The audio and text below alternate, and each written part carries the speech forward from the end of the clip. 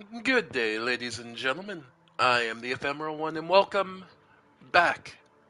Back, and welcome to a new game. I've actually tried streaming this before, but I kind of fell off because I wasn't in love with the way things were going. Or rather, the character I made. And I like to put myself in every RPG I play. So, and this game, above any other, is one of those. There are so many options you have that it's difficult. that it is difficult. So, excuse me. Sorry about that. So, I've been trying to decide on where and what I want to play. And we have the main story we will be going through first.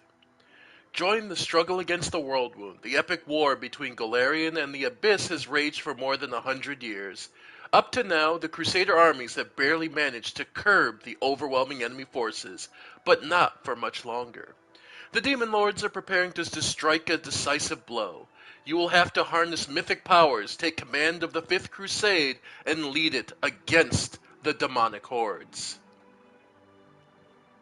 So, and we'll leave it on normal. Yeah, we'll leave it on normal for now.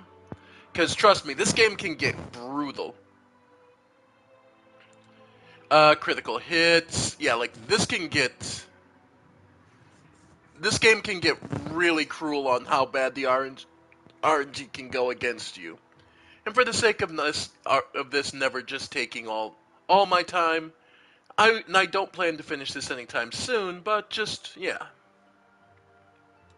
So, we have various main characters we could pick. Taolin, the half-elf cavalier. Cavaliers, of course. But let's be clear. These are all, pre-made characters just to give you an idea, you know, what how to make life as easy as possible. Funny that Rogue is also, yep, Slayer, Sorcerer. But no, we'll be going as a custom character, naturally. First thing you pick is actually your portrait. And you have a lot of very good items, and this is some amazing art. So I want to take a minute and appreciate all the icons before I choose my own. So we have, of course, our starting one, sort of Spellblade. I'd imagine a dwarven sort of caster slash diplomat. Of course, they are our main cavalier. We saw her on there. A monk. Another rogue slash slayer type. Another monk. Of course, more like a I want to almost call them a paladin, pretty much. Another rogue. This is now. These two are actually main characters we'll be encountering, so that's always awkward to use them. Same with here. You're more roguish assassin type. You're good boy fighter. You're inquisitor slash angsty vengeful type. Honestly, I'd get wizard out of this myself. I mean, another wizard. But Kitsune, actually. Your rough and tumble dwarf fighter. Halfling, just like Bard. Tiefling.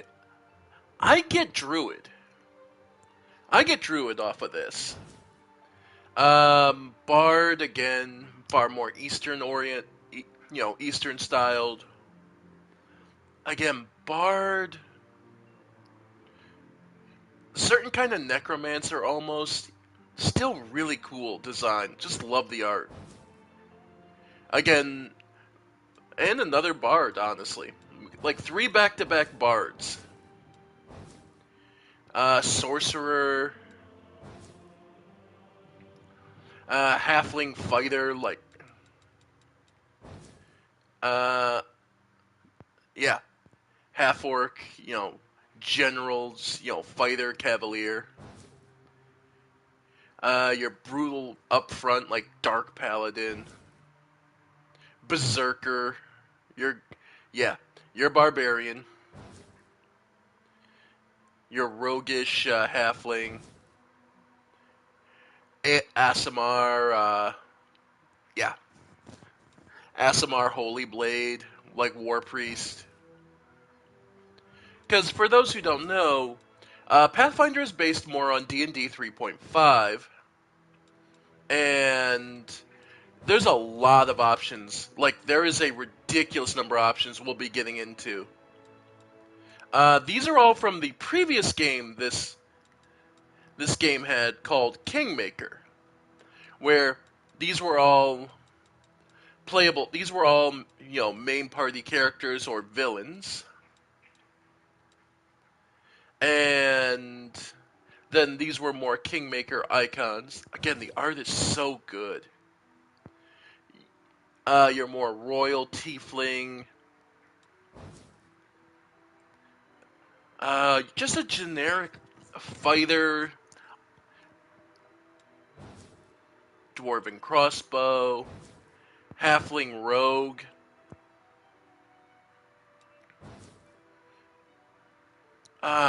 There's your half-orc barbarian. Uh, arcanist or spellblades kinds. Ah, your dark like necromancer. Maybe monkish. There we go. Oh god, some of this art is so good. Again, all this art is amazing and well done. And just having a portrait to represent your character. I love this interpretation of a halfling. He's very marked and scarred, so it's clear he's been like a slave or something at some point and is out to just actively look for revenge. And it is awesome to see halflings represented as less the whimsical, silly ones, and as someone who's actually, serious about what they want to do. Of course, dwarven fighter up front, just a solid block of steel. Elven ranger, dwarven ranger, your tiefling thief, druid, human druid. Yeah, half, gnome. Sorry, gnomish like berserker, barbarian, Asimar fighter, roguish or half orc, spell archer, elf, uh, more a young wizard. Gods, I love. Yeah, very fancy, fucking. Obviously, caster. Yep, and like an elf who hasn't seen the sun in way too long. Another. When you want to play the more classical wizard archetype, more noble. I say, now if I'm not mistaken, these are all actually characters as well who were playing that were major story characters in Kingmaker. The Joan of Arc, gods, the Joan of Arc imagery of this one. But for me, the only portrait I would play for myself, I don't know why, but this image just speaks to me. So, we'll be going with that as our image for myself. And now comes the truly dangerous and hard part of this game. Choosing your class. Let's go down the basic class. I won't go down the specialties yet. Let's start with the basic classes. We have Alchemist, Arcanist, Barbarian, Bard, Blood Rager, Cavalier, Cleric, Druid, Fighter, Hunter, Inquisitor, Kineticist, Magus, Monk, Oracle, Paladin, Ranger, Rogue, Shaman, Shifter, Skald, Slayer, Sorcerer, War Priest, Witch, Wizard. So that is 21 classes, I believe, just base, before we start looking into the specializations you can give them. Then, on top of that, these are what are called, these are basically special classes that you can pick up later, but you can see the prerequisites are very specific. This is because they are advanced classes that enhance you beyond what a normal class will do. But what you'll trade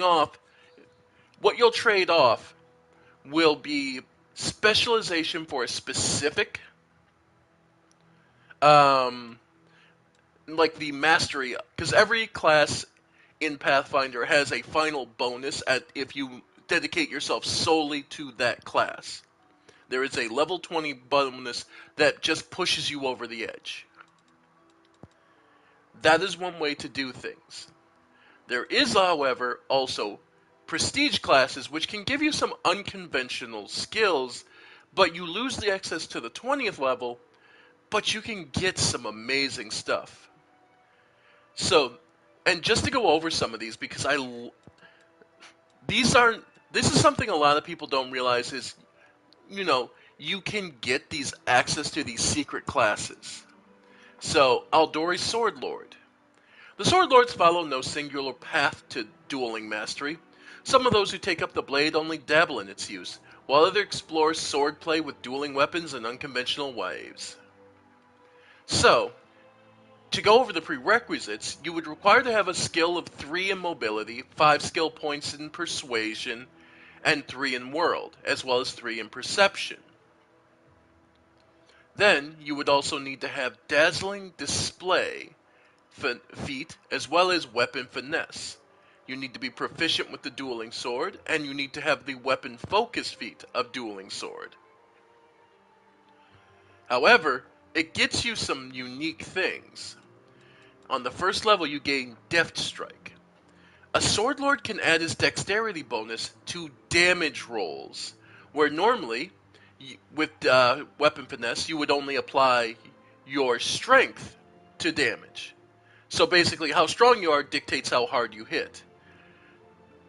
A Aldori Swordlord actually changes it up and can use his... Basically, you're hitting with such precision that you're able to focus your blade to hit straight critical points. This bonus on damage rolls applies whether the sword is wielding the dueling sword one-handed or two-handed, and a Swordlord cannot lose this ability if he is wielding a shield or using an offhand weapon, including armor spikes, unarmed strikes, or natural weapons. There's also weapon display prowess that gives you, basically, you can persuade people, you can scare people better. Defensive parry. You gain extra bonuses to your AC and melee attacks when you make a full attack specifically with the dueling sword. Yeah, and the AC gets better as you go. So yeah. Now, the other thing to know about these prestige classes is they max out at 10. So technically speaking, if you want to get the most out of a prestige class, you want to do so by 10th level. So you want to gain everything you can, everything you need before the 10th level. So that way you can get the maximum effect of these. Like here, Arcane Trickster. With their mastery of magic, Arcane Tricksters can make for even more subtle or confounding opponents than standard rogues. Ranged Legerdemain. enhances their skill as thieves, and their ability to make sneak attacks without flanking or as part of a spell can make arcane tricksters formidable damage dealers. So, yeah. At first level, Arcane selects an arcane spellcasting class you belong to before adding the prestige class. When a new... Yeah. So basically you get to still level for the purposes of gaining spells in that arcane class you had.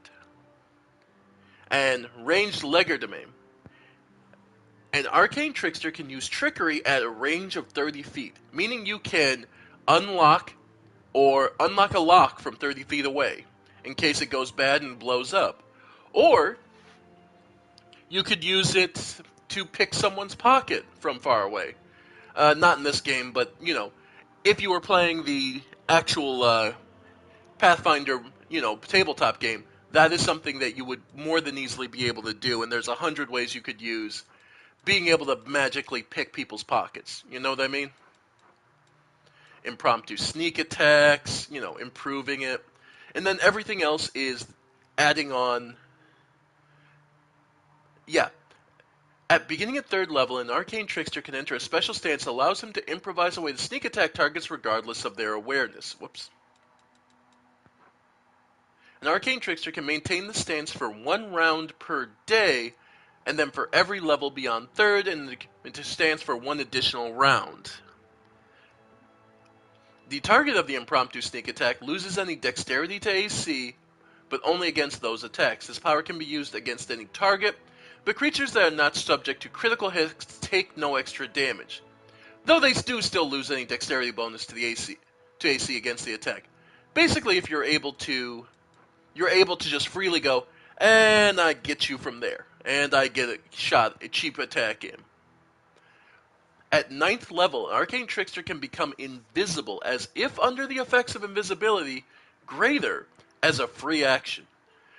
She can remain invisible for a number of rounds per day equal to her trickster level, meaning at 9th level, you can just vanish for up to 9 rounds.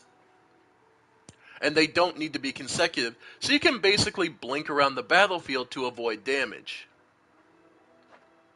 That's huge. Again, remember that all these prestige classes require a lot of dedication. Or here, a mercenary undertaking his task with cold, professional detachment. The assassin is equally adept at espionage, bounty hunting, and terrorism. At his core, an assassin is an artisan, and his medium is death. Trained in a variety of killing techniques, assassins are among the most feared classes. Note that this is one of the easiest prestige classes to get. It only requires you to have a stealth skill of 5, and then any neutral or evil alignment, which this game will allow you to have. So, and basically the reason is because assassins, is basically a just uber rogue. Yeah. And basically you get a lot of bonuses for killing.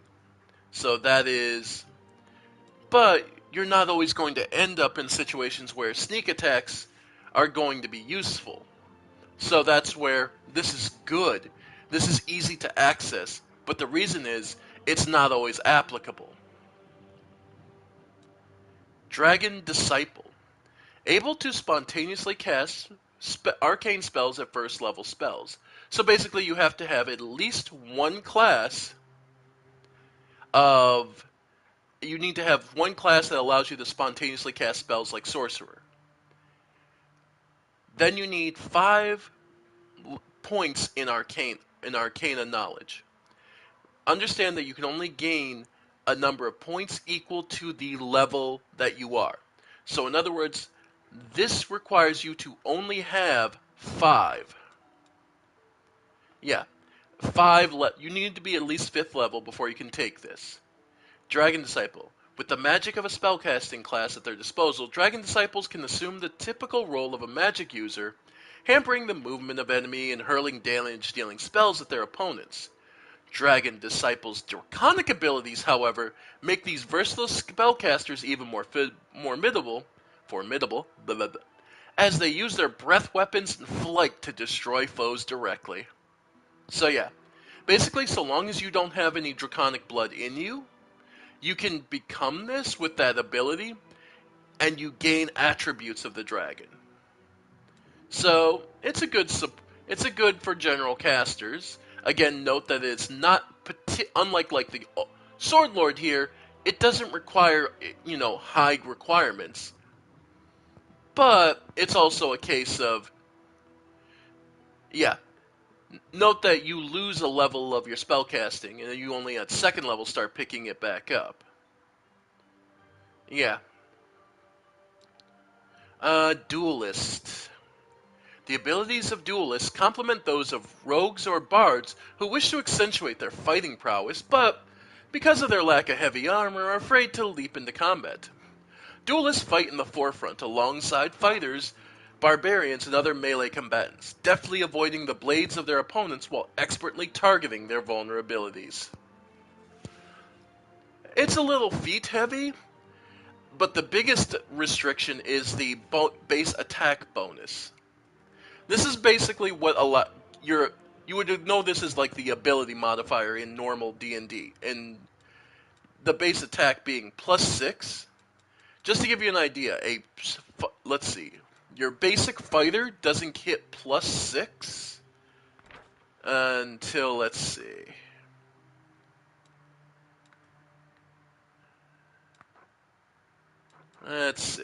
fighter doesn't hit +6.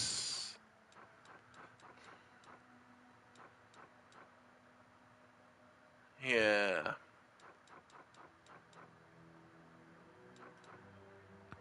That's it. Trying to see where it is. Because I was pretty sure it showed. Oh, plus.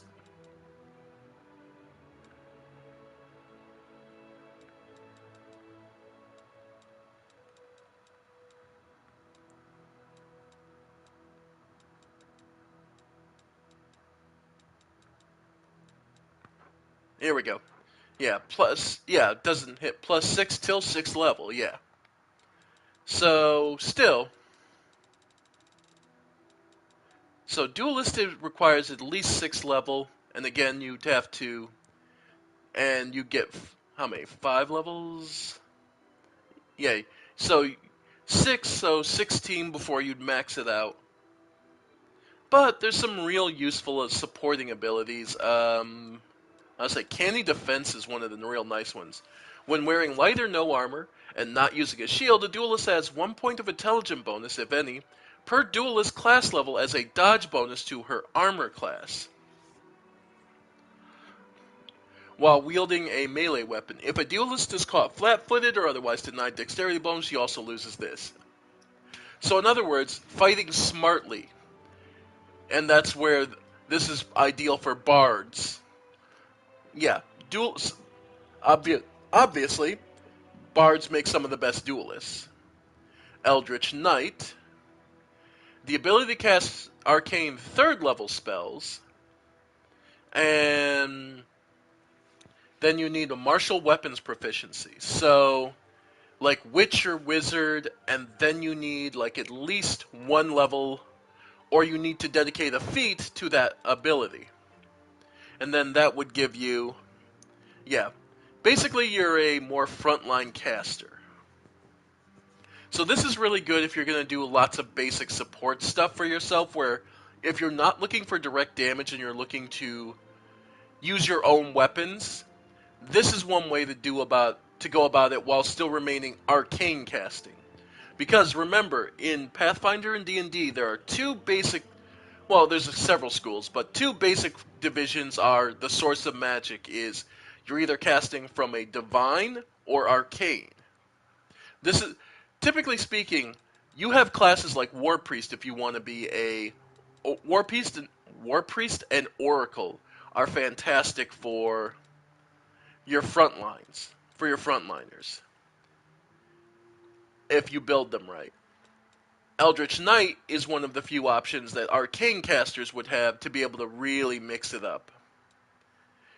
Ah, here we go. Hell Knights. These are kind of an interesting class. Not all who start as novice armigers have what it takes to become full-fledged Hell Knights, but those who do receive a wide array of abilities as they grow more powerful. While individual powers While the individual powers and focus of a particular Hell Knight vary according to his order, Hell Knights are universally feared and respected in the regions where they maintain a presence. Most Hell Knights are lawful neutral, proudly avoid being tainted by distractions such as good or evil, but some who rise in power shift toward tyrannical and cruel natures. So, base attack bonus 5, so, at least 5th level, of course. Current yeah. So you need a persuasion of 5, some knowledge of Arcana, and you need knowledge of Arcana while still having heavy armor proficiency. Now, what Hell Knights do is smite chaos. Once per day, a Hell Knight can call out to the powers of law to aid him in his struggle against chaos. As a swift action, the Hell Knight chooses one target within sight to smite. If the target is chaotic, the Hell Knight adds his charisma bonus, if any, to his attack rolls and adds twice his Hell Knight level to all damage rolls made against the target of his smite. Smite Chaos automatically bypasses any damage reduction the creature might possess.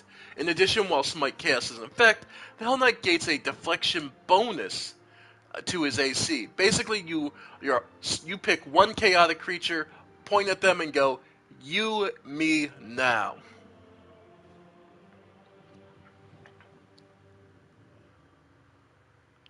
Yeah. Order, discipline is a character level. Yeah. So yeah, disciplines are the specific abilities based on your order. But yeah, Hell Knight Signifier. Hell Knight Signifiers form the spellcasting arm of the Hell Knight orders. They serve as faceless enforcers of the order and use their magical powers to relentlessly root out and punish criminals to the letter of the law. They wear masks, often featureless, to mark themselves as impersonal agents of order, unswayed by empathy, detached from emotion, and dedicated to passing impartial judgment upon all lawbreakers. A signifier's distinctive mask is a symbol to his devotion to the precepts of law and exacting justice, and serves as the focus for several of his signifier powers. Traditionally, signifiers are arcane or divine spellcasters. So yeah,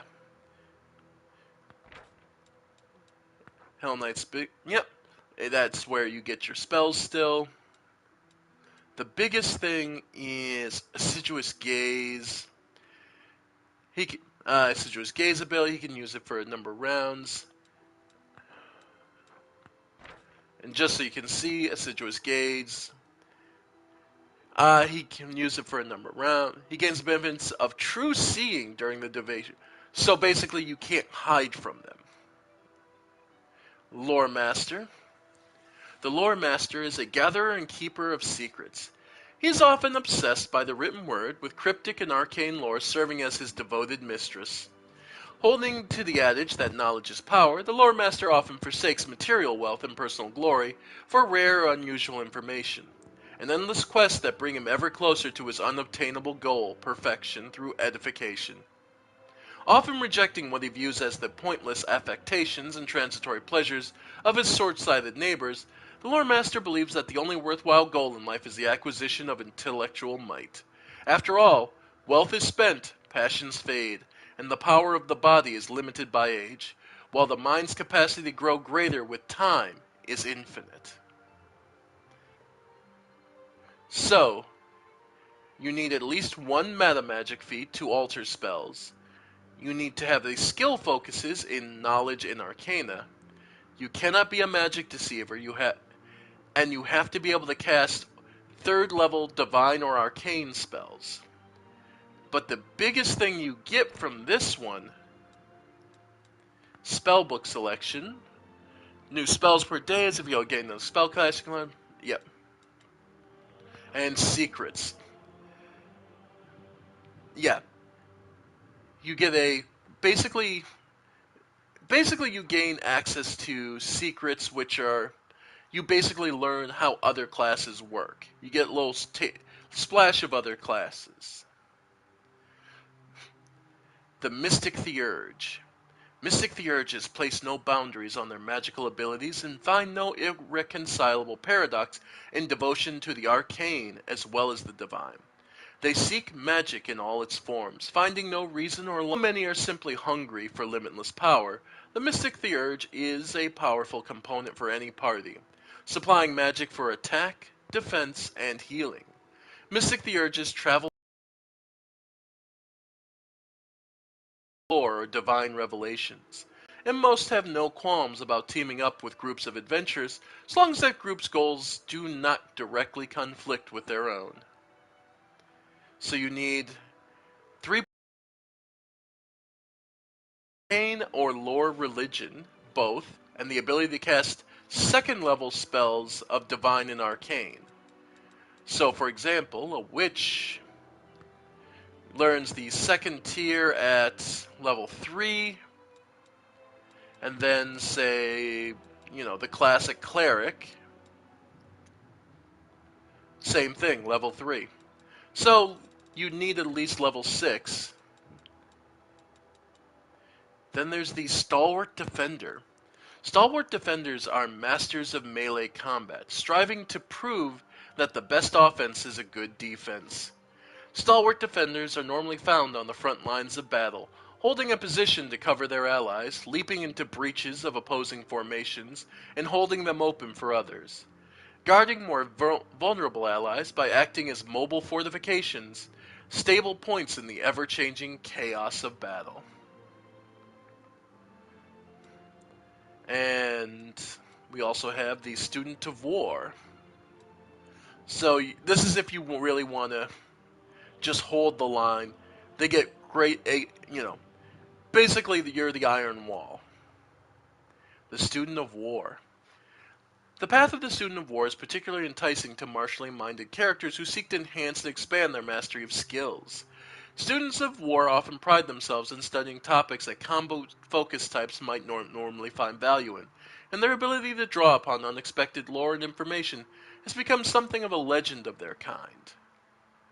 So note that for a Student of War, your base attack bonus is big, your dodge, your combat expertise, unique combat expertise, and then have one of the skill focuses in understanding the knowledge.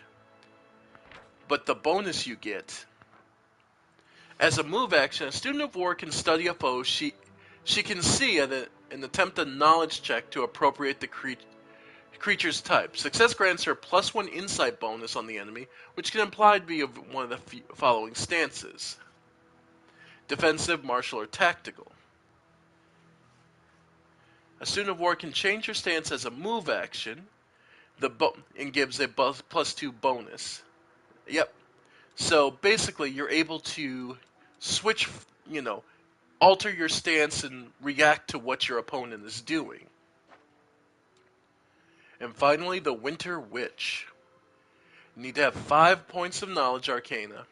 Has one of the following features: frost, winter, or ice in the blood. And the ability to cast divine or arcane spells. The otherworldly powers of Winter Witches are inextricably linked to frozen Outer Realms. So note, you get, whenever a new Winter Witch spell is gained, the character gains new spells per day as if she had gained a level in Witch, Winter Child, or Shaman spellcasting class she belonged to before adding the Prestige class. Additionally, at second level, every 2 level after, a Winter Witch gains a new Hex depending on the chosen spellcasting class. Cold specialization, your cold spells get better. And then Frost Power. Winter Witch levels stack with Shaman levels to determine the power of Shaman hexes and Frost Spirit abilities, and with Witch levels to determine the power of Witch hexes and access to Major and Grand hexes, and for acquiring Patron spells. Additionally, Winter Witch levels stack with Druid levels to determine the level of the Blizzard Servant, Winter Child class ability. So, most of this is just relatively basic buffs, but you get Freezing Cold. At third level, Winter Witch spells become incredibly cold, increasing their caster level by 1 and then 2. And then at the end, Unearthly Cold. At 8th level, the Winter Witch's spells deal cold damage become horrendously cold. Half cold damage caused by these effects comes from otherworldly power and is not subject to being reduced by resistance or immunity. So your attacks are basically so cold, you actually bypass it. So that can turn even basic cold spells into a nightmare for enemies. Now, like I said, this is going to be based off me, and I think our goal is going to be Mystic Theurge. I see, for me, power is power, regardless of where it comes from. I jokingly call myself the god of heresy, but it's only a half joke. So, I see no problem with this. So, for this playthrough, we'll be aiming for Mystic Theurge. So, what that means is, we now need to be able to cast 2nd level Divine and Arcane spells.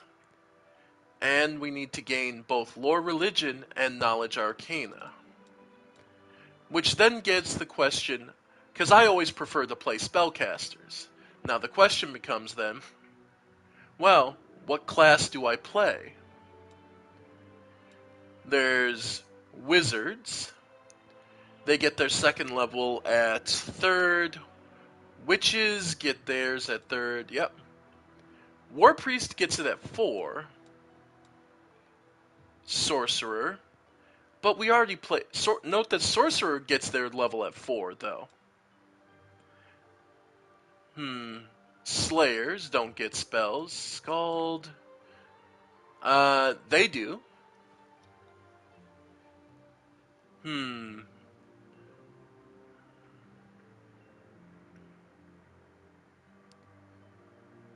I kinda really like Scald. Let's see. Because Scalds are poets, historians, and keepers of lore who use their gifts for oration and song to inspire allies into a frenzied rage. They balance a violent spirit with the veneer of civilization, recording events such as heroic battles and the deeds of great leaders, enhancing stories and retelling to earn bloodier victories in combat. A Scald's poetry is nuanced and often has multiple overlapping meanings, and he applies similar talents to emulate magic from other spellcasters. I actually kind of like that. So, yeah, I think we're going to go in Oracle and Scald. And both of those are, let's see, because those are both charisma-based casters. And let's see, we get 2nd level at 4. Oracle gets it at... Okay, so, yeah. So then the question becomes, which one do you start with? I think Scald seem... No. Okay, I think we start Oracle. Let's see. No. Because of the way this game begins, we'll start Scald. High Fortitude, High Will, Low Reflex. Yeah. I think we'll go with that. Now, the more dangerous and hard part to sort out. There's a couple different versions of Scald, but let's take a look at what they get first. Scald is a combination of a furious fighter and an empowering ally. They usually fight in melee, can employ a limited number of spells, and can heal and empower their party members. Their songs inspire battle rage in their teammates, making those who fight with weapons stronger. So, their major features are the Inspired Rage. This ability has a large area of effect. It empowers damage and chance to hit of the Scald's allies who fight with weapons, but take away their ability to cast spells. This song can also grant them rage powers. As Scald advances, they learn new songs with various effects. And rage powers. Scald can choose a number of passive and activated powers that empower some of their abilities while weakening the others. They can only work while the Skald is raging. Only one activated power can be used at the same time. This and Uncanny Dodge. This ability allows the character to react to danger faster than others. Thanks to it, they can evade a penalty to their armor class in some situations, and become immune to some of the enemy's tactical advantages. Yeah. And then we have a couple different versions. So, the Battle Scion possesses a unique mixture of courtly grace alongside martial and magical prowess. She is a warrior poet, as skilled with her words as she is with blades. Battle Scions sometimes rule as queens over courts of brave knights who scour the world championing bold quests. No, that doesn't seem right for me. A battle singer's songs are powerful enough to damage enemies with the sheer power of their vocal cords. The court poet. Many courts are places of artistic refinement, attracting those performers who wish to revel in an aristocratic art scene. Such artists may aim to become a darling of the court, focusing on the aesthetic requirements of a particular tradition, as well as learning the details of that court's history and culture. Court poets elevate the Skald's love of history and poetry to an aristocratic ideal, captivating courts with complicated poetic traditions, and inspiring others with their craft. Some court poets go on to create their own works, weaving their magic and force and personality into their performances. The Demon Dancer. While the twisted power of demon-worshipping Skalds is great, it comes at a terrible price. Let's see. Do they say specifically where it is? Ah, here we go. Yeah, you lose rage powers. So you gain Fiendish Maw, which allows you to add a bite attack. Yeah, Fiend Totem. While raging, Barbarian sprouts dozens of wicked barbs from their bodies. Anyone striking the Barbarian with a melee gets hit. Yeah, you lose your other rage powers and you have basically demonic skills specifically. The Herald of the Horn. Even the loudest voice can oftentimes be drowned out by the din of battle. Whether with the polished metal trumpet of a standing army, or the curved animal horn of savage riders, a herald of the horn sounds his raging song with thunderous blasts, which can bolster allies or shatter castle walls. The Hunt Caller. Hunt Callers are Skalds whose songs draw their allies into the animal world. They can invoke the inner beasts of those who observe their supernatural performances, a talent that causes many to mistake the Hunt Caller and their allies for lycanthropes or other shape-changing creatures. So one of the biggest things, yeah, you lose Well-Versed, and you get, there we go, Inspire Scent, call against the Scent range power. Yep, so you can scent, yeah, which is, while raging uses ability to locate unseen foes. Basically, if an enemy goes invisible, no they didn't. So, the other big one is Call of the Wild at level 10, but we wouldn't see that anyway. Can transform herself. Companions with feet, yeah, they basically can turn you into animals. Inciter. A liar and manipulator. An inciter uses his abilities to provoke and direct the crowd. A master of influencing the mind, he can easily turn a cheerful holiday into an ugly fight, readily supporting combatants with shouts of encouragement. So, you lose the ability to scribe scrolls, and you lose bardic knowledge, which gives you a bonus to knowledge, but you gain mind games. At first level, the Inciter learns to recognize when his own mind is being manipulated. He gains a +1 saving throw against mind-affecting, compulsion, fear, and emotion effects. Insult. At first level, the Inciter subjects any enemy entering his raging song area to insults and ridicule. The target must pass a will save to negate the effect. If the creature saving throw fails, the creature becomes angry and seeks to harm the Inciter. While the Inciter maintains his Raging Song ability, the target takes a -2 penalty on all attack rolls and skill checks until it makes a successful melee or ranged attack against the Inciter or inflicts damage to him with a spell. and then it takes 24 hours before they'll let again. An insider adds half his scald level on persuasion skill checks when used to intimidate or bluff. You also gain sneak attack. If a character catches an opponent unable to defend themselves, yeah. That is huge. And yeah. So I think, yeah, we're going to start as an insider. That feels, yeah.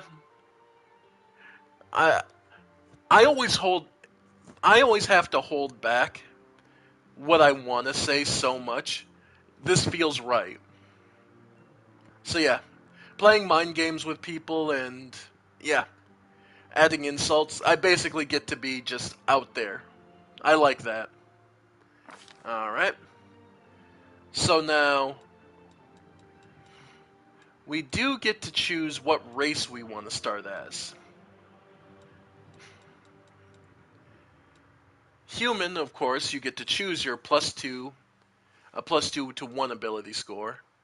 Elves have increased dex and a bunch of others, but basically, look at the stat differences.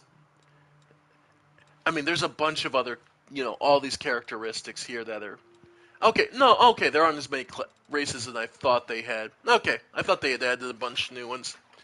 So humans start with a +2 to any one score they want, versus the +2 to 2 scores that a bunch of other races will have. They also get a free feat and get some extra skill points. Personally, I'm not the biggest fan. It's dull. Elves are, of course, they have a weaker constitution, but they're agile and they're relatively smart. They tend to have better keen senses, so they get to actually see farther. Elven magic, extra spell resistance. Elven immunities, they're immune to magic sleep effects in game. Yeah, versus enchantment. You get elven weaponry. Yep. Dwarves. You're fairly good constitution. Um, -2 on charisma. But you have a bunch of slow and steady, so you're down to 20 feet for your base speed instead of the usual 30. Bigger thing though, you are stable. Hardy, so yeah, you resist a lot of things. Again, defensive, and if they're, yep, monsters of the giant subtype get even weaker against you, have a harder time hitting you. They get more attack versus orcs and goblins. They still have keen senses, yeah. The gnomes, surprisingly tough and hardy and charming, but not that strong. They hate reptilian humanoids. Again, just like the dwarves, they have they're harder to hit for giants. They have some resistance to illusion magic, and then gnome magic. They are better at illusions themselves. They tend to be obsessive, so extra knowledge on world checks, and of course reduced by 20 down to 20 feet as well. Halflings, slow movement, sure-footed. This is kind of an interesting one. They receive a +2 racial bonus on athletics and mobility checks, so they're very good at moving around. Keen senses, halfling luck. +1 racial bonus on all saving throws. So they just tend to resist a little bit of everything. Our half-elves, they get the human ability to +2 to 1 score and keep the keen senses and the elven immunities. They're also kind of the mutts where you can get them from anywhere. Elves tend to just sleep with humans just cause. Let's see. Half orc, again, half human, so they get the +2 to anyone. The bigger thing they get is both intimidating, where they get extra bonuses on persuasion to intimidate, and ferocity, when When a half-orc is brought below 0 hit points, but not killed, he can fight for one more round as if disabled. At the end of the next turn, unless brought above 0 hit points, he immediately falls unconscious. So in other words, you have a grace period to let them keep fighting. So all you need is one person cast a quick healing spell, or they force feed them a potion, and they're going to be back on the killing spree. It can be disgusting. ASMR. Basically, those with angel or some kind of celestial heritage. Again, note that they don't get a... Note that you aren't seeing any stat differences here.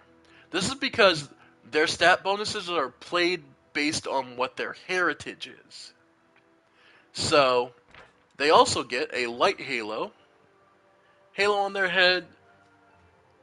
While using a halo, they gain a +2 circumstance bonus on saving throws against becoming blinded or dazzled. So, yeah. And then celestial resistances, you basically resist acid, cold, and electricity. This is the opposite, which is fiendish resistance, which gives the tieflings cold, electricity, and fire. So, 3 and 3. And it's just down to which side you're on. Oread are humans whose ancestry includes a touch of an elemental being of Earth somewhere along the lines. They're often a shite and genie. Stoic and contemplative Oreads are not a race easily moved, like a rock, yada yada, ha ha ha. Yet almost unstoppable when spurred to action. Slow movement, of course, because they're part rock. Keen senses, Oread heritage, yeah. Acid affinity.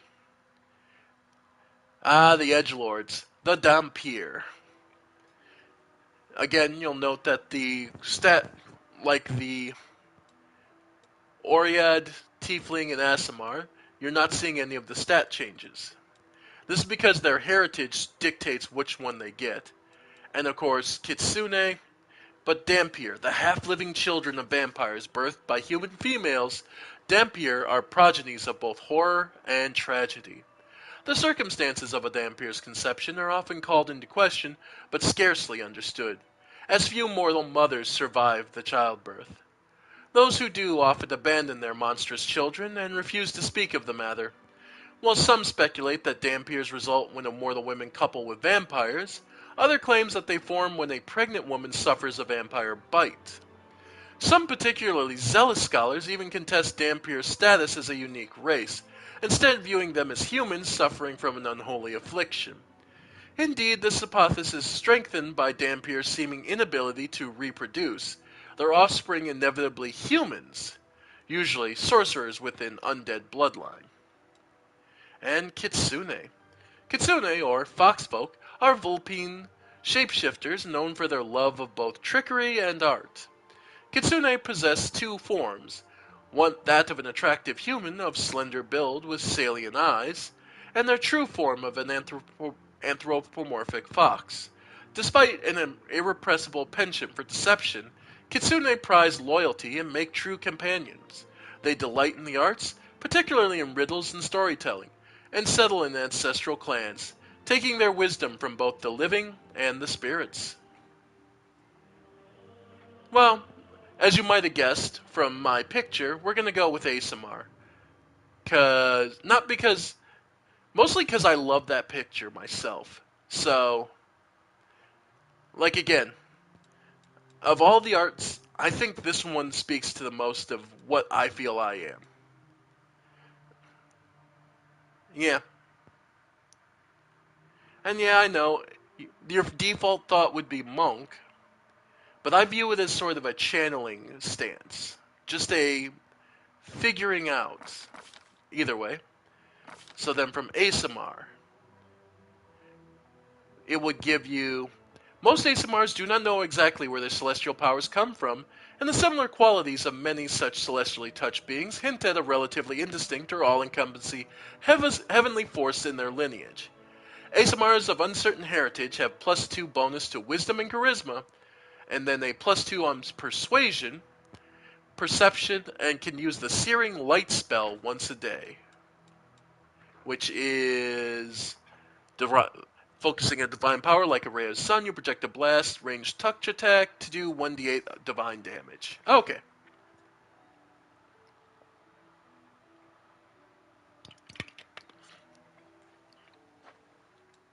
Angel Kim are paragons of exceptional beauty. They serve as exemplars of good and light regardless of the myriad forms they take. They give you +2 to strength and charisma. Emberkin, masters of fire magic. Emberkin feel the dual pull of their parry forebear as well as that of the fallen angel further down their ancestry, and wrestle with their urges to do both good and evil. Have a +2 bonus to intelligence and charisma, and a +2 on lore, religion, and knowledge arcana checks, and the burning arc spell. Idilkin possess bestial aspects and calm dispositions, often act as peaceful intermediaries between lawful and chaotic agents of good. Agathian-blooded Asimars have +2 to Constitution and Charisma, and a +2 bonus on Lore, Nature, and Perception checks, and can use the Summon Nature Allies 3 spell once per day. So I could get a Leopard, 1d3 Giant Frogs, or 1d4 +1 Mites. The Lawbringer. Lawbringers are champions of justice, doling out punishment to the wicked, and often believe chaos is the cause of all mortal suffering. Archon-blooded Asimars have +2 to Con and Wisdom, and a +2 ratio to Perception and Persuasion, and can use Hold Person. Muse-touched. The Muse-touch epitomize freedom and joy, travel the world to liberate less fortunate individuals. Azada-blooded Asimars have +2 to Dexterity and Charisma, and a +2 bonus on Persuasion and Mobility checks, and can use the Glitter Dust spell once per day. Then there's Plumekith, Garuda-blooded. Their shimmering avian features make the Plumethkin instantly recognizable. Though they can act rashly, the Plumethkin never shirk their duty after making a commitment. Garuda-blooded get +2 to Dexterity and Wisdom, and a +2 to bonus on Mobility and Athletics checks, and can use Invisibility. Well, the two I'm torn on, if I'm honest, is Muse-touched and Emberkin.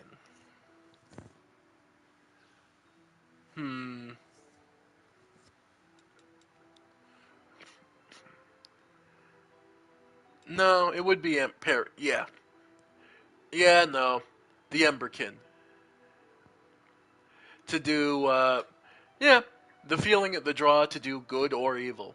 I feel both, oftentimes.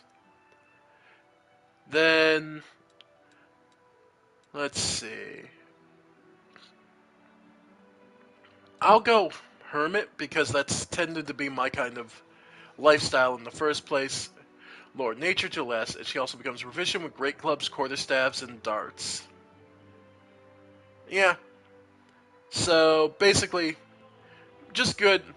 Probably quarterstaff will be my weapon of choice, but we'll see. All right. Yeah. Now strength. Well, obviously charisma. Gonna probably put that at least. Go 20. That's as high as you're allowed to go in the start. So officially, your cap is 18, but the +2 adds on, so we can hit 20. Then, yeah, at least a +2. The extra skill points would be nice. Um.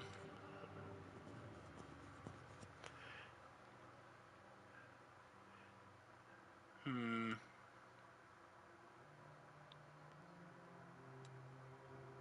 Yeah, and the +1 to wisdom. Okay. Yeah, we'll go with that. Then our skill points, of course, Arcana and Lore Religion, because we need those absolutely. Persuasion is one of our strongest points. Then, yeah, athletics. Alright. Yeah, I can live with that. Now, here's where we get kind of interesting. These are feats. Feats are what allow you to do various bonuses. Things you're adept at that be beyond a normal person. Learned how to cast spells while wearing armor. So it reduces the spell failure chance by 10%. Let's see. Class progression. As things are. So I start with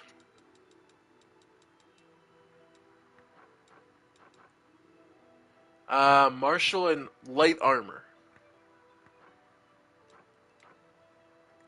So yeah, okay.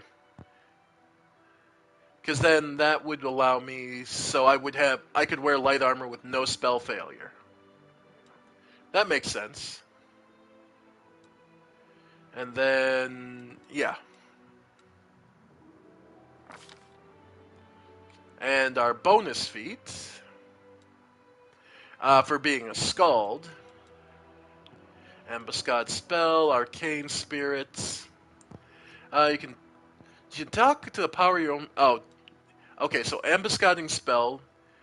Your spells are particularly effective against those caught unaware. Flat-foot opponents take -2. Okay, nah. You can extol the virtues of magic to one creature within 30 feet. Make a persuasion bluff. Nah. You're adept at spellcasting. When threatened or distracted, you gain +4 in concentration. Use a spell-like ability. Dispel focus will be useful for later, but for now, no. Elemental focus. One of the meta magic feats to alter our spells. We could spell focus specifically. Yeah. Hmm. Honestly, spell penetration. Spell resistance. That's getting that early is nice, but it's not that useful at the start. Um, most of the meta magics would put a lot of my basic spells out of my casting level.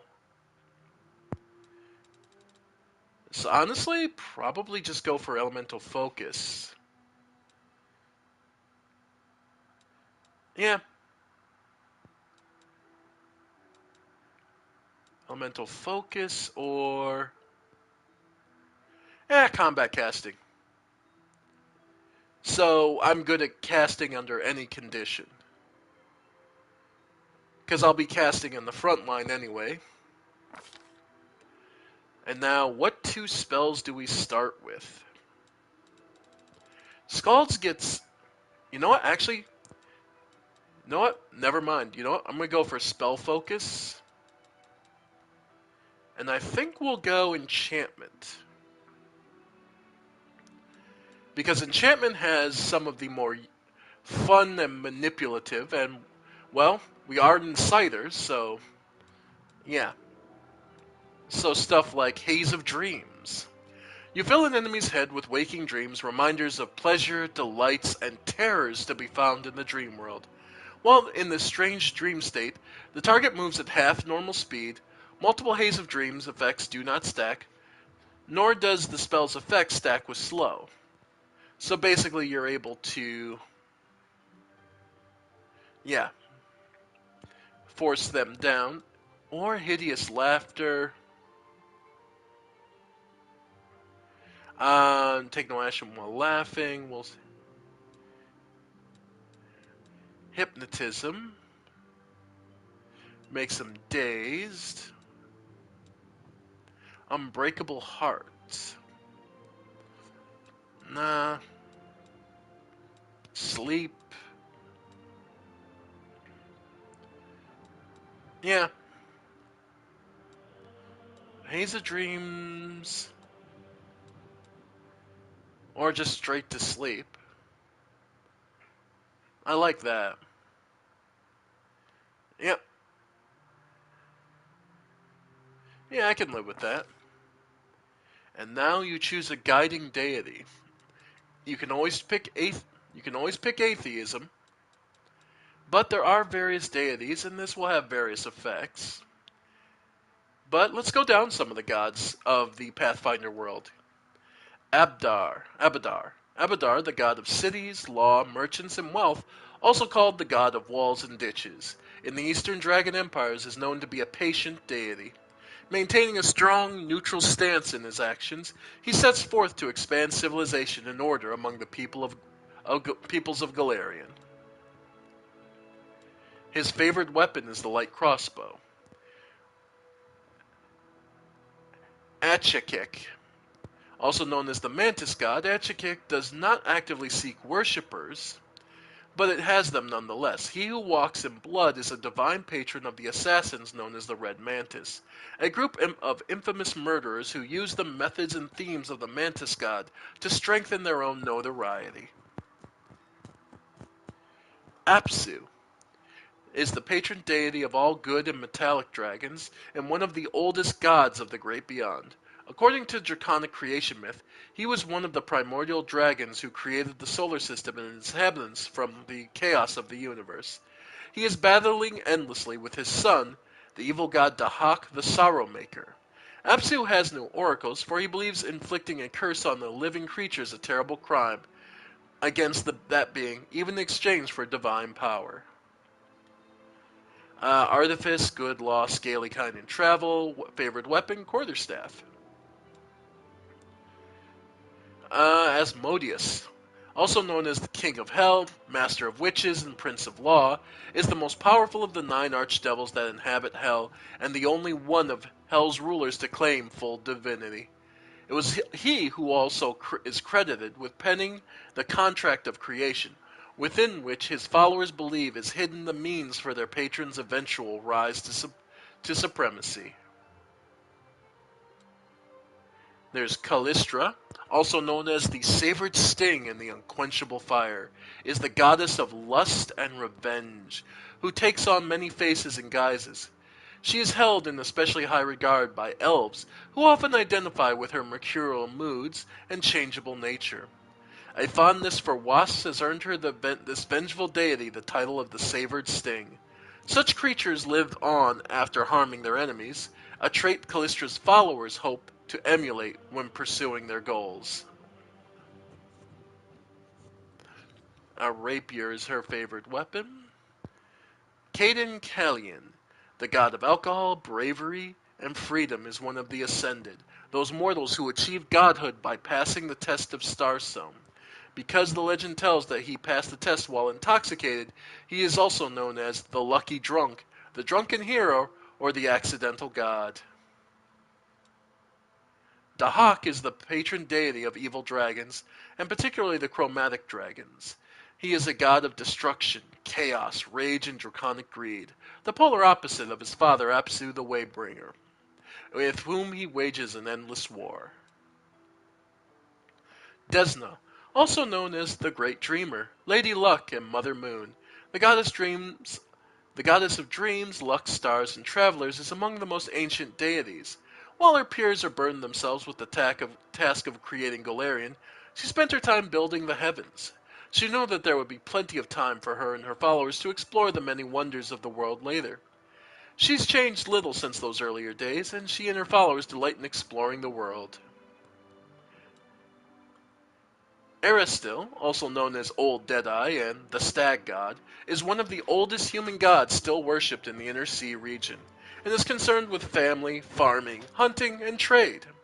During the Age of Creation, Eristil was among the gods who battled Rovagug, when he sought to destroy Golarion. They were eventually able to contain him in the Dead Vault at the planet's core. His religion dates back to before the Age of Darkness, when small farming communities and hunter-gatherers prayed to him for a bountiful harvest and successful hunts. Legends claim that it was old Deadeye himself who crafted the first bow and gifted it to humans to overcome the challenges of the world. Even as the accomplishments of civilization mount, Eris still continues to embrace and represent the simpler pleasures life has to offer.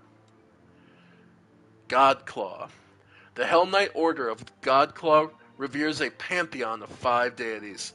Iomede and Torag are seen as model Hell Knights, concerned with offensive and defensive combat, respectively. Irori, the epitome of emotionless discipline, Abadar as a keeper of laws, and Asmodeus as a strategist king. Depiction of these deities as part of the Godclaw differ from the traditional images, with the deities portrayed as stern, armored paragons of law. Though some members of the Order of the Godclaw dedicate themselves to individual gods, many take the whole pantheon as their patron, receiving spells despite their unorthodox, perhaps even heretical beliefs. Gorham, also known as our Lord in Iron, is a god of battle above all other pursuits. It is said that he would rust away into nothingness if there was ever a time with no more conflicts to be fought. His faithful believe that he is present in every iron weapon of war that is forged. Gozre is a dualistic deity of nature, a god of the storm and sky, and also a goddess of wave and surf, born of the ocean's fury and the wind's wrath. Gozre is a fickle deity. Green Faith. The Green Faith is a naturalistic philosophy based on the belief that natural forces are worthy of attention and respect. Followers of the Green Faith meditate daily, commune with natural forms of power, and show respect to nature in all things. The goddess Skyrona, also known as the Angry Hag, and for good reason. She is not a popular deity, as many fear her and her clergy, which is entirely female. These are usually victims of the unforgiving and close-minded, the outcasts of society, disfigured prostitutes, wives caught in adultery, or pregnant teenagers disowned by their parents. Priestesses are renowned for their ability to foster hatred and turn friend against friend. Her priestesses are also known to swap young babies for hideous monstrous creatures birthed from their own wombs. Again, this game is called Pathfinder Wrath of the Righteous, and you can be a worshipper of Gyrana. Iomede. Iomede, also known as the Inheritor, the Light of the Sword, and Lady of Valor, is the goddess of righteous valor, justice, and honor. Having served as Eredin's herald, she inherited many of the last Aslante's followers upon his death, and continues to espouse the ideas of honor and righteousness in the defense of good and the battle against evil. Irori, also known as the Master of Masters, the Enlightened One, and the Perfect Human, is the god of enlightenment, self-perfection, knowledge, healing, and inner strength. His followers claim that he was once a mortal who achieved absolute physical and mental perfection, and thus attained divinity by his own volition. He is one of the core gods, if not the most powerful deity, of the Vudrani pantheon, but has an increasing following in the Inner Sea region as well.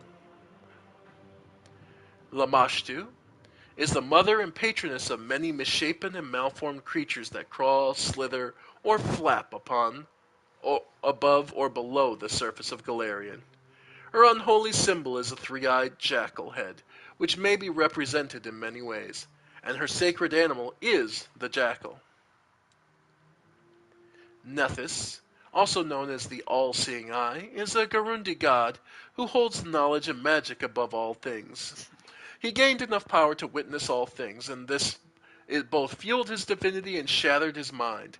He is a god of magic, torn between destroying the world with one hand and saving it with the other. Then there's Norgorber, is known as the once mortal god of thievery and assassination, as well as a keeper of secrets. He is called the Reaper of the Reputation by some, but he has more insidious titles among worshippers who venerate his other three aspects: Blackfingers, Father Skinsaw, and the Grey Master. He remains an enigma to most, and his true motives are unknown. Many of his own followers remain ignorant of his plans and designs. Norgorber is the only evil god amongst the Ascended. Pharasma, the Lady of Graves, the Mother of Souls, the Grey Lady. Pharasma is the goddess of birth, death, and prophecy.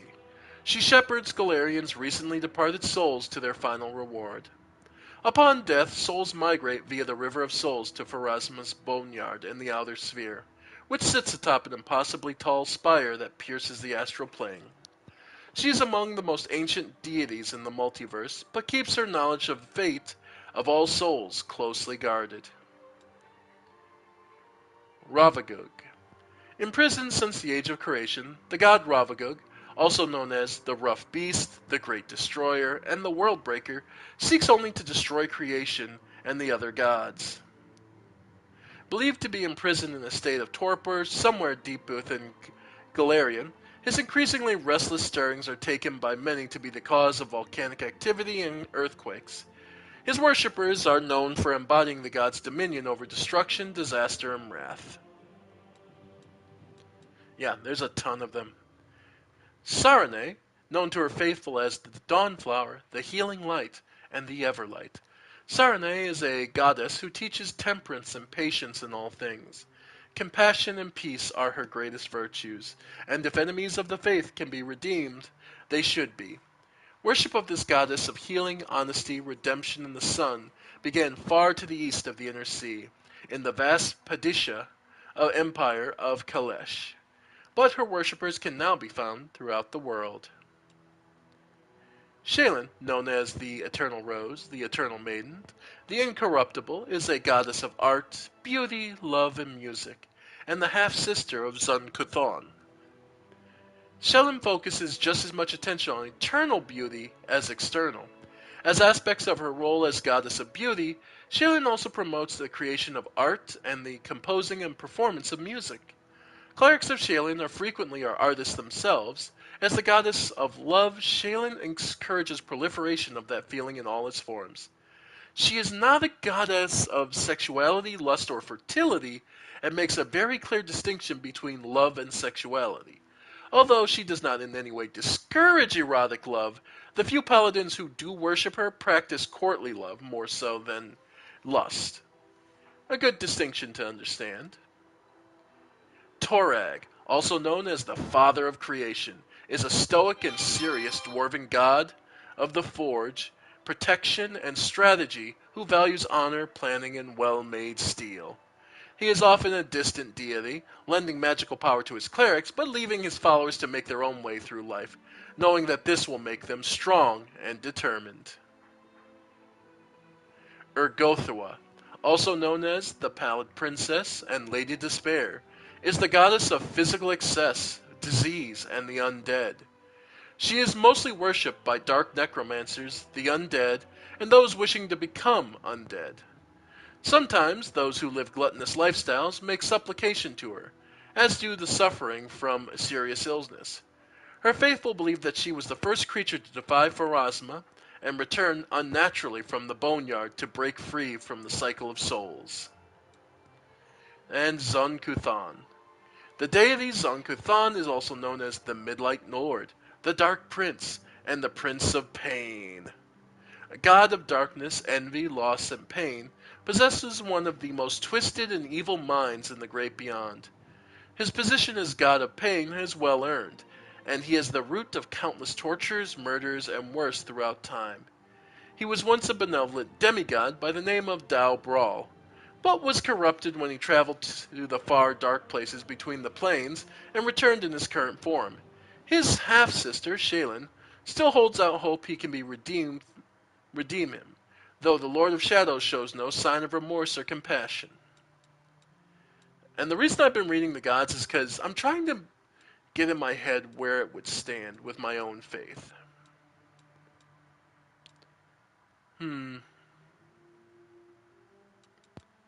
No, it would still remain Gozra. The dualistic nature, a god of storm and sky, and also a goddess of wave and surf. Both. Yeah. Born of the ocean's fury and the wind's wrath.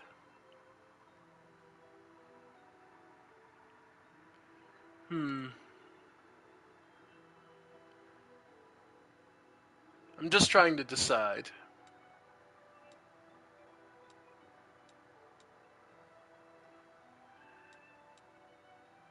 Yeah. Hmm.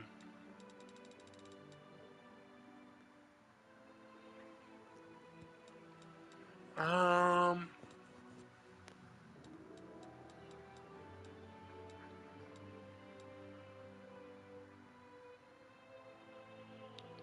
I'm kind of.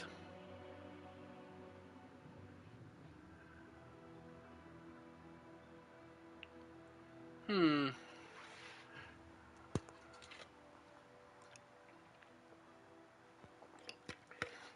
I'm kind of torn to do ear-piercing scream, actually. Inaudible to all but a single target. The target is dazed for a round and takes the sonic damage. Negates the daze effect and half. Yeah. Yeah, why not?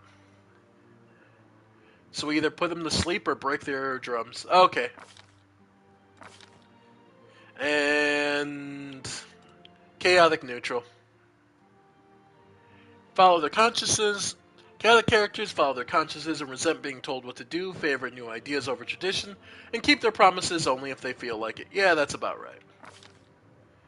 Alright, so now we get to choose. And we'll go with the medium body. Skin tone, I'm going to make a little. Let's see. Yeah, that's fine.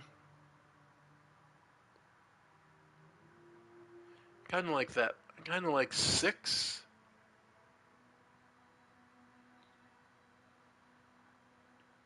Yeah, I'm going to go 6. Scars. Oh, yeah. Not that many.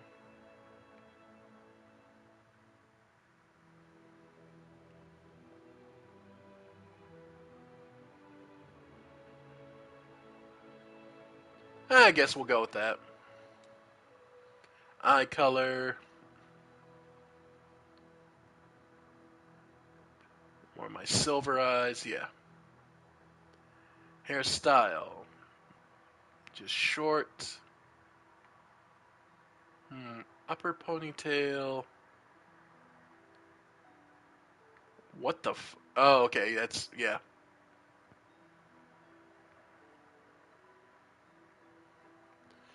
Yeah, okay. I can live with this more. I'm just going to switch the color. Yep. There we go. There we go. That looks better to me. War paint? No. I'm going to skip over that. Tattoo? Hmm.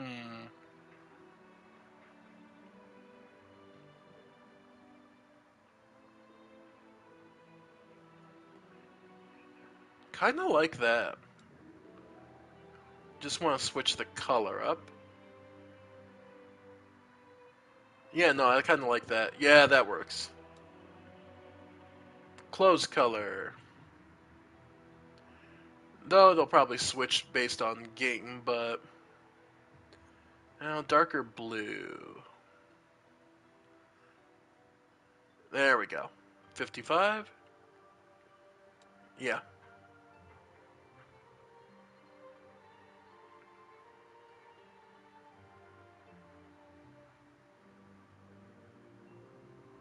Okay. Yeah, I kind of like that. I like that better. Yeah. A mere flesh wound. Hmm. The road calls me. I'll take the bait. Stand with me. We won't falter. I feel faint. None shall escape. What a find.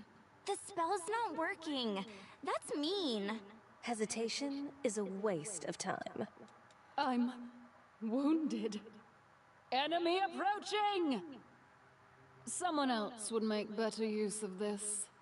Yeah, no, I like this pragmatic voice. And of course, our name, Reflim Sodagian. Alright. All according to plan. So, We're a chaotic neutral ASMR. Yeah. High charisma, fairly decent strength, dexterity, and con are kind of more focused on the mental stats than the physical. Let's see. Not especially anything major. We have coup de grace, of course. Treat affliction, demoralize, but more importantly, burning arc, halo, inspired rage. Yep. And we've already gone over just about everything we have. Then spell-wise, we have Daze, Flare, Lullaby, Light, Resistance. Yep. We can use our first level spells 3 times a day. And other 0 spells. Yep. And we have both simple and martial weapon proficiency. Alright. So, we have 9 HP to start. Let's go.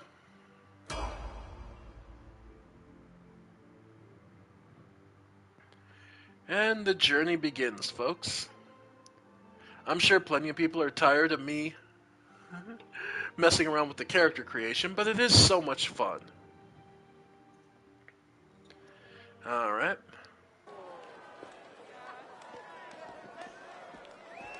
And our journey begins at a town party,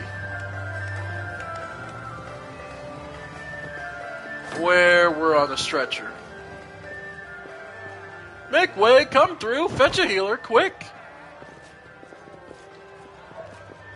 Hey, somebody! We got a wounded fighter. Can we get a healer over here? My, would you look at this? But why would you drag a wounded fighter into the middle of the festival square? Couldn't she be carted off somewhere else like, oh, I don't know, an infirmary? Or an accommodating ditch? Ooh. Make room, everyone. Step back.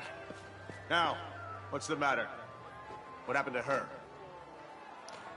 You hear the Her stern wound looks nasty. Yep. Who did this to her? Demons, Prelate. We found her barely alive outside the walls of Canabris.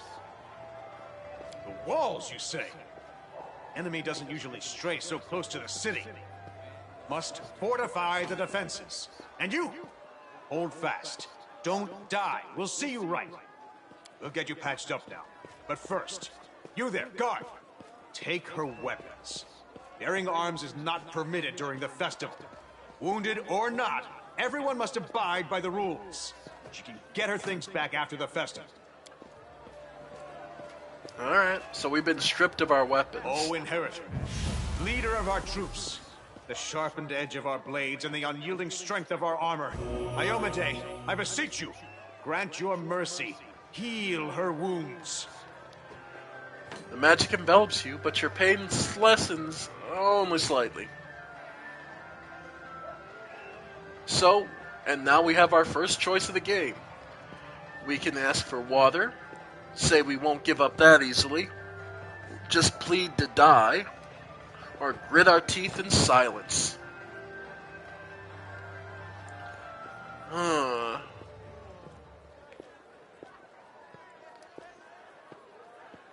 Just grit our teeth in silence. It sucks, but there's not much we can do about it. We can barely move. My powers are not enough here. Someone call for Terendelev. You there. Yes, you. Stop dithering and gawping and make yourself useful. Go and get Terendelev. Who's Terendelev? Prelate, surely there is somebody else here better suited to running errands. Okay. I'll get her! Terendelev! Has anyone seen Terendelev? You might have guessed. A bunch of these Quick people with about it before it's pictures. too late. Now, who are you? I don't remember seeing you before, and I have an excellent memory for faces. As you might expect, everyone we're seeing with pictures are all characters we will be seeing later. This is sort of your early introduction to everyone. You'll get a better sense of them later, but it's nice to see the faces all the same. So, we can just introduce ourselves by name. We can say we're a crusader that came to fight demons. I came to the city on private business, and I won't say anything more. I've lived in the city for a long time. I'm a traveler, just passing by. I don't remember, or who I am is none of your business. No, he did cast a healing spell on me, so I'm not going to be rude about it. But, well, we've also been obviously injured, and we joined this story right now. Who are we? Who am I? Do you know? No, we don't. I don't remember who I am. You don't remember at all? All right, we'll wait until your memory returns. A nice, easy, and it's an honest answer. Who is our player character? Do you know? No. My dear prelate, please, for the sake of the festivities, stop interrogating this poor woman. She has been through enough already. Go on. I'll take care of her. This is actually based on the Pathfinder system, which is closer to D&D 3.5. All right, as you wish. You are our protector, and a dragon at that, so I shall defer to your wisdom. But be on your guard. I've been informed she was wounded near Canabris. That means the demons are prowling just outside the walls, and the city is crawling with their spies. Others may be able to relax on this holiday, but not you or I. Not the defenders of the city. Muttering discontentedly, the old man walks off. And when you're unsure, always feel free to take a moment and hit triangle to open the glossary.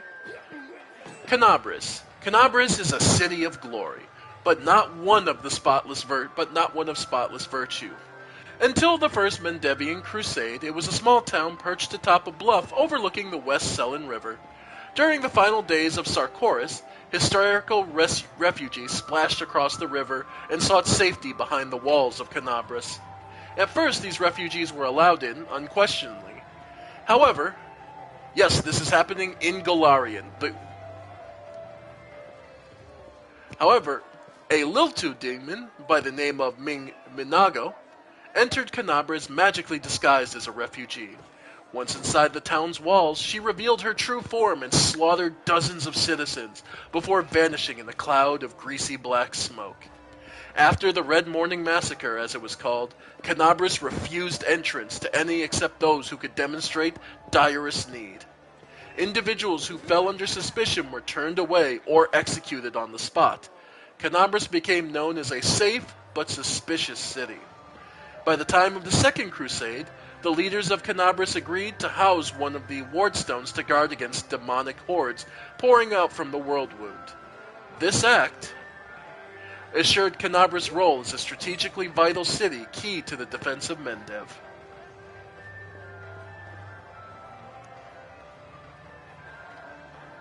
Oh yeah, no one likes 1D&D. That was just a bad idea. Not that the new rules are any much better, but either way. Demons are malign and destructive creatures native to the outer sphere plane known as the Abyss. Demons exist for one reason: to destroy. Where their more lawful counterparts, the devils of hell, seek to twist mortal minds and values to remake and reshape them into reflections of their own evil, demons seek only to maim, ruin, and feed.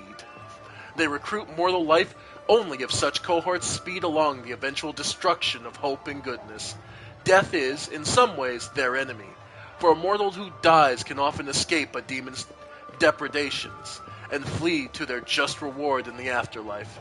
It is the prolonging of mortal pain and suffering that fuels a demon's lusts and desires, for it is partially from mortal sin and cruelty that these monstrous fiends were born. So, we knew Hull Run here is just a major protector of the city, and the very much by-the-rules type. leaving us with Terendalith. Pry loose the grudging grip of pain. Cast off the veil of suffering flesh. Let light and life go forth in triumph to repel the skulking shade of death. There. A beautiful silver-haired woman leans over you. She seems ageless, her face wholly unlined, but centuries-old sadness gleams in her eyes. The longer she speaks, the stronger the voice becomes. Well, we can't... She just helped us. I mean, there's no reason to be impolite, and we heard that she's a dragon? I accept your thanks, but my work is not yet done. Do you know what happened to me? I do not know yet, and that troubles me. I am not entirely sure what the demons did to you. This wound is no ordinary injury, and it was inflicted by no ordinary weapon. I have rid you of your pain and restored your strength, but only time will allow you to heal fully. So, forgive me if this is impolite. Are you really a dragon? You don't believe me? Perhaps I should retake my true form and engulf this square with my ice breath to win your trust. Pay no mind to my current guise.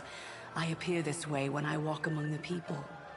I would hamper the festivities if I tried to attend in my true form. Alright. Can I go, or...? Certainly. But be careful. I have managed to get you back on your feet, but I have not healed you fully. Alas, sooner or later, your pain will return. That's encouraging. But do not be discouraged. You will recover, I promise you that. Tomorrow, come to the cathedral and say that you are expected by Terendalith, protector of Canabris. We will find a way to help you. But for now, put this out of your mind and enjoy the festival. They are all too rare in this time of war, and merriment is one of the best medicines. So, Canabris is... Yep. So, ladies and gentlemen, our current quest. Enjoy the festival. Yep, to move around, you use the left stick. We can walk around. To enter cursor mode, we hit this pad, and I can just pick a spot if I want. Then you can move the camera, because it is a 3D game. Zoom in and out. Yep, and you can even move around using R3 to detach from your character. But you'll probably want to go back. And then from there, we can walk around and see who's here. A noble. Social. Alright.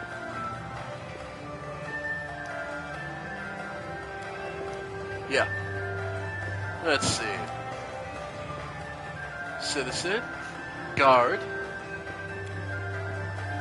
Everyone's just kind of enjoying themselves. Now, as you might expect, you're going to be wanting to look for... see if there's anyone else around with a name. Like most of these D&D games, there's lots of background people. And then there's named people. Horgus Gwyrm. Yes, yes, happy City Day, and now step away, please. I do not wish for Horgus Gwyrm to be seen next to you.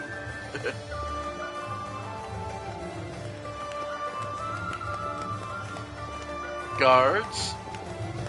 The band playing.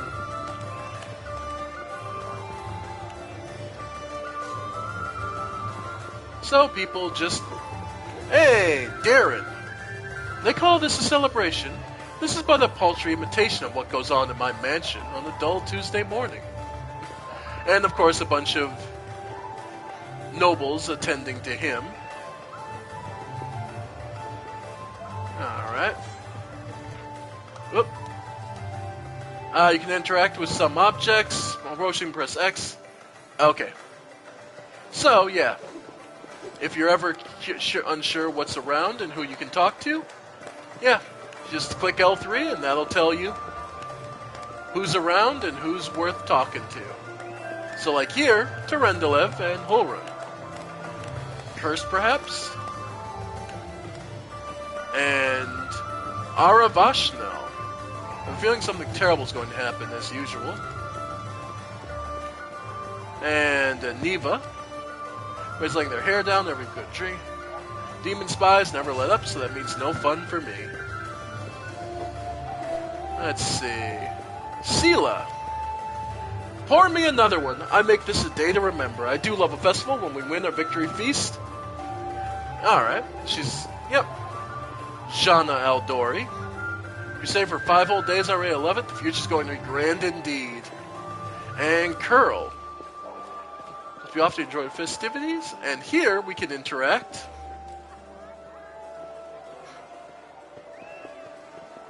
Get ourselves a drink.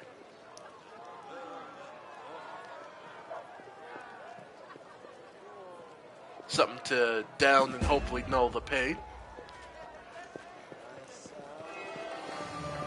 Ramian.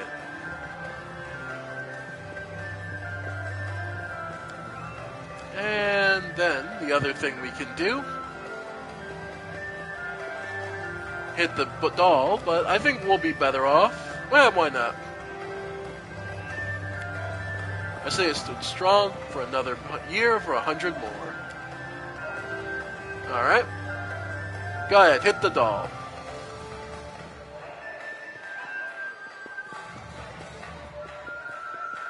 Come on.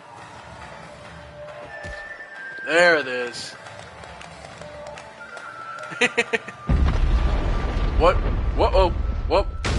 What's that? That's not good.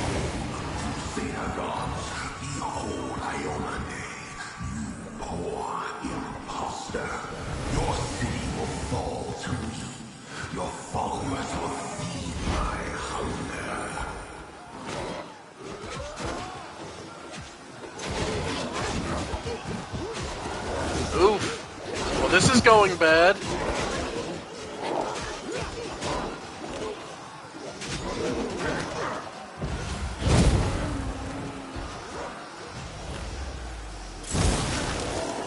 Discari, Lord of Locusts, leave my city!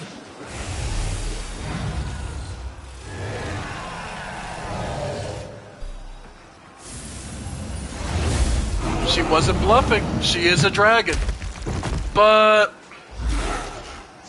sadly, let the feast begin. That's why Terendelev didn't have a portrait, by the way. Discari's here. Discari himself. Blimey! One minute we had a dragon, the next, bam, she was gone. What are you gonna do? Fight or flee? If fleeing's your plan, let me help you out. I've got a scroll here with a good protective spell. So, Discari, larger than an elephant, this towering insectile nightmare wields a scythe made of bone. His wings are swarms of biting flies, and in human eyes glitter with cruel intelligence. Discari, demon lord of chasms, infestations, and locusts, is believed by many scholars to usher in be the usher of the apocalypse. He carved his realm from the raw matter of the abyss, using the great scythe Rift Carver, a weapon he crafted from the remains of the strange creature his father Pazuzu mated with tens of thousands of years ago.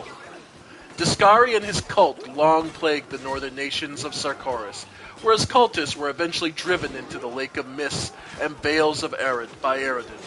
Yet upon Aridin's death, Discari's influence on Galarian ripened and burst, transforming Sarkoris into the demon-haunted World Wound.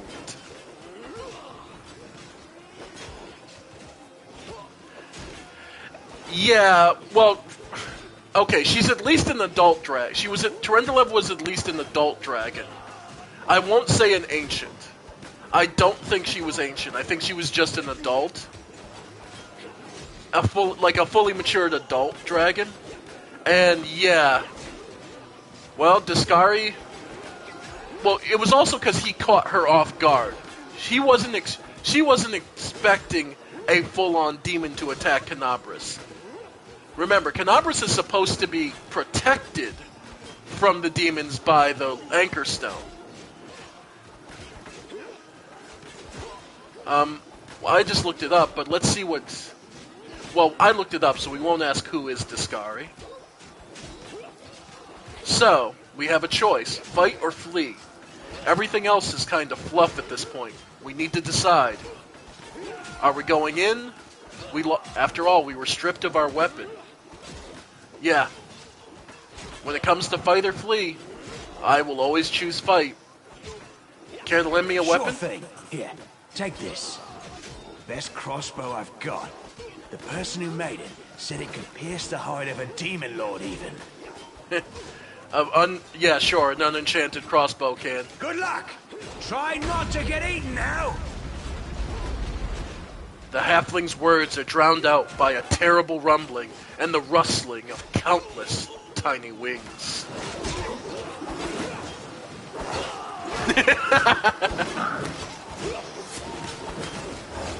I know. In all truth, Discari got a really good cheap shot. That's about it. A mortal gnat snaps its jaws at the Lord of Locusts.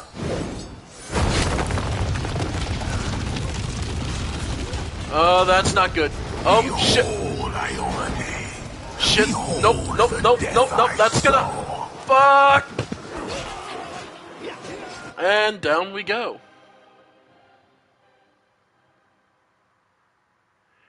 Sadly, down we go, folks. Well, that was a short game, and I spent all that time making our character, right? The silver dragon, Terendelev, the defender of Canabras, fell in battle.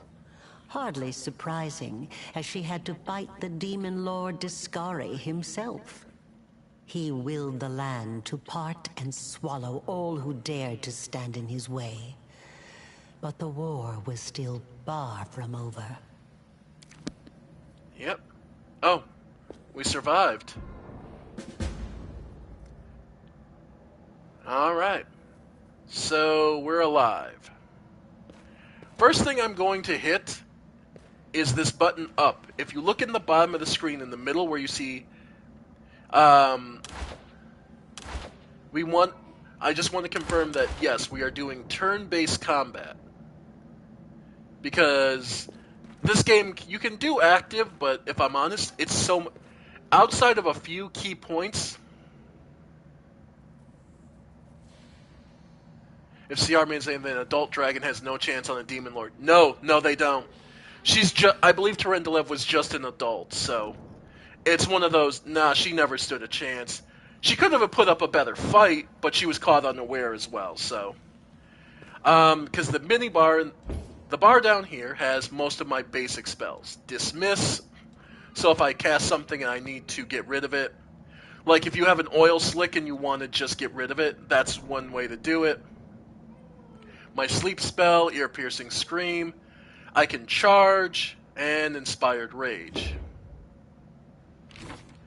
Now, there's also our equipment menu, where we start with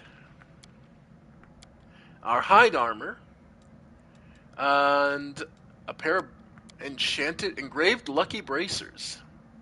These bracers have been with you through thick and thin. The right one is inscribed with your name, and the left with the words, I promise. Interesting. The Breeze Bracers grant the wearer +1 luck bonus to AC and +1 luck bonus on reflex, will, and fortitude saving throws. Only your main character can equip these. So, we also have weapon slot, which we do have access to the crossbow, which is inevitably going to do better than our fists. We get a +0 to hit, though, where we get +2, so actually, no, our fists probably better for the moment. Aside from that, after all, we're mostly a caster, remember that. Nope, I'm a Skald, which is a mixture of Bard and Barbarian. Specifically, I'm an Inciter subclass variant. I know what to do. Inciter, a liar and manipulator. An inciter uses his abilities to provoke and direct the crowd. A master of influencing the mind, he can easily turn a cheerful holiday into an ugly fight, readily supporting combatants with shouts of encouragement. So, class-wise, so it's an arcane casting class, and based on charisma. Yep. Time's not waiting. Alright. There is also our equipment, our inventory. Yeah, 3.5 feels so long ago. I know it does. But yeah, because I'm an ASMR, I get the various bonuses, and yeah, I mean, I'm planning to rely on charisma. Focus on Again, my insight and a bit of strength. I'm an inciter class. I'm here to insult and make my way through. So I also have my inspired rage, which all affected allies get +1 to melee and damage rolls and take a bonus on will saves, but a -1 to AC. So I have barbarian rage, but for everybody else, while they have a weapon. Allies other than the Scald cannot use any ability that requires patience or concentration. At 4th level and every 4 levels thereafter, the song's bonus on will saves increased by 1, the penalty AC.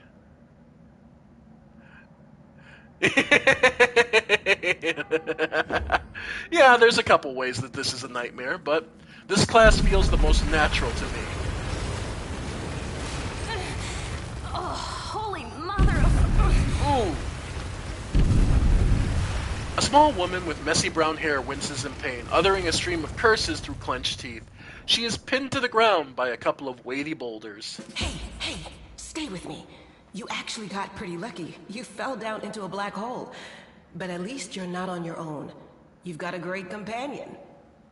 Everything's going to be just fine. Tell me something. Can you feel your legs? The young woman in knight's armor studies the rock intently, clearly trying to work out how to move them. I feel them all right. Wouldn't say no to a little less feeling in them. My ankle's killing me, but my back seems to still be in one piece. My head, too. That is a hell of a lucky break on some ways. Falling down God knows how long, Discari dropped us. That's all that matters. Now, we're going to... Hey! Fancy meeting you down here. You're the one that Terendelev healed today, right? You aren't injured, are you? Will you help me get her out from under the boulders? Now, this is something to note. During the course of the game, you will have to apply your skills in many different situations. Frequently, you'll have to make a skill check during dialogue. Here, for example, we are trying to help Sela fetch Anivia from underneath the rubble. The result of such checks determines how events subsequently pan out for you. Such a check is usually performed by the character with the highest bonus in the appropriate skill in the party. So, the game will automatically give you whoever has the highest skill, so you don't have to worry about that kind of thing when you have several people. So then... So, we have +3, so we'd get a 12... So we have +3, so we have a +12, basically, on athletics. Knowledge World, I only have a +1. Evil Diplomacy, yeah. So we can either... So basically, depending on what skill and what we're looking to gain. So using our athletics, basically our physical prowess, we could try and get her out from under there. Knowledge World, we don't have to rely on brute strength for this. Oh, she was supposed to be an ancient? I always took her as a regular. Oh, as a regular. Okay. My bad. Yes, but then you gotta remember story... Remember, it's more for dramatic story building, too, so that's part of it. Not to mention, she was, caught flat-footed, which helps. And... I mean, it's Discari themselves, so we're not exactly talking a minor demon lord. Yeah, and CR, remember, CR is just base stats. Situation always has to take into consideration. We're getting about the same. Okay, and what the 12 represents is the difficulty of the what you get on the roll, basically. So it's a DC 12 athletics, a DC 12 knowledge world, or a DC 12 diplomacy.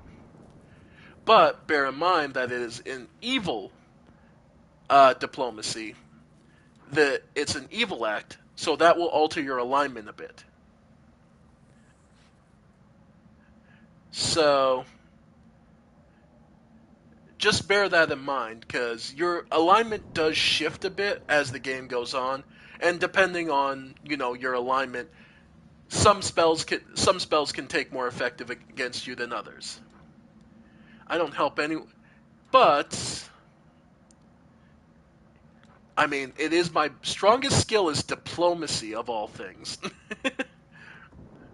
But I don't feel like being particularly evil, and in this situation, we don't. Yeah, we'll just use our athletics for it. So in this case, athletics, I think we'll go for the athletics and just try to help her move it.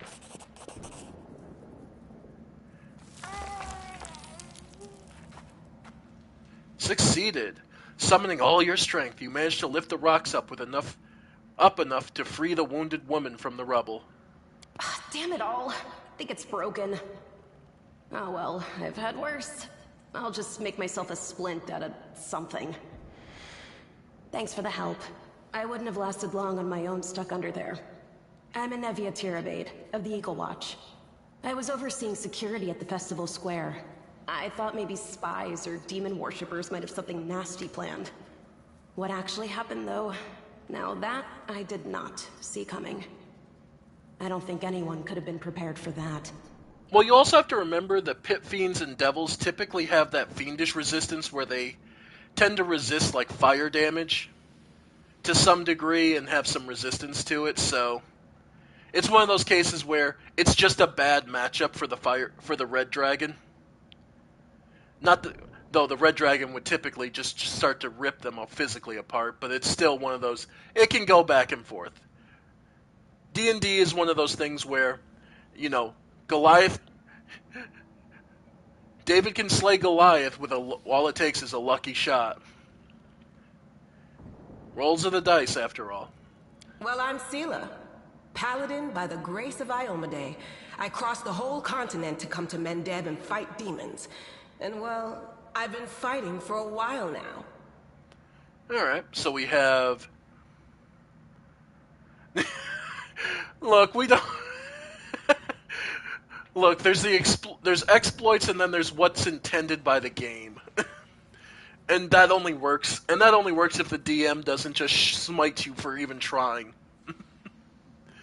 Anyway, Sela, paladin, and the security guard. I don't even want to think what might be happening up there in the city. Canabres has lost the protection of Terendelev, and of the Wardstone too, looks like. It's a relic without equal. It was placed here personally by Iomede's herald, with the goddess's blessing. I really wanted to go see it, to pray before it. But there's no point worrying about a stone when there are people dying in the streets. Sela, a testament to showing what you can do with a paladin. Because all too often people play lawful stupid paladins of very strict and to the letter of the law. This is a streetwise paladin who values people over the rules. And it's fun to see. Yeah, things are looking grim enough, but don't lose heart. Wardstone or no, dragon or no, Canabres will never give in. Simple as. Well, we've introduced ourselves. What about you?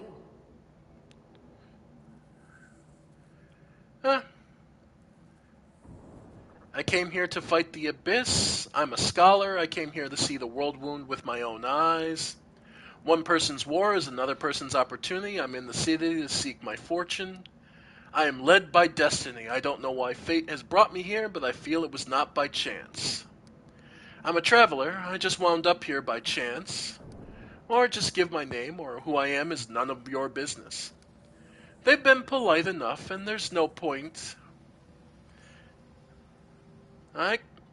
But, to be honest, we don't know why we're here. We only joined this character a short while ago. What we do know is our name. Good to meet you. Now, tell us all about yourself. Whoa, girl. Slow down. Exchanging names is enough for now. We don't have time to be swapping life stories. We need to find a way out of here.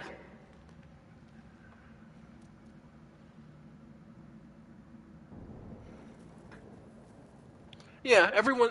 Yeah, but, I mean, I once played a paladin that was, hag-bound... I'm trying to remember. I was, like, a changeling that was, torn... That was, rather than becoming a hag, became a paladin to resist the call. And... Oh, man, that was a very fun character.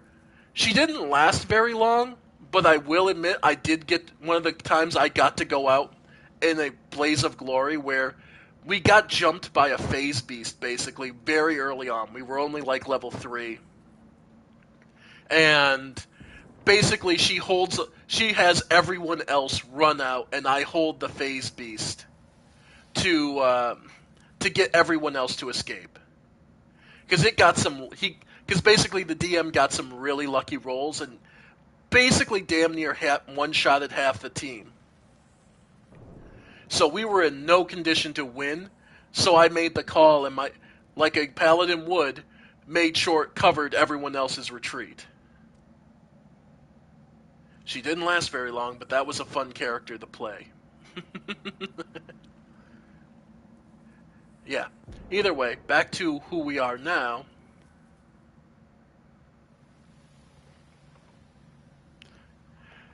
You need to find a way out of here. Now then, I'll hobble my way out of here. City ain't far, only 30. I'm afraid we're gonna have to go the long way round.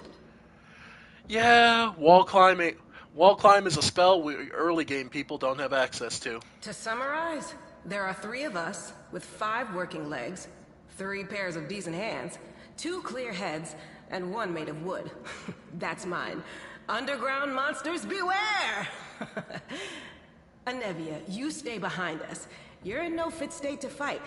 If we do come up against anything, the 2 of us will try to manage on our own first. Well, onward! May the good deities lead us back to the open sky soon. Indeed. By the way, I've said before and I'll say it again, I love the character art in this game. Alright, so we now have multiple party characters in your party. To select them, press L2. To link several characters together, to give them all the same command, press L2 and press triangle. To link all your characters together, hold triangle. So now, Anivia is going to follow after you, as much as she can, whereas Sela will keep up with you. Now, the biggest thing you'll want to check is formation. Because you'll see here, Sela's formation is currently, she wants to stay as far ahead of you as possible. Which is nice, but not what we really want. There we go. We'll go with this formation for now. We'll be able to customize it later, but for now, this should be plenty. That is not far. Yeah, because now we have her working together. And we can see that there's a container. So, we can loot it. And we get some new equipment, new items. Note that even if I'm in the menu, your characters move behind you. This is because it's all in real time. So, our equipment. So we picked up some new stuff. Let's see. Now, let's go into inventory. A Cloak of Resistance, +1 bonus on saving throws for us. Now, weapon-wise, that's where we'll want to go. So currently, let's just measure it out. So we have +2 to hit, and we do 3 to 5 damage. But if we do like a cold iron battle axe, +2 to attack still, but now we do 4 to 11. Flail, +2, 4 to 11. Longsword, again, +2, 4 to 11. Or a short spear, 4 to 9. Because the spear, because of its range, does some reduced damage. But it's also piercing versus the blunt and slashing. So different enemies have different weaknesses, so it's worth noting. In this case, though, I think the cold iron battle axe will be plenty for us. Ready for anything. In due time. And loot. Terendilev's Scale. You restore to life a deceased party member. A raised creature has a number of hit points equal to its current hit dice. Raised Dead also removes Death's Door condition. Coming back from the dead is an ordeal. The subject gains the subject of the spell of 2 permanent negative levels. A fantastic item you never want to use. You never want to be in the position where you have to use an item to get yourself back to life. Just keep that in mind. Alright. Let's continue on. Who's there? The fine apparel of this young half-elf woman is torn and stained with blood, dust, and dirt. However, she holds herself with such dignity that you would be forgiven for thinking you were at a high society party, and not in the dank catacombs under the city. Her fingers grip her rapier hilt with confidence, ready to draw it at a moment's notice. At her feet lies a dead body, so mutilated that at first glance it's hard to tell if it's animal or human. Relax, friend. We're not demons or cultists. Don't poke my eye out with that thing, all right? We fell down here during the attack. I'm Sela, that's Anevia, and this is our new friend. We're looking for a way back to the surface. Really? I'm so ever glad to hear it. Allow me to introduce myself. I am Camellia. I was also in the square when... I can scarcely believe it. How did all those demons get into the city? I thought, naively it now seems, that the Wardstone protected us from attack. And Terendilev, I can't wrap my head around it. Not many could withstand the strike from a demon lord. Not even Terendilev. That's still, again, and that is a special scythe he's wielding, so God knows what kind of advantage it gave him. I can't argue with that. We're fortunate to be alive, albeit underground. Discari himself has come to Canabras. There's no mistaking that ugly mug. Terendilev tried to fight him, but what could she do against a near deity? Even the Wardstone was no help. Our city used to be protected by powerful forces, but now... We've seen how powerless they truly are. Henceforth, we shall have no one but ourselves to rely on, I suppose.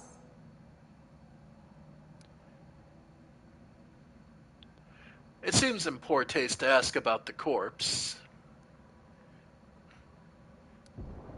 I mean, it's pretty obvious he must have fell down, right? He just fell down here, same as us, and just got unfortunate on the way down.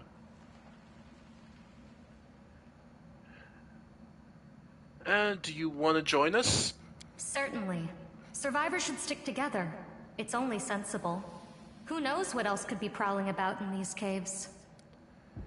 By the way, okay, now that we have that, by the way, it is a bit tasteless, but who is he? I don't know. He must have been in the square when disaster struck. I tried to revive him, but he was already dead, sadly. He didn't get these wounds from the fall. Be on your guard. Whatever killed him likely hasn't gone far. He didn't die from the fall? Huh. Hang on. I think I know him. His name's Aravashniel, the egghead from the library. He was a good lad, even if he was kind of stuck up. May his soul rest in peace. Another unfortunate. Well, that means there's something dangerous down here, probably. We'll have to be on guard. Alright. Well, we've met up with everyone. We need to keep moving. That's right. It would be the height of foolishness to survive a demon attack only to perish under a pile of rubble. Let's see if this poor bloke has anything useful on him. Not to sound like a heartless brigand or nothing, but we kinda need all the supplies we can get right now. We can always bury him properly later. Your companion, Camellia, has the ability to cure light wounds. To use it, select her, cast the spell, yeah. Yep. So, he does have a masterwork dagger on him. Nothing we particularly need. In dark places such as caves, there are two main ways to light your path. The first is to cast the light spell on the character walking in front of the party. The second is to give one of the characters the ever-burning torch to carry. But bear in mind that does in fact use up one of their hands. And in combat can be counted as being forced to dual wield, which can make their attacks less effective. So, because we're a caster, spellbook, we can add the light spell. It's a cantrip, so we can cast it on ourselves. And there you go. Make it a little brighter down here. It does last 10 minutes for every level, and we're level 1, so... Alright. And as you can see, Sela will pray. Now, Camellia is actually injured, you'll see, on the left-hand side. She's lost some HP. So, what you can do is switch to her, go to her spell book. I heed the voice of the spirits. And cure light wounds, and cure herself. There you go. Yep. No mistakes. Here we go. I'll go ahead. Oh, a red circle. Light. They are the darkness. Alright, the first fight. In the game, combat can happen in real-time or turn-based modes. When combat begins, the game is paused. The pause is convenient to give orders to your characters so you can decide who does what. To pause or unpause the game, press square. To attack an opponent, choose them with your cursor and press X or use L1 and R1. To switch between turn-based and real-time modes, press the up arrow on the D-pad. Your enemies are highlighted in red and your allies in green. A stippled line connects the character to their current target. Over time, a character's head counts down until the next round and depicts the current scheduled action. Oh. Okay. Okay, we wanted to go to... I prefer this game in turn-based combat myself. To each their own, though. So, we could smite. In this case, though, probably the most useful is the charge. Allows you to move up to double your normal speed and attack in the same action. You must move before you attack, not after. So, she does have a good straight shot. And since the giant centipedes are all looking towards our main character, what we can do is interrupt them and have Sela charge ahead. And missed. Ow. And see there. Then... Oh. And we could go use Enlarge Person on ourselves, but I think we'll be better off just going for the regular attack. I'll cut you wide open. There we go. Camellia is no slouch. She still has some movements, but otherwise... Alright. And turn is with the pad. Then our own attack. Or, we're out of melee range, so we could go for a... We could go for a physical attack. Oh, and if you're ever curious, hit the down arrow and look to see that the centipedes have the stats of them. More specifically, they only have 3 HP, so in all truth, you're better off early on. Let's try this one. Yep. Rolled a 9, needed a 7 to hit. We're good. And the second round, Sela tries again. Guide my blade. There we go. As it should be. And yep. So, nothing too special, just lots of basic stuff we'll be able to sell later. And for now, we can head on further That's in. not far. Oh, another scale of Terendelev.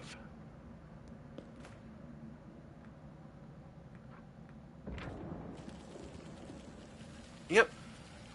Again, a fantastic item you never want to be in a situation to have to use. Oh! And we're starting to see more of Terendelev's support. Oof. Giant Fly. This one has 12 HP, it's a level 2 vermin, and has an AC of 11. So, yeah. The spirits demand your blood! Alright, there's some good damage. Into the fray. Time's not waiting. Nice. Now, unfortunately, we're in a little bit of a rough strait, but... Well. Alright. Took a bit of a heavy hit there. Focus on the goal. Yep. So that was unfortunate. Oh, more centipedes. Our victory is certain! Alright. Camellia gets to attack first. Abilities. Charge. Yep, she's got a straight shot, straight to it. Go for it.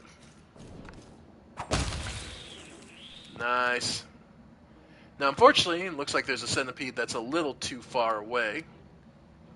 So, but Sela's got better armor than all of us, so we're going to move her forward.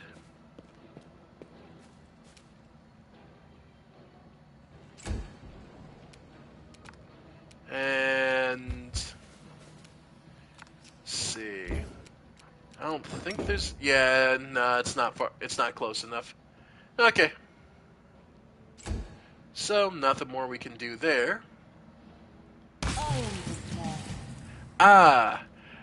And that just died because it triggered the attack of opportunity off Sela, which is why I put her up front. Because it was... The enemies tend to hyper-focus on your main character. So take advantage of that sometimes, and see about throwing and one of your allies in the way, and let them get a free attacks of opportunity. Ooh, armor bracers, extra healing potion, nice. Scroll of inflict light wounds, perfect. We will win this war. Now Sela is probably one of our better frontliners. So we'll go into the inventory and give her the bracers of armor. Later on you'll want those for casters, but early on you can give that too. Alright.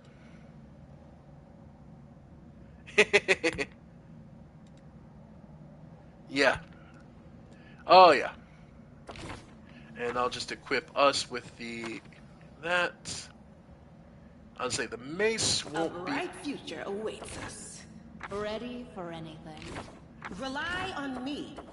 Well, you have to also remember that while that is a very nice AC, what you'll have to remember is this is the start of this campaign. So you can imagine how heavy-handed towards the end game we're going to be looking at. I know what to do. Because, again, we're dealing with a demonic invasion in a long-standing war between crusaders and demons that have both have had hundreds of years to establish themselves. This is the world wound. As it should be. This is an established and dangerous area. They will break against our resolve. Oh, yay, another giant fly. This is gonna hurt. Hey, missed us.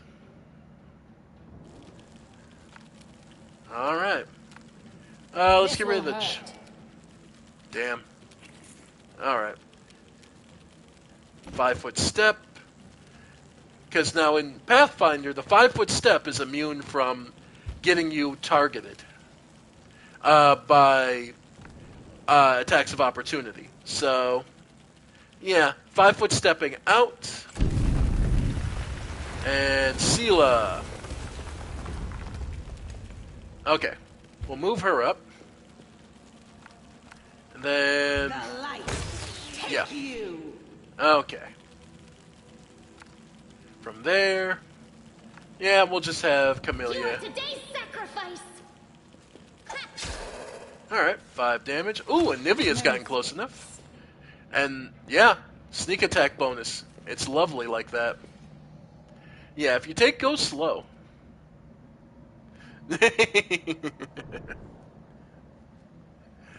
If you go slow, Anivia can keep up, and she is a devastating archer. That is not far. At least for early on. Rainbow quartz, yeah, these are yeah. Cooking ingredients, yeah. Just extra supplies. Note on the side to the left, your party size is also 6 characters. Most places, the original Pathfinder Kingmaker game, it was 4. Let that speak to how difficult this game is going to get. All according to plan. We will be victorious! Alright. A monitor lizard. Sure.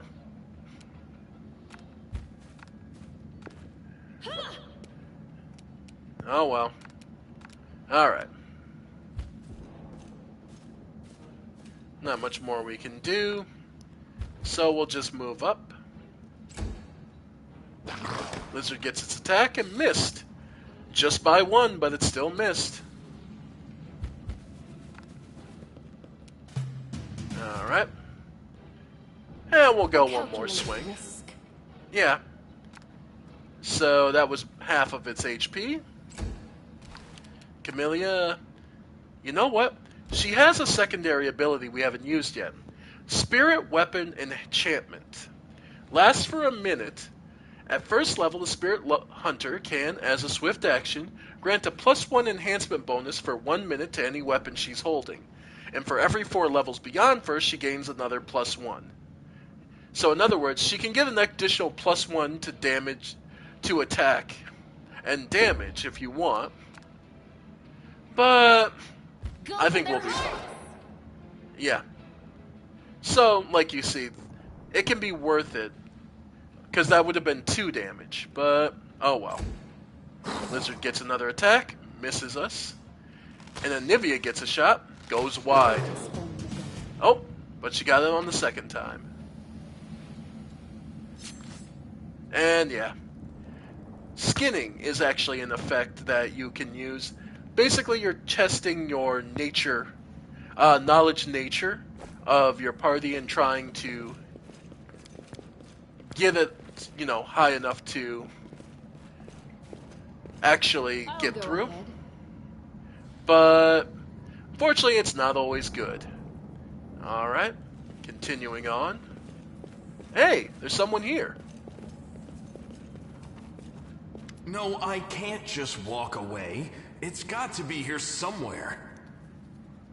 You struggle to make out the features of the man's features in the gloom. Soon as he steps into the circle of light, however, you realize that you have never encountered a creature like this before. The stranger looks like the work of a vivisectionist who attempted to stitch together a lizard and a man. Wenduok! The man notices you and freezes. The curling horn protruding from his head casts a malevolent shadow on the cave wall. Lan, did you find it? Who is that? The woman looks just as strange as her companion, like a cross between a cat and a spider. When she catches sight of you, she immediately drops into a fighting stance. Her movements reveal the lethal grace of a wild predator. The do-gooders here to save our mongrel souls, no doubt. Wait. They might know what's going on up there.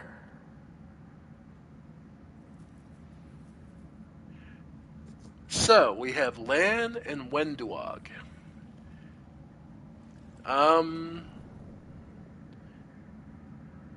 How does everyone else feel regarding the half-man, half-lizard and the cat spider woman? Which is... it's interesting, because with a world with so many other individual races identified with so many features, it's interesting to see ones that even the many races go, huh, no, that's a bit off.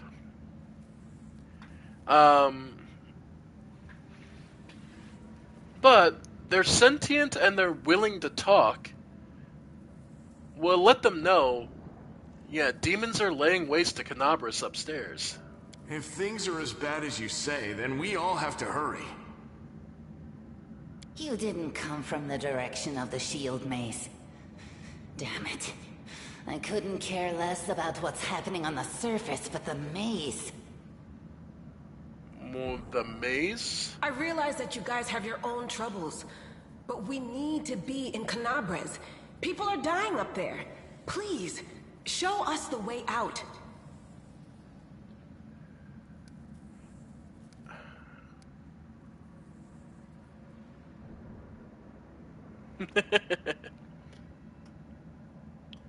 Yeah, I could see that.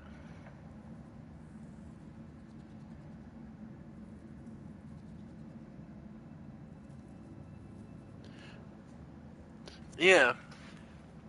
I could definitely see this being a transmogrification spell. What is this place anyway? Where are we? This is the hall where we remember the glory of our forebears. Sorry about the mess. It doesn't usually look like this, trust me. Sometimes we even wipe the dust off the exhibits. This is where the relics of the first Crusaders are displayed. Our lives are short. Our glories are quickly forgotten. But this place helps us to remember that we are just as worthy as anyone else. And that our lives are not lived in vain. So, relics of the first Crusaders. Well, we heard stories of it already about Canabras and their first Crusaders. The first Crusaders? You've been down here that long? That's crazy. So, who are you? Some kind of tieflings? Tieflings are the descendants of people who sullied themselves by mating with demons. Our ancestors would never sink that low. We are the underground Crusaders, the children of the Crusades' finest. Okay. So the Crusades, the first Crusade was a lot of monster fuckers. Gotcha. Sadly, Underground Crusaders is a bit of a mouthful, so people usually just call us mongrels. Right. You just love repeating that, don't you, Lan? Mongrels. That's what the Uplanders call us. But we call ourselves Neithers. Okay. Neithers. No matter what you call us, it's not gonna stop our horns, hooves, or tails from growing. I've never heard of the Underground Crusaders before. In Canabras, they're called mongrels. People say that they come up to the surface at night and eat anyone foolish enough to wander alone after midnight. To tell you the truth, I thought you guys were just a tale to tell kids at night. Ah. Okay, so they are a known... Okay, so there are a known quantity out there. That's human gratitude for you. Our forefathers suffered the consequences of demonic corruption, all to protect Mendev and Golarion. And for what? So we could become monsters used to frighten children. Ah, so that's the cause of it. So this is demonic corruption that causes them to have various mutations. Huh. That's an interesting one. And Golarion is the world, but the Mendev, the nation of Mendev, is a land defined by its conflict with abyssal forces unheard of anywhere else on Golarion. The people of this beleaguered land are locked in a constant struggle with the World Wound, the demonic rift that lies beyond the western border.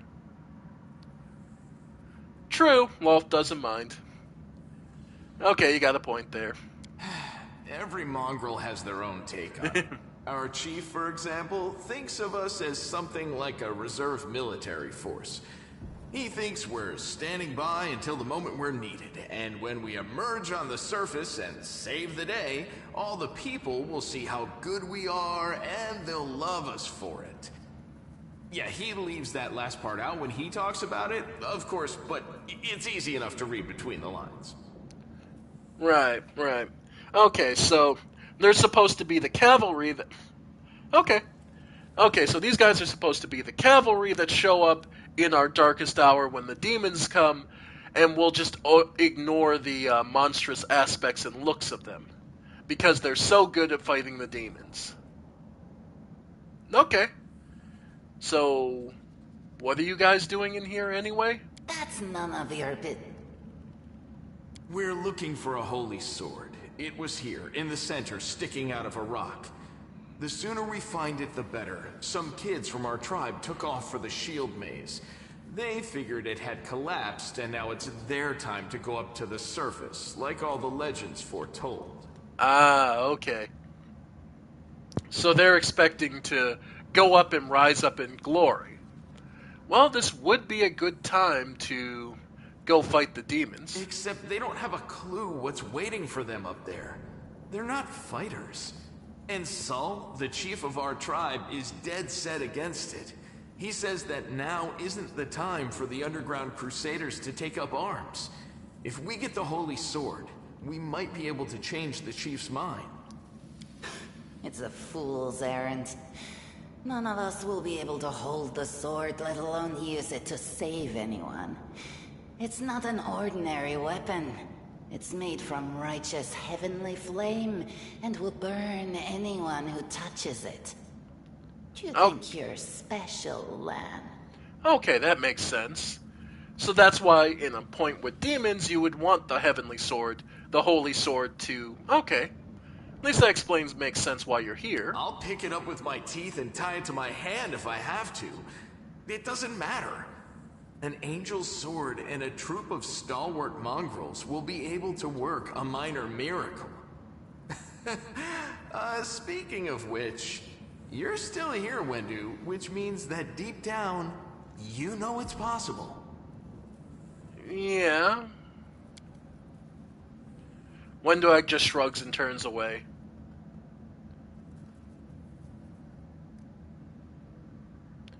Maze? Does it really... This maze, does it really lead to the surface? Yes. There are other ways up, but they are far from here. And after the earthquakes, there's a good chance they've collapsed. But the maze... There's a legend among our people that when the walls of the maze fall, that will be a signal for us, the underground crusaders, that the time has come to go up to the surface and fight the demons in the final confrontation. Until then, the people say the maze is shielding us from taking rash actions. I'm the only one in our whole tribe to have been in the maze, and even I don't know if it's true. But the further I went in the maze, the fresher the air became. That means that it really must lead to the surface. Okay. So that's a way up. When the ceiling and walls started shaking, the young ones in our tribe lost their heads. They figured the maze was going to collapse, so it was time to go up to the surface. They grabbed whatever weapons were on hand and ran off toward the maze. They think the maze is no longer a danger to them. They've been listening to Wendwog too much. Ah. Okay, so these two are representing conflicting views on what's going on. Don't try to blame this on me. Yes, I told them that our people are capable of making our way through the maze. In the future. But I always told them to wait until I had made a map of all the maze's dangers. I warned them 100 times. But it was no use. My words just went in one ear and out the other. Yeah, that seems to really be getting to her. Well, we'll find the sword faster if we all work together and just look for it. Thanks. An extra pair of eyes can only help. The sword will be easy enough to spot. It looks, swordy. Help us, and in return, we'll get you out of here.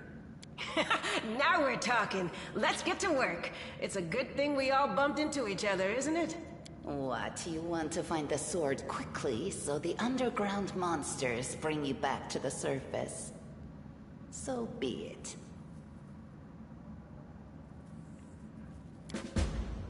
Maybe. We'll have to go look and see. So for now, you'll perception skill checks will automatically happen. So that's rolled independently. When you see it, you'll just find hidden objects. So just click L3 to let it show, and then it'll show stuff like this where I found something. And we can find some hidden loot. And if we pass the lore religion check, we can learn about this statue. I can't. Nope. Nope. You only get one check. And Together, we stand. And it uses... You only get one check, and it uses the highest of everyone near you. And when you see the yellows, those are your hidden objects. Copper ring is here. As it should be. Now what is that? Another loot pile, just some grinding stones.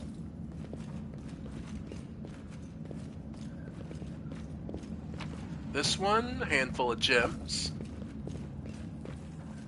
That is not far. Alright. What do we have here? More handful of gems. Grinding stones, lots to sell. And... Oh! No, what is that? Pearls, nice. And, ooh, this one's got a interact symbol, so surely this is it. A holy sword. Well, it looks like it.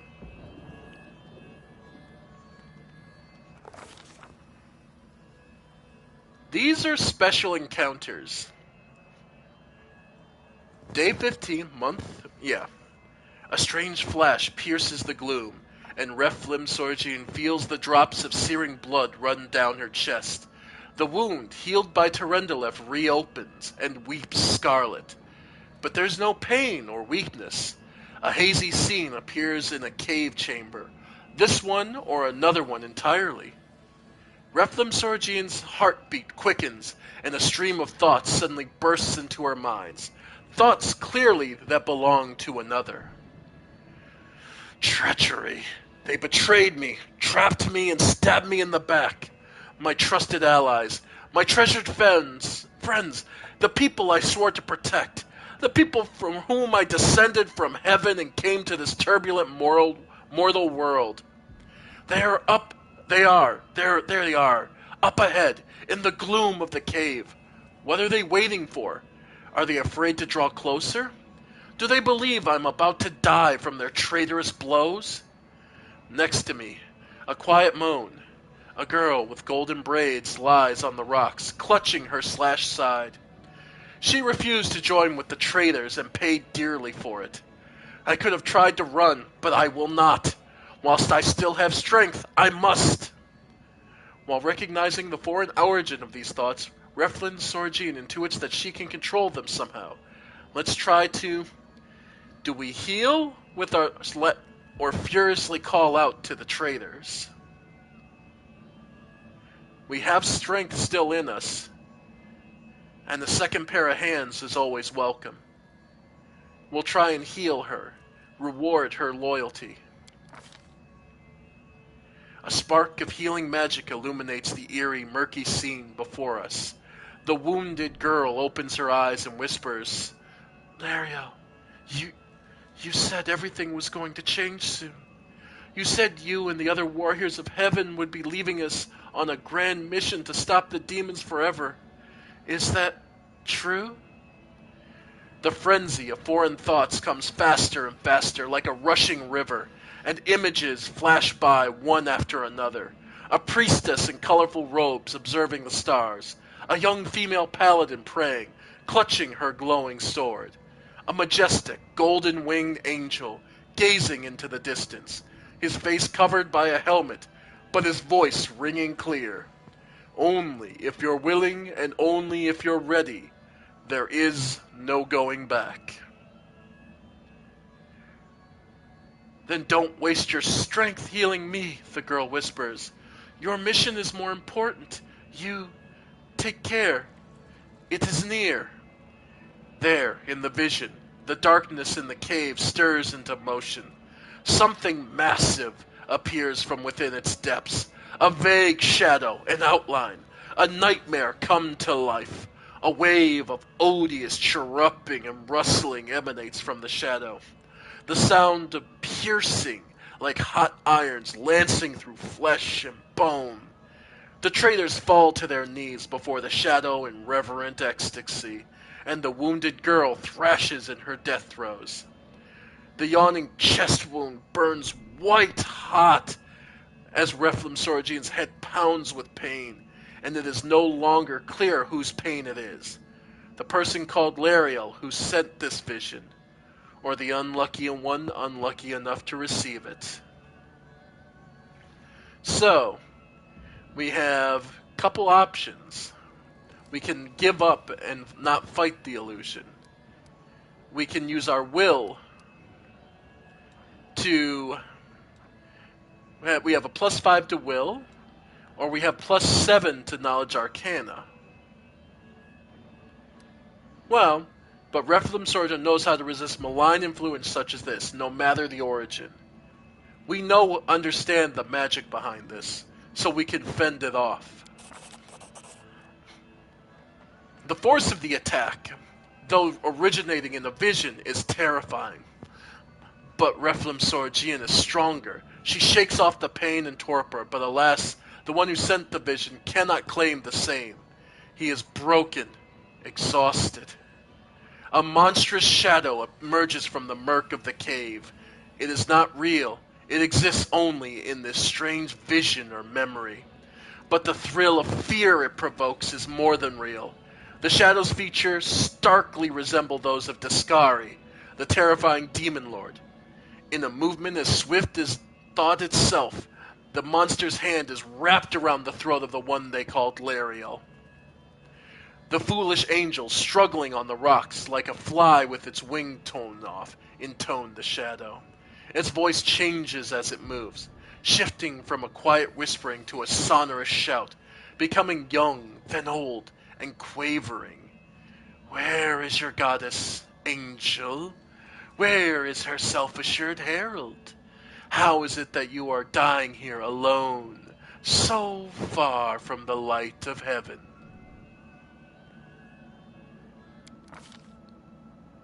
As a strange calm envelops the thoughts of the one called Lariel, he recognizes who stands before him, and he knows he will never bow down before this enemy. The flaming sword flares to life in his hand, bright, pure, flickering with multicolored sparks like the sunbeam through stained glass. Slash! The blade slices through the demonic creature's flesh and the monster recoils with a howl, releasing his grip on Lariel's throat.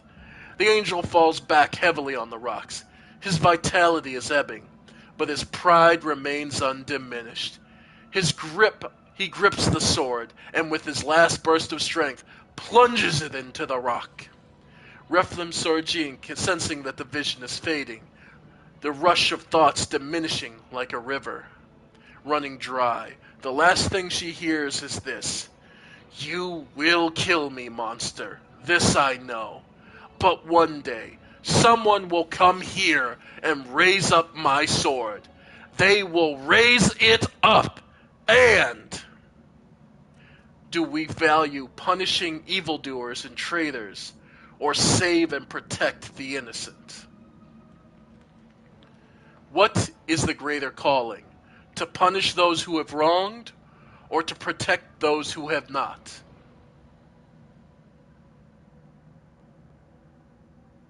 Which is more valuable?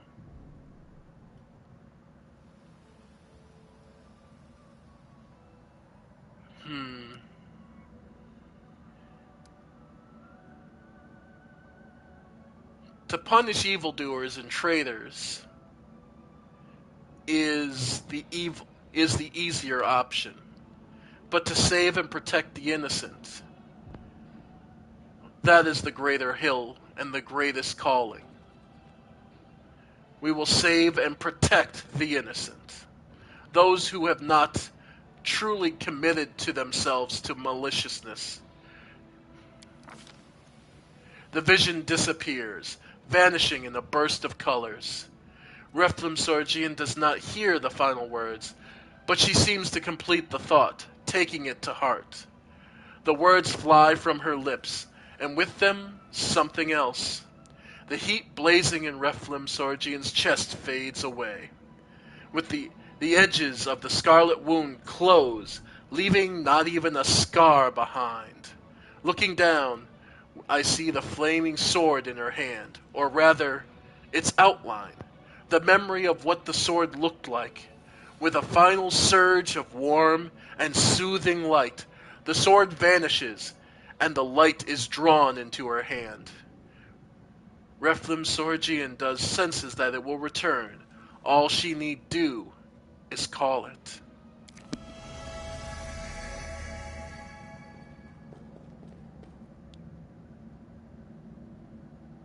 Hey, are you alright? You were kinda glowing just now. Sela kneels before the light, offering up a prayer to Iomade. That was it. The light of heaven. But how? What did you do with it? Where did it go?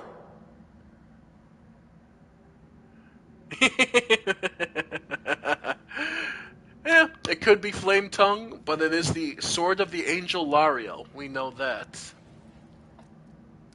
I think I saw the memories of Lariel, the angel who died here. Lariel? That really was Lariel? The angel from the legends. The ancestors even got his name right on the gravestone. The chief will be thrilled. You. Thousands of gongs and no one's been able to touch it. And now you, an ordinary creature of flesh and blood, no different to us, get the sword and start talking about visions. Now, Wendoag, don't be a sore loser. She is clearly different from us. The sword appeared before her, along with the angel's name and all that other stuff. Because she doesn't carry our mongrel taint. Heaven doesn't give a damn how special we are. We're born with evil inside us. Heaven doesn't need to know any more than that. That's not entirely true. That's definitely nowhere near as true as as you might think that. And it's funny to see someone. It's interesting the character of Lon being the forced, self-forced jokester and trying to be happy and uppy about it. But this is where you start to get a clear view of his real cynical side. Which is very nice, which is a very good bit of writing. I know you're willing to tear anyone apart to uphold our people's honor, but you and Sol, you just refuse to face the truth. We are the way we are because our ancestors' bodies were corrupted by the Abyss. It does the same thing to plants and animals. There's nothing heroic or special about it. It doesn't make us better, and it doesn't make us worthier. Well, that's the same of any character. The dark path is always there. You just have to choose whether or not to take it. And wait, you saw that vision too. I wasn't just to myself. The dying girl? It's only us here. Your group, you, me, Wendu, and the light of heaven that sort of got, sucked into you. Any chance you can whip it out again? We do kinda need it. Sorry, I crack jokes when I get nervous, and when I'm upset, and when I'm happy. Anyway, what I said, it came out wrong. We need to bring you to Chief Sull. You can show everyone the light of heaven, we'll rally the tribe and go into the maze, and we'll get back our kin. And what if she can't make it happen a second time? What then? The tribe will just say we're crazy and turn its back on us. Well, show them the That light. is just... Wow, I mean, that's amazing. Heaven has truly blessed you. This power is the most majestic thing I've ever seen in all my life. Is this what the sun is like, Lan? The sun's probably closer to the thing above my head, but yeah.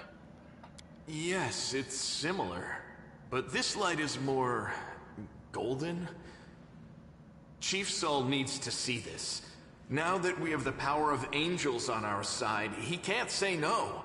He'll have to assemble a troop to storm the maze. You Uplanders care about your kids, right? Help us save ours. Without them, we won't survive. And then, the perils of the maze won't be so bad if we go together. We'll make our way through it and find the way to Canabras.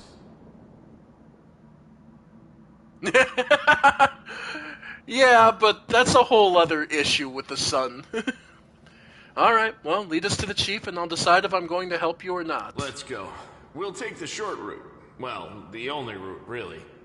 Can't hide from me. Alright. So, According to plan. a little extra loot. Alright, and here we see a skill check for, for getting across the rubble. This one is specifically mobility. Now, the other thing we just got, the light of the angels. Alright. You summon a soothing light, warming the hearts of your allies and obscuring the vision of your enemies. Every ally in a 20-foot radius gets 1 temporary hit point for 1 hour, and enemies become dazzled for 1d4 rounds. This does not get affected by enemy spell resistance. That is a huge buff. Alright. We'll just do a quick save. Alright. Now, if we want to look at equipment real quick, because we did just pick up 2 new freebies. Lan, who is an archer, and Wenduog. And now, as far as their character classes, Wenduog is actually an archer-based fighter with fantastic dexterity.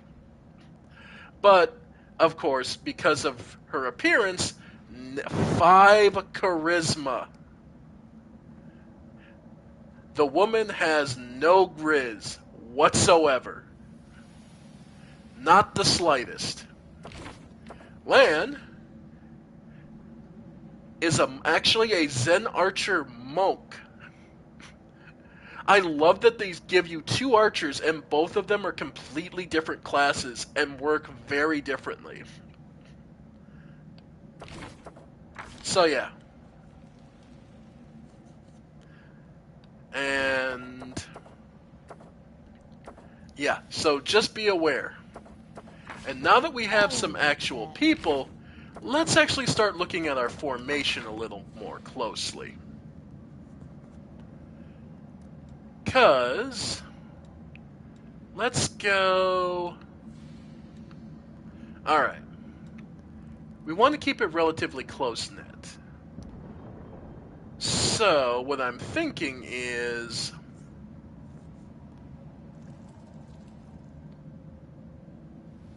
Okay. Alright, Camellia definitely up front. But what I'm thinking is... Yeah, that's pretty good. Upon receiving attack command, party members will move towards... Yeah. No. Either way. We'll take that. Cross the rubble. The mongrel did it. Most of the games and mechanics are rules of tabletop RPG Pathfinder, which uses dice. Yep. So they're just explaining that. Alright. Let's go. Big spider. Well, since we... How about we show off what... Yep. So, let's see. Ear-piercing scream. Start this off. Got another obstacle.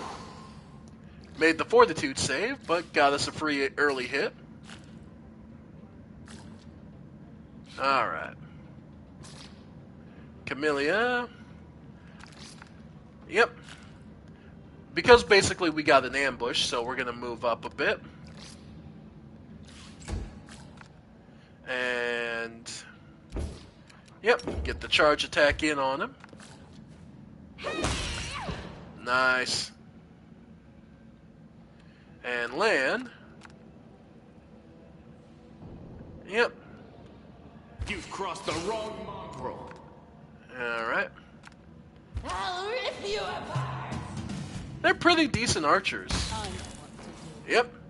And again, because enemies tend to focus on your main character, putting some flankers to go front to get some early attacks of opportunity can really help you out. Alright. I'm just seeing lots of goodies to collect. And there's more rubble here. As it should be. Hey, another scroll of inflict light wounds. Alright. Thanks, Lan. You're so awesome, Lan. Wow. Gotta cross that, because Lan's, because bear in mind, when it comes to the characters, skills, like my mobility, -3. Sela, -6. Camellia, 2. Lan, +7. +5. So yeah, everyone has their own, basis on what skills they're good with, which is the best way to have a party. I'll tear your throat out. Alright, we got some, and this time we're looking at small earth elementals. Level 2 outsiders, 10 HP. Biggest thing, as I say, yeah, immune to a bunch of stuff because they are conditions, they can't be sleeped or paralyzed. So, take what... Ooh, 2 damage. Not the worst. Though, the other thing we should activate is point-blank shot, so when she gets in closer, which won't be the hardest thing to do. Alright. Then...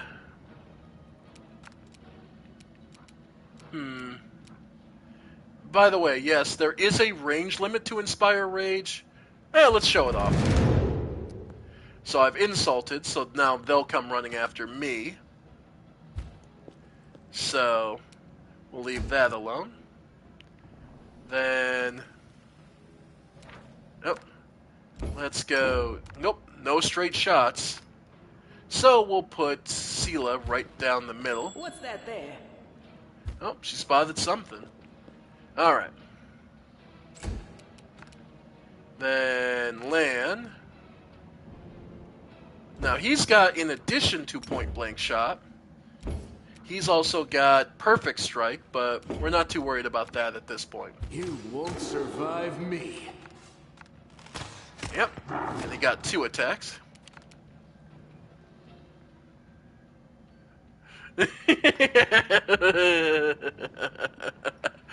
Yeah, it's really funny.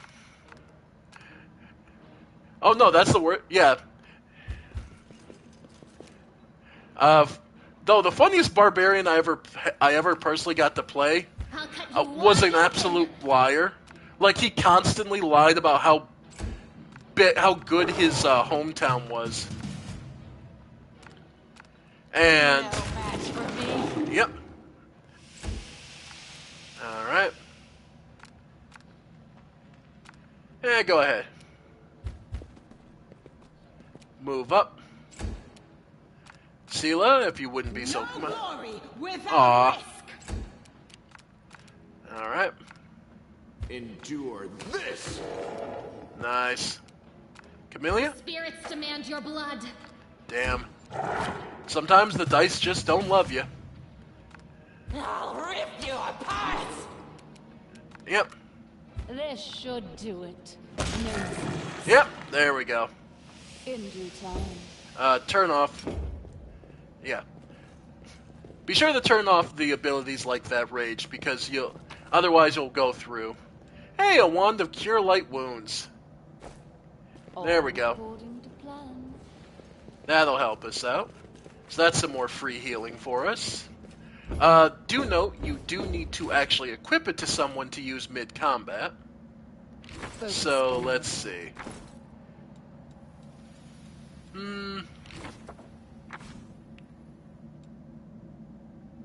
Oh, right. I forgot the gun. Yeah, it does. Let's see. Time's not waiting. What's on your mind? I wonder. Let's see. Inflict light has... How many charges left? 15 charges, so it's pretty much fully charged. So... Trust me. I know what to do. Okay. Only thing is, then, I forgot that doesn't work with bandit mail. So actually, should go the land. If I'm not mistaken. Yeah, because he'll be able to, because he's a monk, so no armor / light armor is all he will do. Ready for anything. Thanks, Lan. You're so awesome, Lan. Yeah, you made the athletics check. Alright. Oh yay, another giant fly. Let's have... I will help where I can. Sela, charge. Did I mess up again? No. Enemy approaching.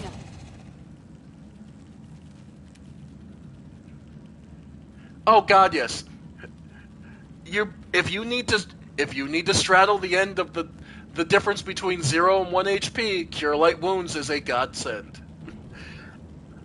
And especially when at that point, if you're level 20, if you don't have the Quicken spell where you basically use it as a move action to just, alright, get back up, get your ass back in there to the Barbarian. Especially if it's a Barbarian that's something like one of the half-orc barbarians, or something like that, where they can just straddle the line between life and death for the longest time. Yeah, no, just keep them going. Use the Cure Light Wounds, because they're just gonna keep taking damage. Alright, either way. Alright, fly's just far enough away, and she doesn't have a straight shot, I'm pretty... Oh, she does have a line of sight. Okay. Nice. Alright. Go ahead. There we go. And then, yeah... Make every strike count. There we go. Alright, and anytime you see this where... Okay, there's nothing but us left, that's because you might have missed an enemy like this that's hiding over there. Into the fray. Alright, Spinning Giant Centipede. Missed. Yeah. Sela's early AC just makes her invaluable. Yep. And we'll just move up. And, okay, we'll show off Camellia's spirit. You are today's sacrifice. There we go. No match for me. Alright. You've crossed the wrong mongrel. Yeah, that's fine. The Inheritor, guide my blade. Yep. And this is just a rundown of how attacking works. And we're good there. Lead on. We have 2 archers. Oh yeah, at level 1 this is disgustingly good. But again, this is because, trust me, you're going to get some real work out of it. We're about to get some real work out of her. Bright future awaits us. Because trust me, this seems like a walk right now. Trust me, this is not going to be that simple. Alright. And they're giving you... Remember, the game is aware of what they're giving us. Yeah, keep going. Wide open. Nice. The light take you. Yeah. Remember, the game is aware of what they give us. So they're gonna make this hard on you.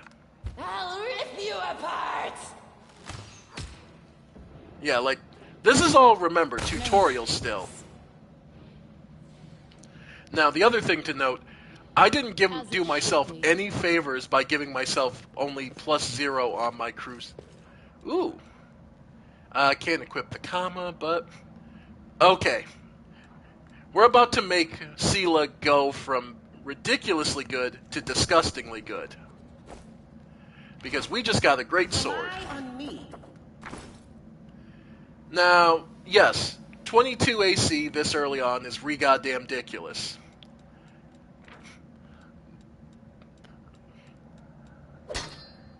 But, and yes. But let's be clear.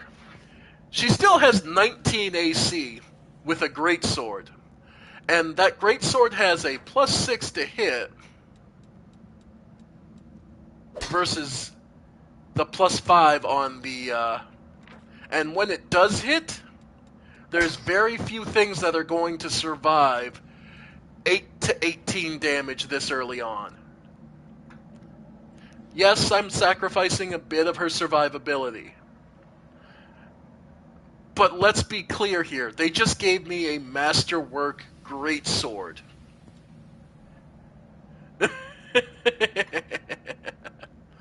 Oh yeah. She's not the fastest, but she's gonna hit like a goddamn freight train.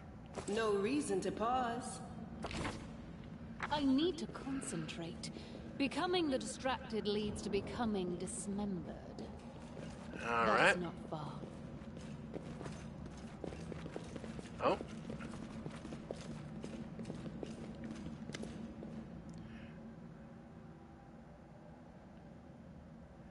Wendua glances at Lan, who is fixing his slipped bowstring.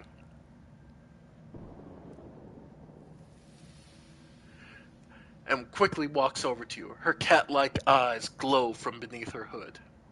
Listen here, you.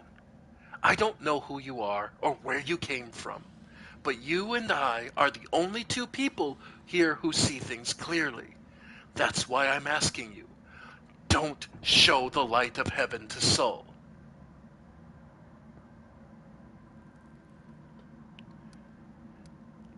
Lan is sure the light should be shown to mongrels. Just stating the obvious isn't helping us here.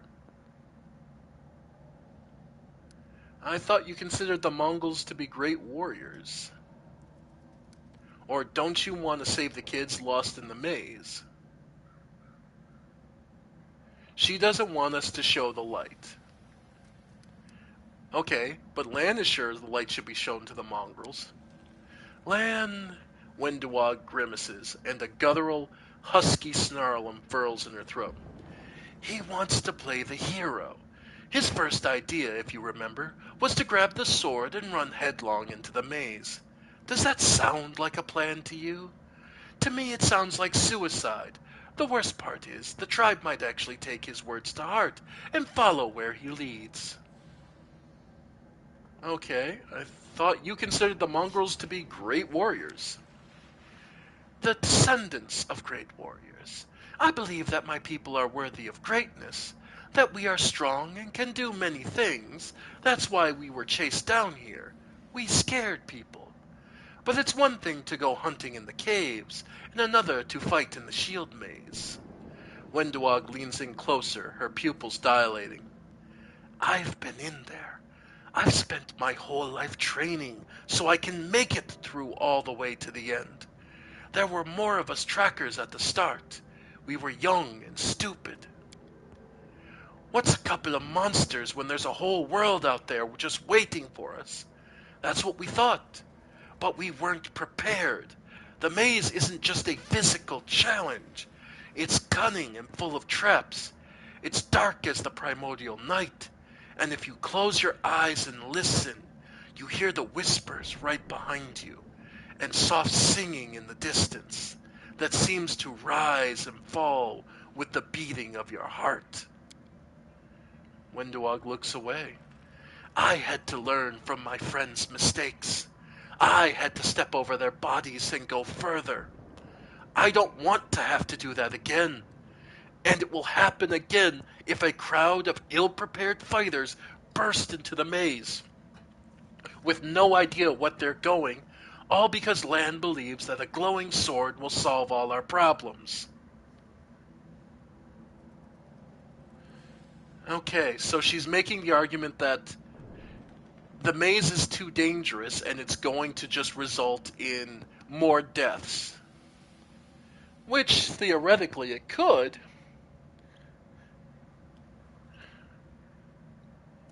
But don't you want to save the kids lost in the maze? I do want to, but I'm not going to risk the future of our tribe for the sake of a few stupid kids. Chief Sull is hesitant, and for good reason. He also understands how dangerous this is for the tribe. Lan's the only one who benefits from these childish games of heroism. I'll go alone if I have to and find them, or whatever's left of them, without any heroics, relying only on myself, risking only my own life. Wenduog slows. You and your friends, you can come with me.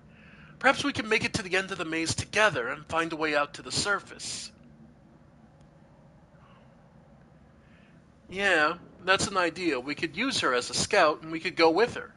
That is an option. But for now, I'll think about it. Let's just keep it moving. Wenduog nods.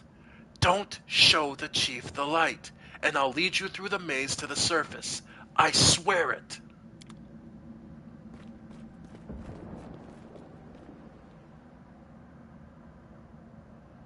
So, to leave a location, approach the exit icon and press X.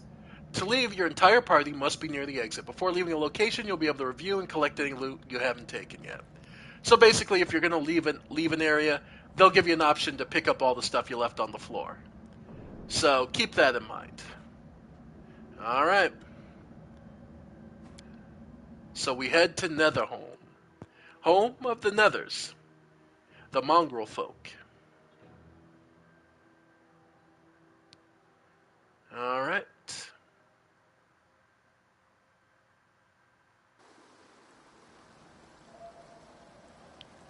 Alright.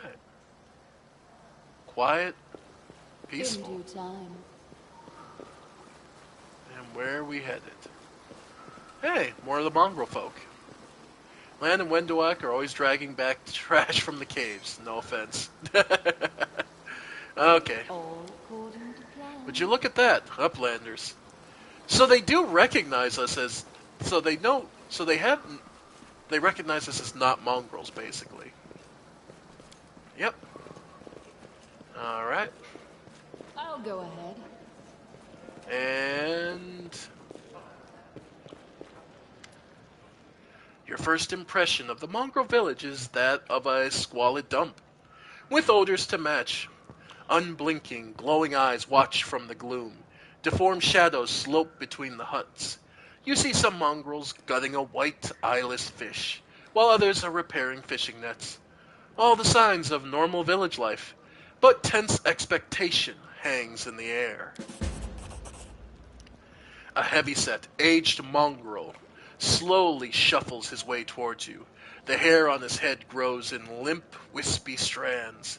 His face has a distinctly rat-like appearance with pronounced teeth, and you hear a rattling sound in his chest with every breath he takes. One of his eyes is white, fully scarred by cataracts, while the other gleams with moisture. Uplanders, eh? End times are upon us indeed. Chief Soul, we found the angel's sword, and we found the one who can wield it. Lan points at you. She had a vision, and now the angel's sword, together with the light of heaven, are somehow inside her. Gather the tribe, anyone who can hold a weapon. The young ones are still alive. We can go save them. Soul raises his hand with ragged, broken fingernails. Ah, Lan, always dreaming, always talking. You're too hasty for your own good. It's going to get you in trouble. Soul eyes you up and down. An uplander with the light of heaven. That's too good for us. Our kind don't have good things happen. There's always a catch. Lan trusts people because he likes to believe. Isn't that right, Lan? I'm the chief. I don't work on faith.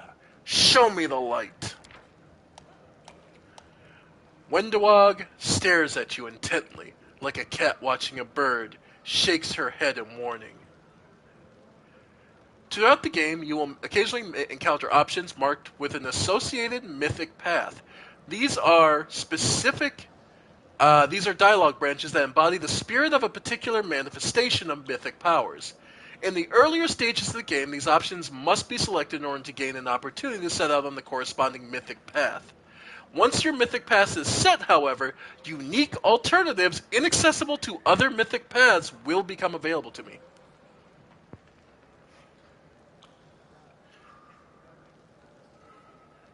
Oh yeah.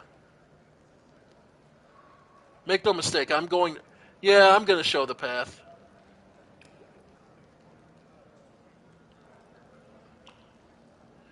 Yeah. So,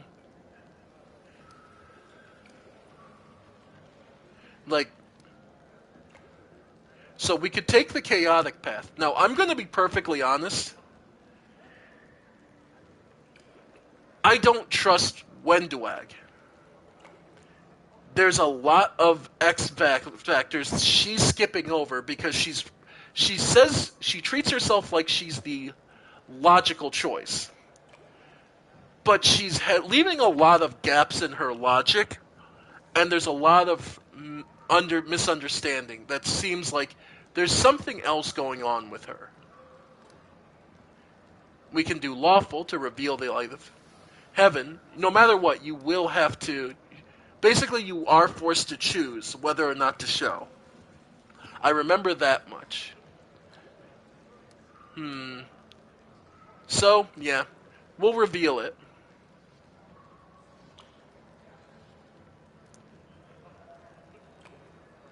Alright. Lan speaks the truth. The heavenly flame flares to life at your unspoken command, bright, pure, dancing with multicolored sparks like a sunbeam passing through stained glass. The mongrels abandon their tasks and stare, transfixed. The light is bright, but not blinding. It is warm, but its warmth is soul deep.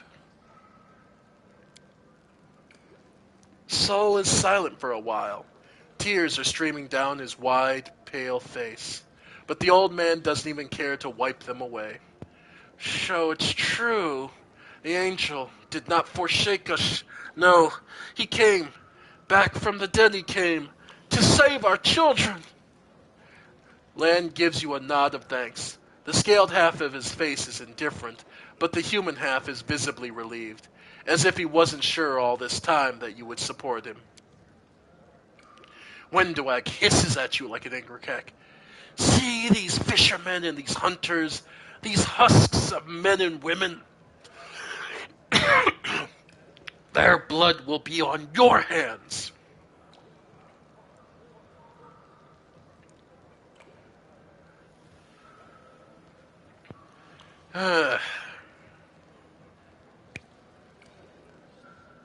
No, I can't say I'm not responsible. I chose to show them the light, and I chose to affirm their beliefs.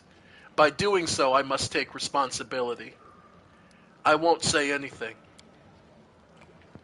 You don't even know what to say to that, do you? You're a coward, and now the murderer of innocents. You always, think the worst, Wendu. We're not on our own anymore.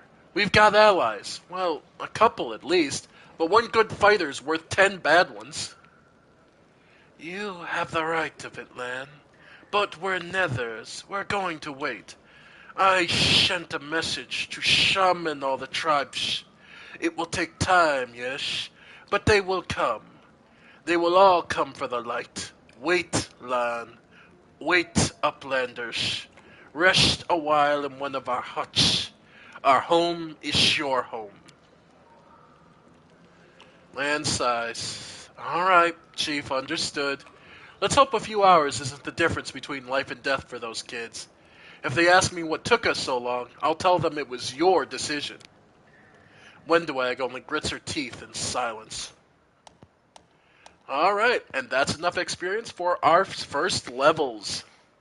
Combat victories and other achievements give your character experience points. After accumulating a certain amount, you will gain a level.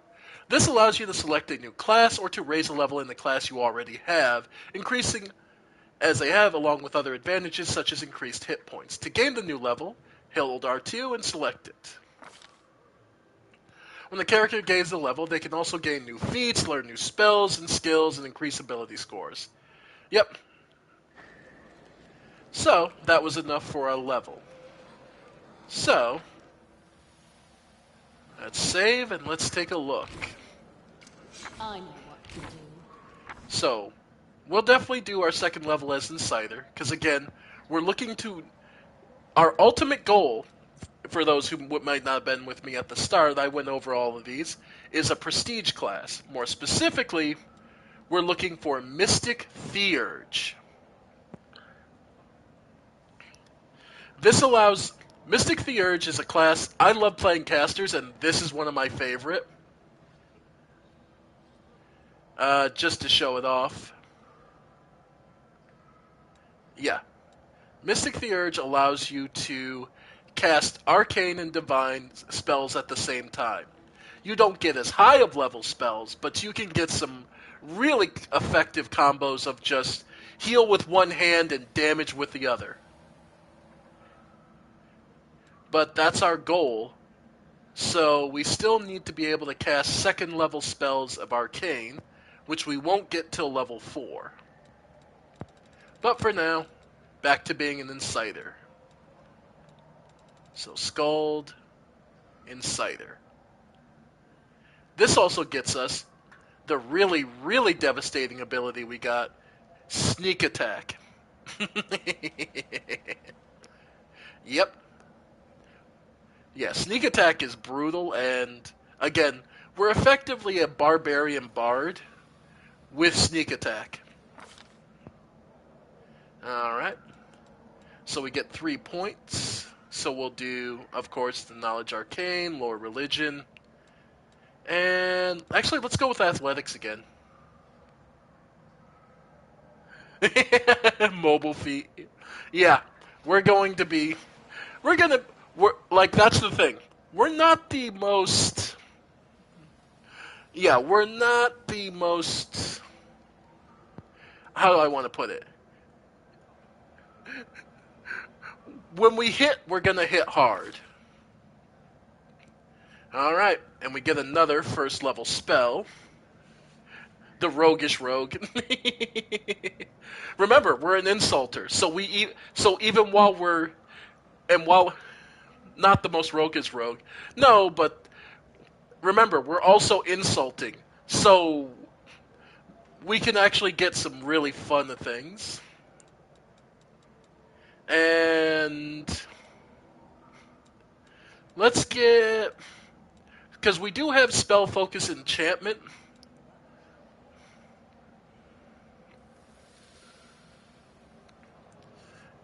And let's get hypnotism.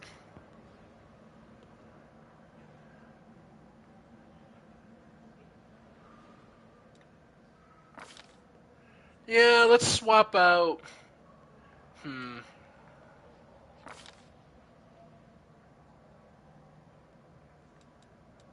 We could leave sleep, which is fairly good. Mainly because when you walk into an area... Because sleep is an area spell.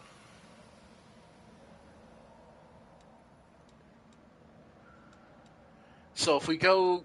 Maybe swap out ear-piercing scream for hypnotism.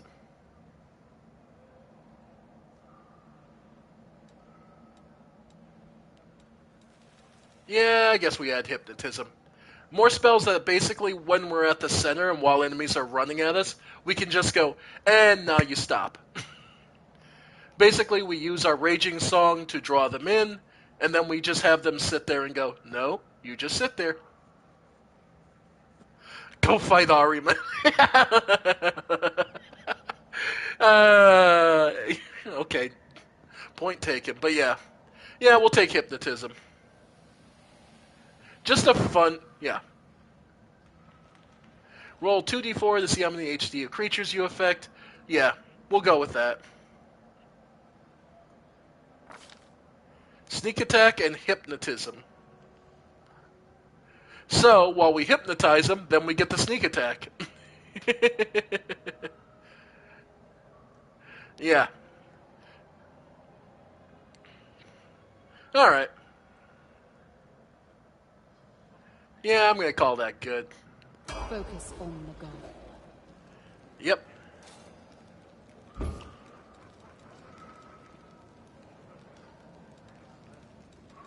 And we're just gonna move that up to the other spells. Okay.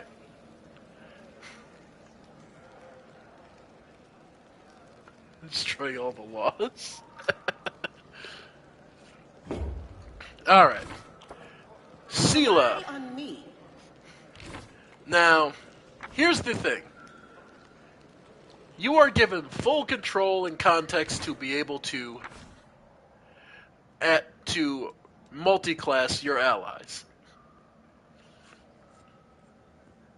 Like, there's a non-zero thing in my mind of turning, because good God, adding Cavalier, believe it or not, is actually one of the funniest things you can do. Like, just leaving your ally.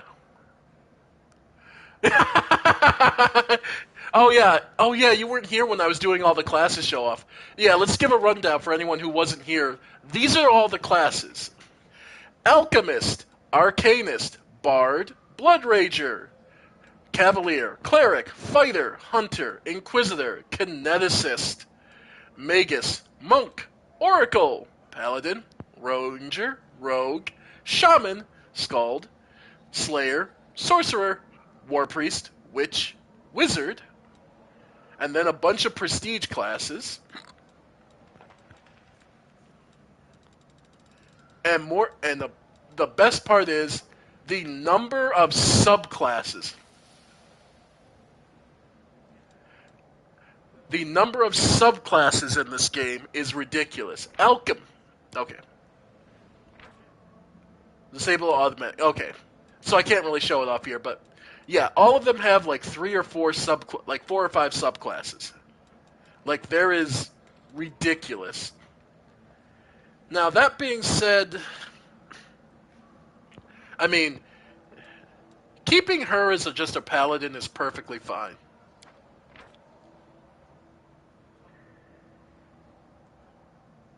Yeah. Together we stand. All right. No reason to pause.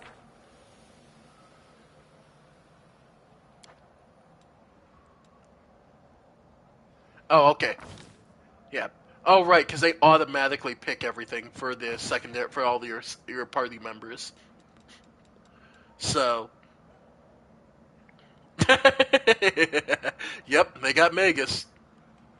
So she gains her Lay on Hands, Divine Grace, where Divine Grace being as disgustingly good as it ever is. Second level, Paladin gains bonus equal to her Charisma on all saving throws. Yeah. Yep. A bright future awaits us. Well, Camellia, Spirit Hunter, which is actually a shaman.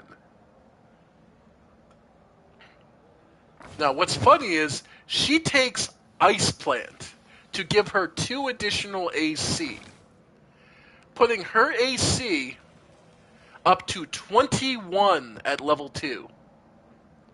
So Camellia can hang in the front all day. I'll watch your back. Lan, of course, gains his Zen Archer, which, of course, he takes Precise Shot, because the people who designed this knew what they were doing. So he can shoot into fucking... he can shoot into melee. Yeah. Yep. So he's one of your better options. I'm all ears. Wendwag.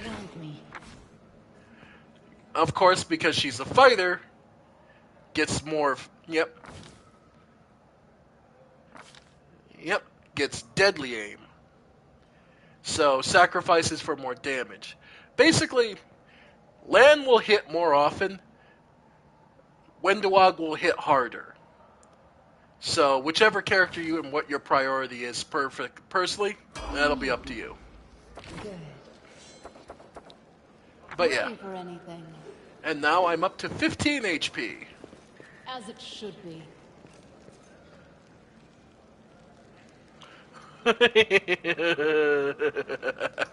Yes, Eldritch Knights is there. That is not far. And as ever, as a D&D party tradition, we are going to loot everything that isn't nailed down. In due time. Yep. So, trust me. There's plenty to see. Hey! Horgus Worm. Finally, someone from the surface. I was beginning to lose hope.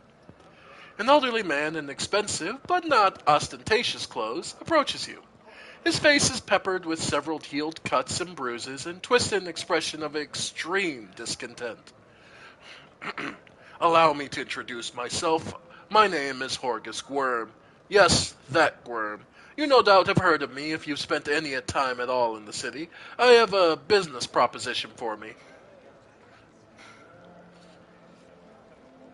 We did meet this man earlier during the party, and he wanted nothing to do with anyone and wanted us to be nowhere near him. He's a pompous ass. As if that didn't come across already. But he's got a business, which probably means money for me, so... Alright, how did you end up here? Well, that's pretty obvious. It's the same way everyone's ended up down in this hole. He just got lucky and survived the fall. And, you know what? No need to feed his ego. Okay, what kind of business proposition? I don't know what's happening on the surface right now, but I am determined to find out. You have no intention of seeing the rest of your days out in this village, I suspect. We must find a route back to the surface, to the city, if there's anything left of it.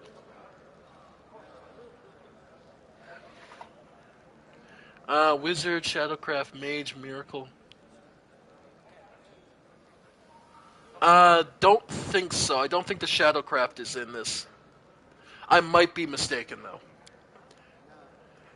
I don't know what good songs will do us in a dark hole like this, but people say wandering troubadours can find their way out of any situation. I hope those were all not just tall tales.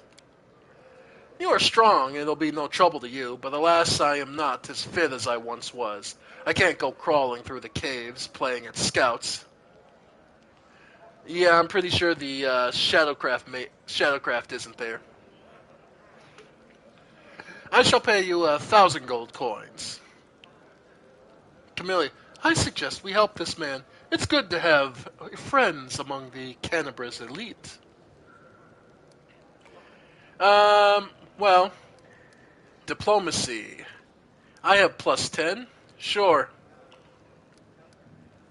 2,000 gold. Alright. Alright. So we failed the roll. Oh well. Clear a path to the surface for Horgus. So we just picked up a new quest. You can always find them in your journal.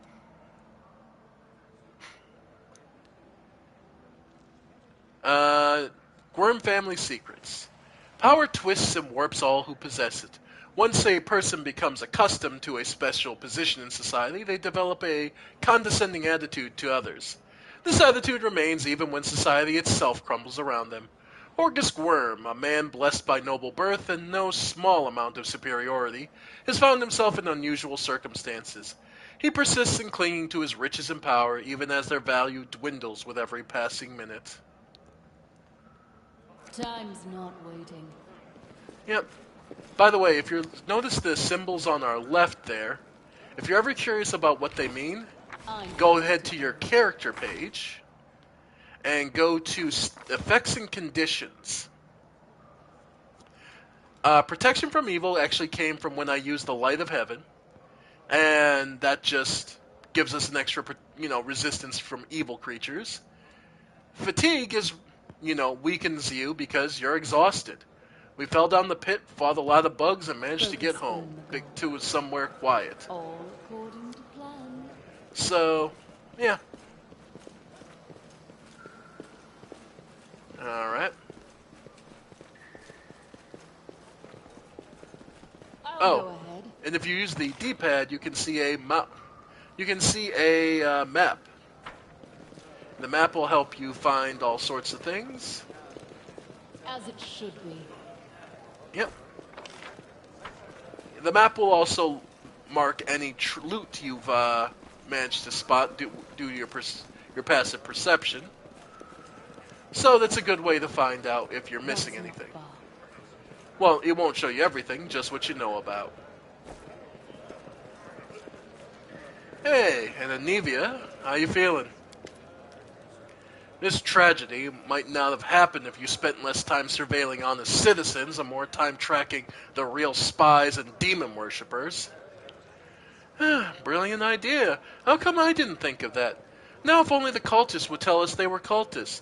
Then we wouldn't have to waste time investigating honest citizens who decide to go all cloak and dagger right under our noses.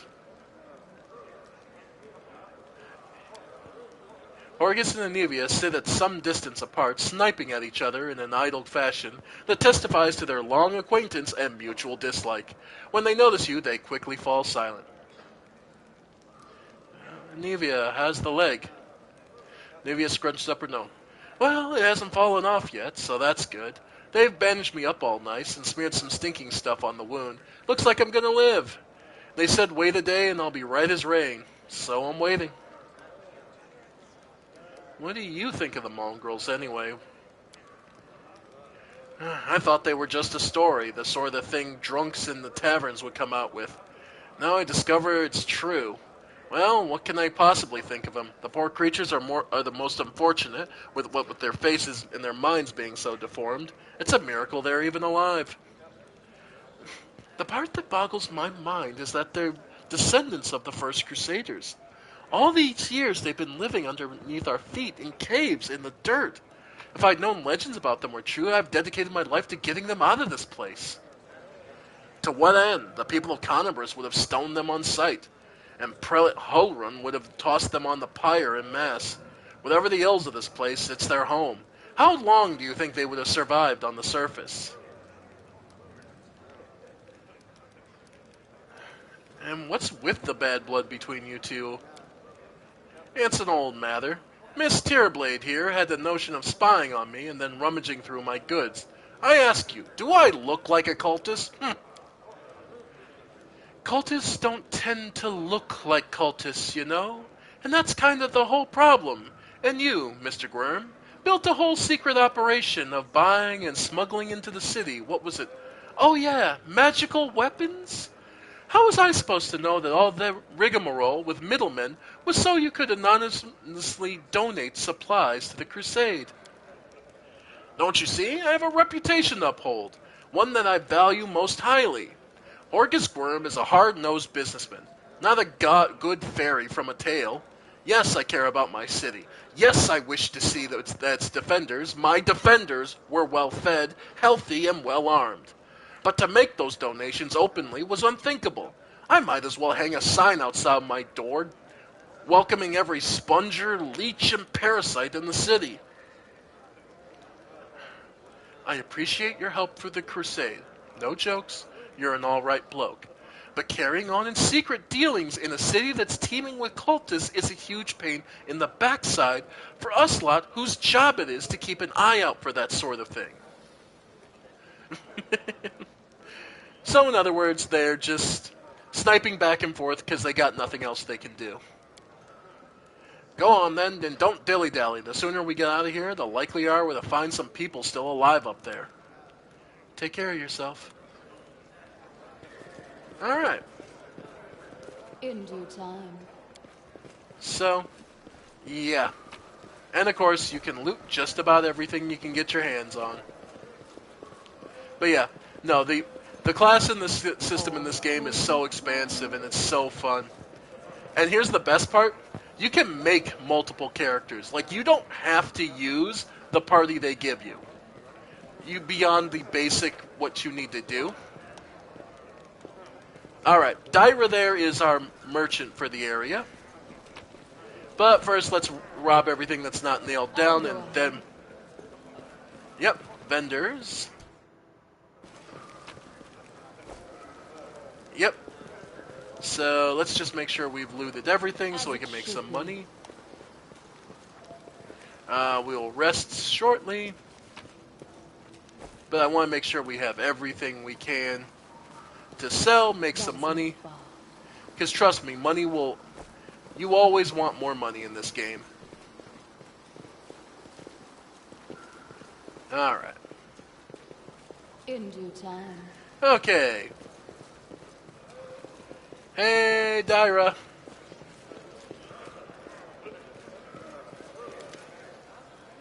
You there! A tall woman with a face deformed by an enormous swelling smile broadly at you.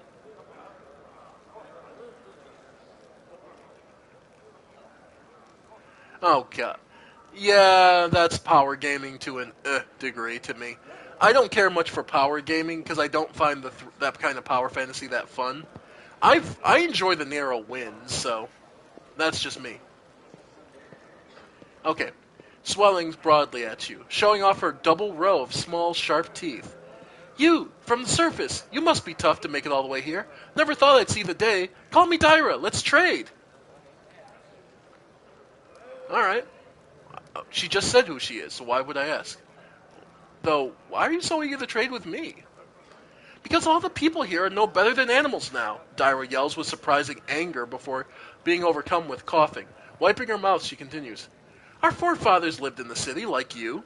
Our people loved to reminisce about armies, knights, crusades, but I couldn't care less about all that. Savages with clubs can fight a war. Only civilized folks can buy and sell. They've all forgotten what trading is. They've forgotten the value of gold. They barter hides for plant roots and go on about feats of crusaders. Who cares about them? I don't need help remembering. I have coins and I have things to sell. Now let's trade like proper city folk. Well, let's trade. So, that's what we have, and here's what she has. So, weapon-wise, she carries some basic weapons.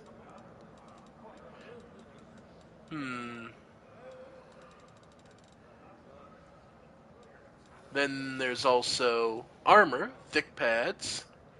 They're +1.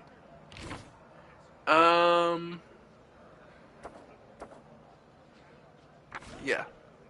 Let's see. So, hide armor is medium. Truth be told, we could probably get away with the thick pads, because that's what, +2. So I still lose 1 point, right? No, I lose 2 points. Though it might be worth it because of my dexterity. No, I have no dexterity. That's what I mean. It's like, that might not be the worst.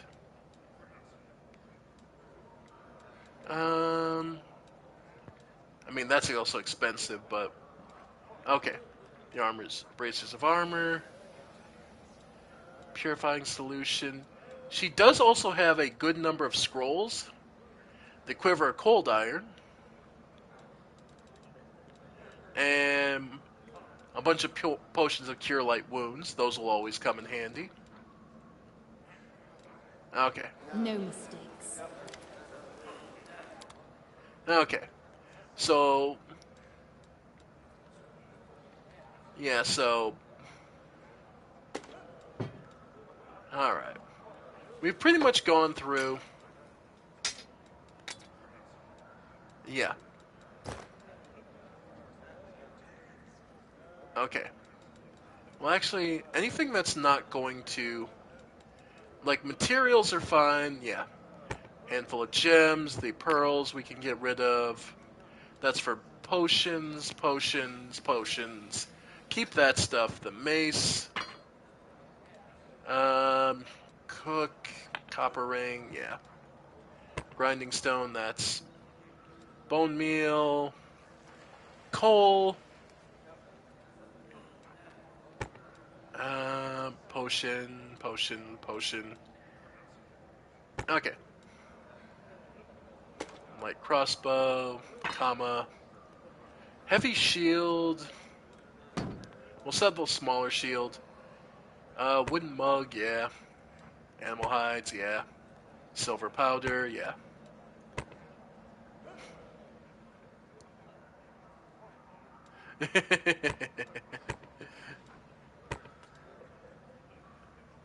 First aid kit. We'll be keeping that. Decorated scabbard, crooked paw. Oh wait, is that actually a reagent? Okay, nope, that's actually used. Smoking pipe. Okay. Slimy skin, chitin, and bloodshot. Okay. Okay, we're good. So we're selling all this. And that'll get us up to 500. Alright. So really the best thing you could buy is more potions of cure light wounds, let me be honest. Do like 6 of them, yep. Okay. Alright. The only other thing I can suggest is, as you might expect, since Wendewog's pissed at us, she's not going to be that helpful. So, strip her of anything you think you really would. I'm not even going to bother with the bow. It's literally not worth it. Yeah. Okay. Okay. I am prepared. Alright, so we got some early game trading. So, let's go get some rest.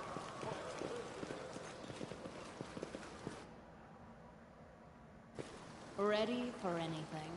9 hours later, the messenger returned. The tribes are gathering at the entrance to the maze. Our people have already gone there. I've warned Anivia and that old guy who won't even acknowledge me. Take your time, there's no rush. The most important people always show up late. Lan looks around. Everything's going to be planned, but one thing's bothering me. Wendewog's gone.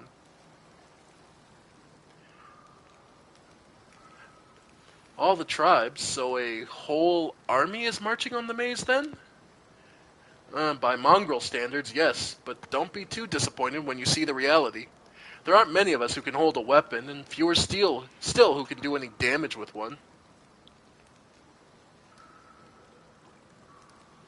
Well, there's nothing... Yeah, what happened to Wendewog, he doesn't know. He's clearly worried about her, though. Anivia and Horgus, they're just gonna wait behind, that's fine. Horgus obviously isn't a fighter, and Anivia's injured, so best for her to rest anyway. We know that. The only maze is the only way to surface. They'd have told us otherwise, or they would have. Either way, it's the only way that's nearby. It's the quickest way. Evil, the first thing I have to wake up to is your hideous face, not the best start of the day.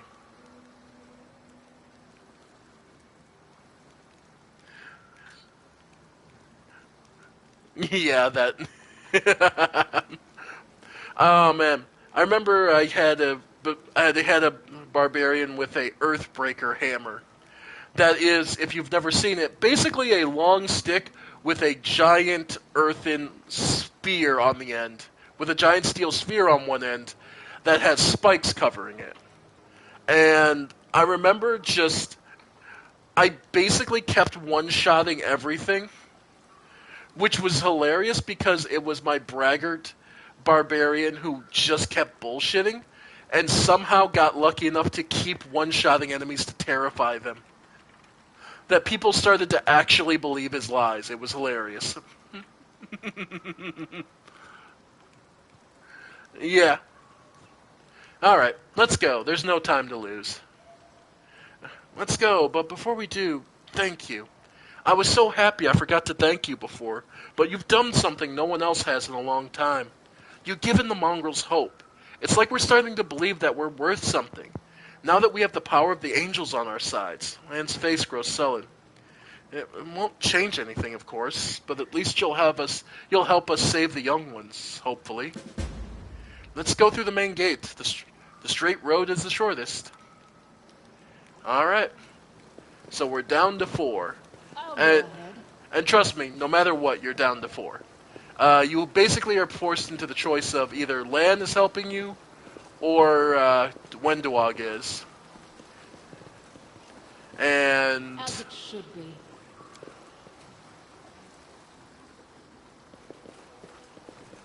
Yeah. So it's one or the other. Take your pick. Caves at the Shield Maze.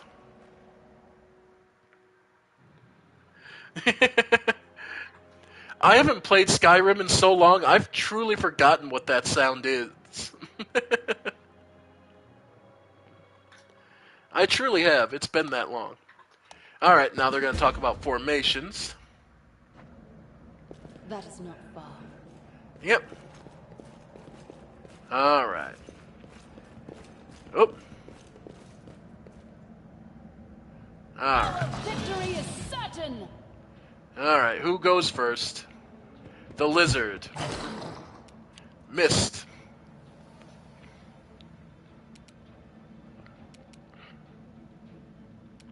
Oh, of course, Baldur's Gate 3 is a masterpiece. And if you haven't heard, they're doing a massive update in January, I believe. Adding a bunch of subclasses, too. Let's try this way. Oof! Yeah, love that. 10 damage right off the bat. I'm looking forward to that. I'll cut you wide open. Honestly, it's what's prompted me to start playing this again. Is, No. God damn! And that's without me baiting enemies. 14 damage. Jesus. That is fucking terrifying.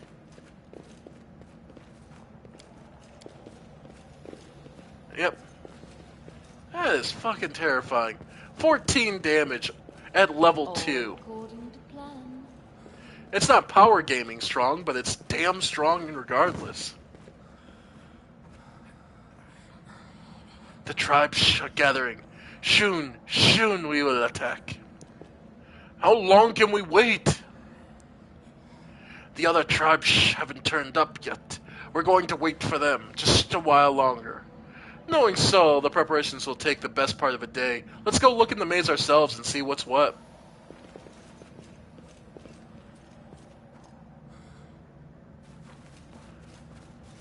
Yeah, no. I'll go ahead. Yep. Ooh. Giant fly. We are the light.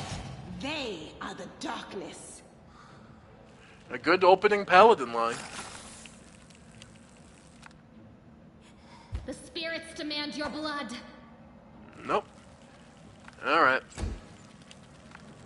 Oh, second young giant fly. Alright.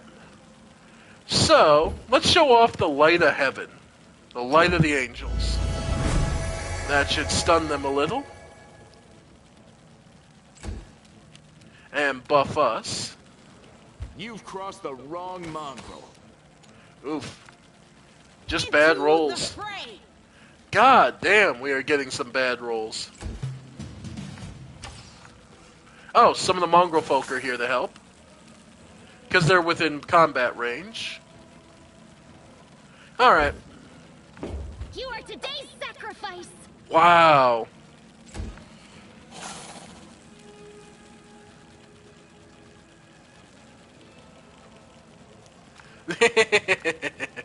This will hurt! Good gods, we are getting some terrible rolls. Like, what am I getting? Attack result. Roll 5. Roll 2. God's my... Natural 1. Jesus. You won't survive me. There we go. Good gods. There we go. As it should be. Okay. I'm like, good grief, it should not be that hard to land an attack. Yeah, we were just getting some real shit rolls there for a minute. Alright. That is not far. Okay. Every bit of experience helps, after all. And remember, Light of the Angels gives you an extra HP for like an hour. So...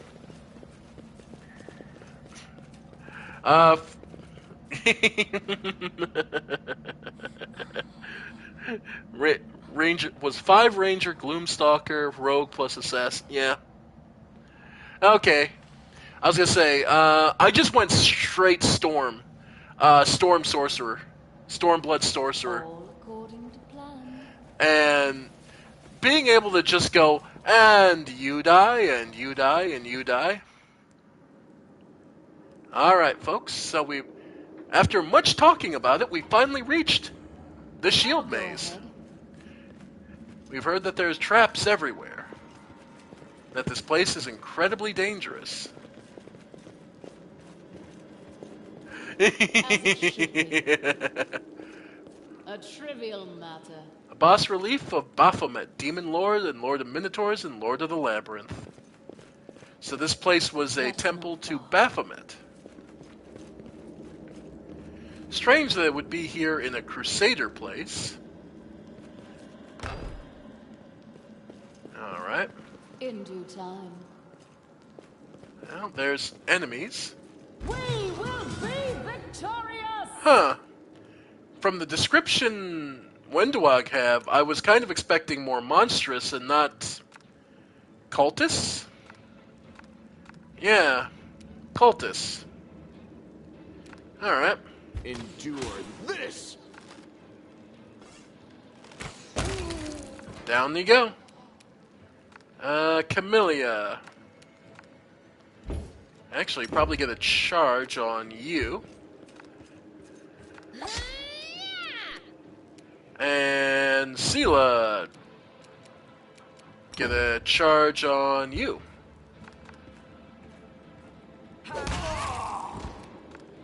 Yeah, maybe.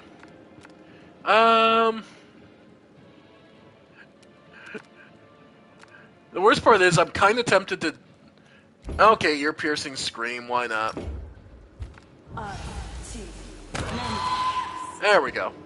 Popped his eardrums. All according to plan. So... Scroll of Firebelly. A nice masterwork glaive. Alright. And then the chest. 75% chance to pick the lock. Not this time. Try again.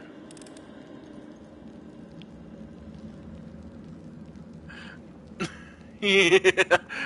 Look, it's just assumed I kicked him in the ribs to knock him out. Good grief.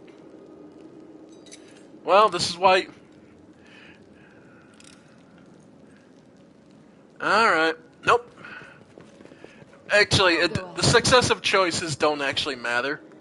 Once it goes the first time, you're pretty much set. You can't do it. So, just so you can see. The roll for the lock is jammed now. So yeah, if you fail the first time, the lock is jammed and everything else is just there.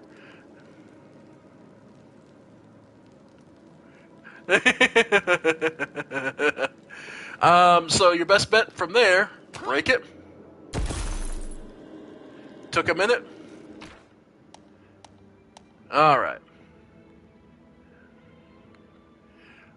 You can attempt to open any locked chest by either picking the lock with trickery or breaking open with brute force. No checks are required to break open chests, but it will take some time. Some of the contents will be broken and lose some of their value. Yeah. So yeah, we won't get everything. Yeah. They allow you to break it, but you're just going to get junk. As like, it should be. So just bear that in mind. Yep. More treasure. Yep. Just more random treasures to haul. We're looking good. That is not far. Alright. More goodies. Alright. And always prep yourself before you enter a door, because in this place, everything's an ambush. Interesting. Traps. On your journey, you're going to come across a lot of traps. They're not lying. Whenever any of your characters approaches a trap, they automatically make a perception skill check. If they succeed, you will see a zone that, if entered, will activate the trap. To attempt to disarm the trap, follow the line from the trap and interact with the button as you would any other interactable object. The disarm attempt will be performed by the character with the highest trickery skill bonus, so as with any other skill check, you should select the whole party before making the disarm attempt. The other thing that's major to note here is that since you know where the trap is coming from, you can, if you can see it, you can send someone to do it.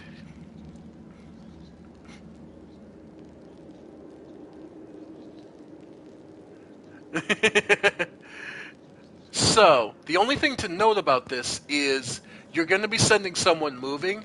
So if you're going to have a chance of running into the actual location where it'll trigger it, just be aware. You can also just move the character with the highest trickery.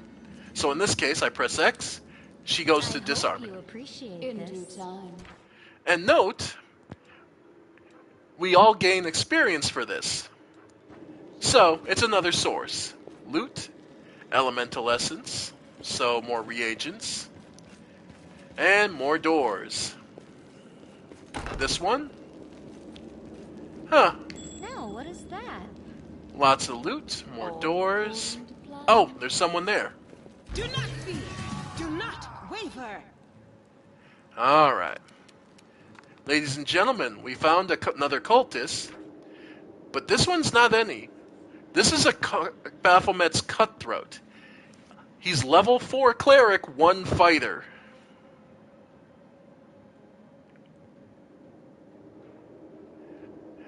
Oh yeah. Well, we'll get there when we get there. I'm in no rush to beat this game. This game is just going to be a long-term project of, it's just something fun to play. Okay, so yes, he's a level 5. So we just stumbled face first into a level 5. Again, the game knows what it's throwing at you. This would be rough with a party of... This would be rough with a party of 3. So, the biggest thing to note is he is using a halberd, so he has some range. So, yeah, but an AC of 15. So, for now, we're going to have Camellia move up. Then, in all truth, just wait. All right, because we didn't want to throw anyone but Sela at him. 19 AC. I found something. Okay, so that's a good combat. Yeah, Sela took a bit of a hit, but nothing too nightmarish. Make every strike count. And lands. Got 2 good solid hits in. Then, why not? Let's pop him a little. There we go. That dazed him. So the next hit should be the last. For their hearts. The inheritor. There we go. I'll go ahead. And he had a scroll of resist alid, inflict light wounds, a masterwork glaive, which is fairly nice.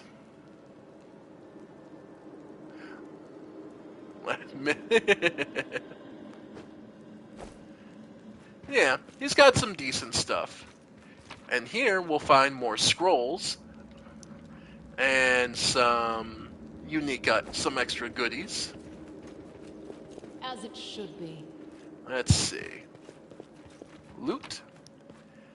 Scroll of Bless, Scroll of Prayer, Tome of the Minotaur, Sermons from the Labyrinth. That is not far. And more Scroll of Prayer, Bear's Endurance, lots of buff spells. An old map and another Scroll of Heroism. In due time. And then a Lore Religion check. This is not possible. And we failed the check. Still, picked up a lot of scrolls. Which, inflicting light, moderate wounds, definitely nice. Reduce person, mage armor, potions of cure light wounds. Yeah. So, we're not looking terrible. Punch dagger. This is really great if you have a monk. Ready for anything. Like a melee. If you have a melee focused monk, the punch dagger is always wonderful. Alright. Didn't even take much in the way of damage from that, so on to the next. What a find. Okay. I'll go ahead. Alright, big room. Yeah. Oh! Save the last one for me. More cultists. Oh! Nope, not just cultists. These are corrupted mongrels. Level 2, monstrous humanoids. So these would be some of the kids, I assume.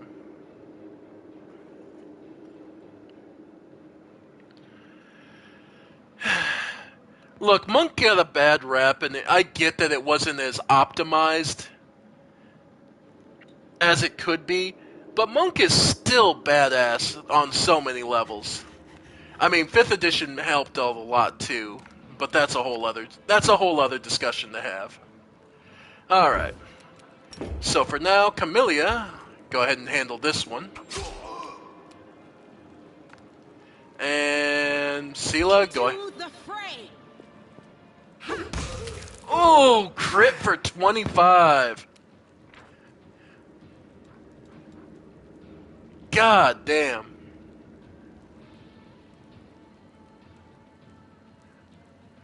$25 damage. Oof. Okay.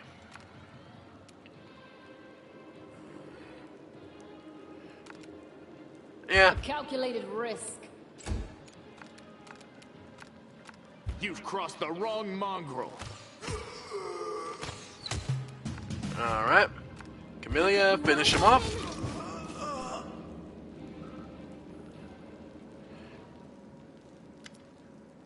Lan stares at the dead mongrel with sorrow in his eyes.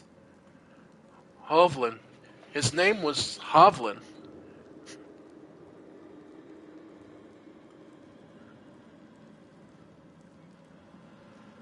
Did you know him? Yeah, he's not from our tribe, but we're both hunters, so we'd cross paths from time to time in the cave passages. We'd share news and leave supplies for each other. Then he just disappeared. Lan frowns. He used to talk about wanting to try his luck in the maze. I thought he was long dead. If only he had been. Why would the mongrels attack us? Aren't we all on the same side? Something's wrong with them. Look, their bodies. It's like something's eating them from the inside out. Sure, maybe these guys just ate something weird or were having an off day, but I think something drove them out of their minds. Or someone. Seems like this shield maze of yours is crawling with cultists. How did they get here? I have no idea. This is my first time here, too. Maybe they fell down here the same way you did? Lan shrugs awkwardly and looks away. Wendywag comes here all the time. I'd ask her about it if she were here. Come to think of it, where is she? Well, either way, let's go. This place may be even more dangerous than we thought. And here I was hoping that we'd be the meanest things in here. Lan's laughter sounds strained. These mongrels and cultists, now that I did not expect. I need to find out what's going on here. Alright. The spirits guide me. And we have, just more, Yep.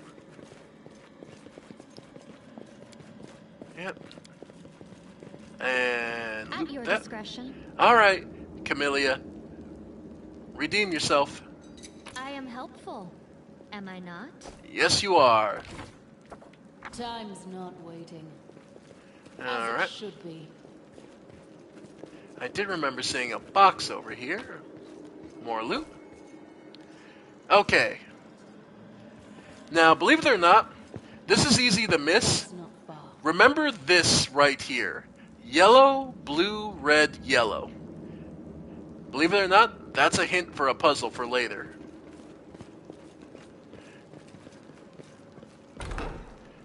Next room. What do we have here?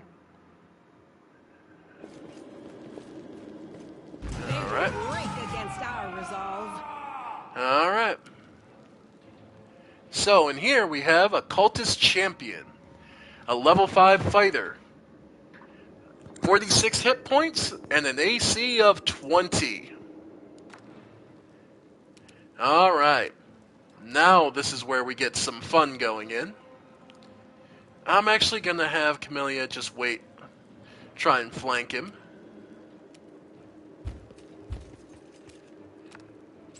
Okay, once again, Sela takes the front. Because remember, she still has lay on hands, so if she gets into a bad situation, and choose one target, the target is evil. Right. So, he is evil, chaotic evil, so we could go for smite evil.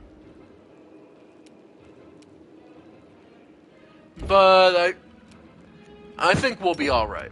So let's just charge. Nope. It wouldn't have mattered anyway. Okay. So what we're going to do is move up. And start to insult him. Then Lan can get some shots in. You won't survive me. Nice. Because remember, I give bonuses to everyone's damage. They can't cast any spells, but they can still use buffing features. Demand your blood. There we go. And go ahead. Take you. Alright. Then the next thing I can do, Light of the Angels. Try and daze him and buff everyone else. Nice. Lan. There we go. You are today's sacrifice. Nice. And Sela.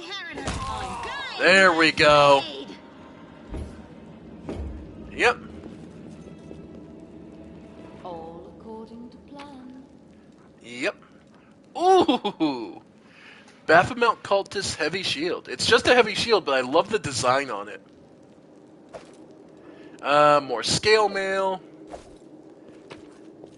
And just more weapons overall. Chain shirts. I'll go ahead. Scale mail. Yep. Loot. Apprentice lockpicks. Love them. Lockpicks can help you handle harder locks. They can be found among loot or bought from a vendor. The lockpick is expended upon use and gives a bonus to trickery skill checks as the character attempts to pick the lock. To be able to use lockpicks, the character must have at least one rank in the trickery skill. You will encounter more and more advanced lockpick types as you progress through the game. Alright. Long spear. Yep.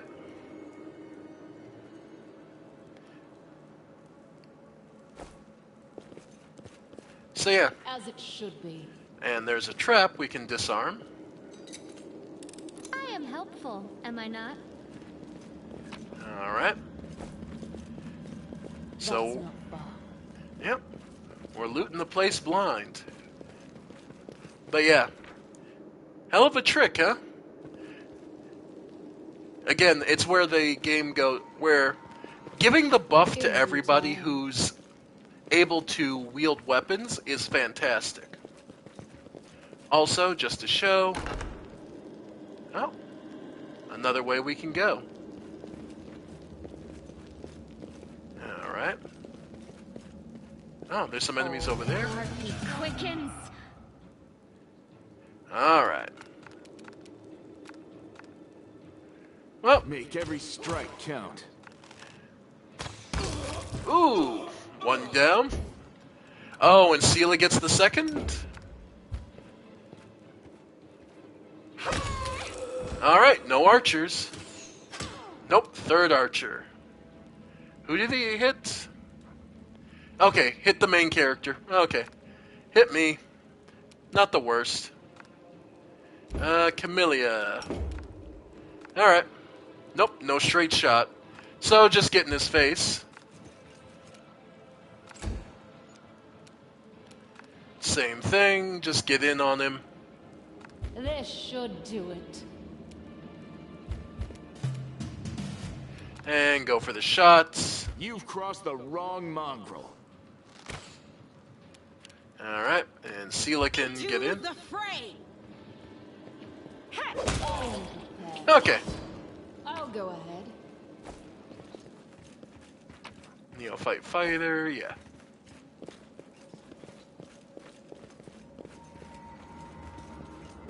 Alright. Nothing too nightmarish. Nah, just a regular pick. I hope you appreciate this. As it should be. Thank you, Camellia. And another statue dedicated to Baphomet. And we've been making pretty good progress. Haven't run into too nightmarish, right? And here we have a neophyte wizard and, more importantly, another champion. You won't survive me. Alright, Sela. Go ahead and move up. Camellia, go ahead. For their hearts. Nice. Ooh, magic missile. The I don't have to worry spell. Where if you just cast it just to go, okay, I want guaranteed damage. Now, let's see.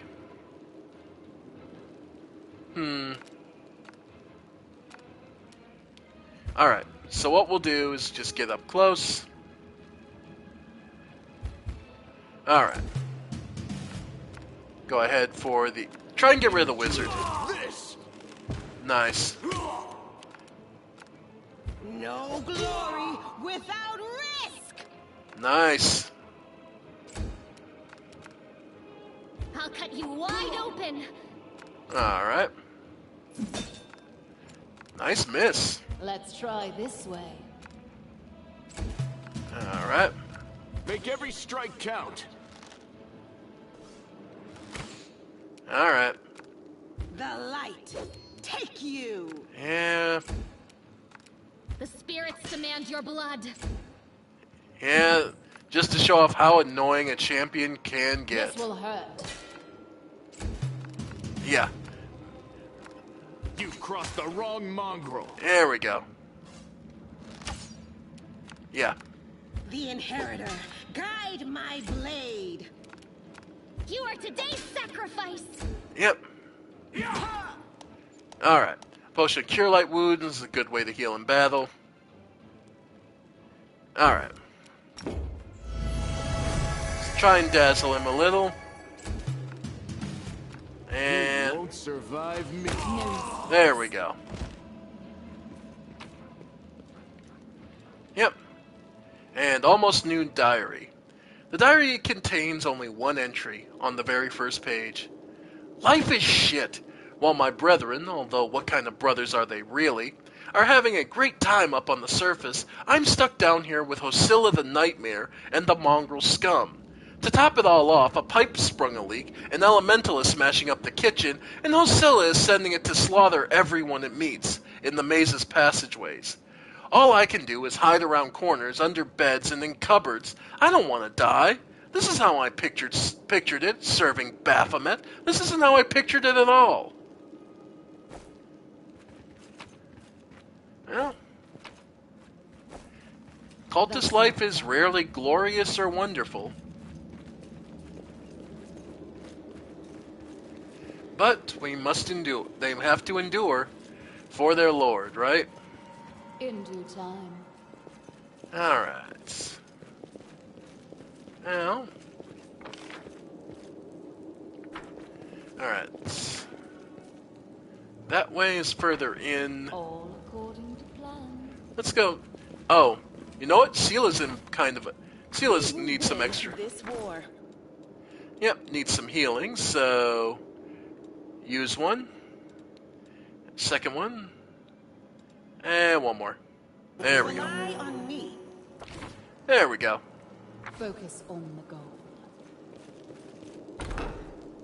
I'll go ahead. Alright, treasure chest. Ah, 90% chance to just pick it. I am helpful. Am Nice. Huh. As it should be. More loot. Alright. And next door. That is not far. Okay. Underground. So we remember we were hearing about a pipe sprung a leak. Well, I assume this is it. In due time. Anything down here? No. Okay. Okay. Well, there's a door here. All according to plan. Alright. There's some guards over there. Let's take care of them. We are the light. They are the darkness. Ah, they're more the mongrels. Endure this. Ow! 21 crit. Oh, well. Lan is pissed at these guys, I take it. It should work. Is it flawed? Yeah. Go for their hearts! Okay. Sela, can you charge to him? Nope. Okay, just kidding. Glory without risk. Alright. A calculated risk. Alright. Make every strike count. And nope. Okay. I'll cut you wide open. Nice. The light. Take you. Alright. I'll go ahead. Okay. Lots of goodies. More stuff over here. Ah. As it should be. Calabri's system of aqueducts channeling water from the river into the city. It was seriously damaged in the earthquake. Okay. And just flooded this whole area. They will break against our resolve. A corrupted mongrel guard. Let's see. Level 2, okay, 2 fighter. So, yeah. So nothing too amazing here.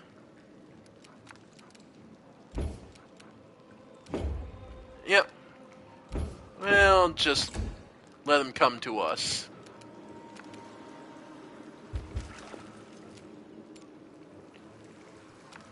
You've crossed the wrong mongrel. Nice. This should do it. Alright. Yep. The inheritor. As I say, the biggest weakness to poor Sela is just her speed. But that's fine. Demand your blood. You won't survive me. Oh well. Let's try this way. Alright. Into the fray. Everyone's... Today's sacrifice. Alright. Endure this. There we go. This will hurt. Yeah, if I ever hit. No glory without risk. Go for their hearts. Wow. Land's the only one who's able to land a hit right now. Count.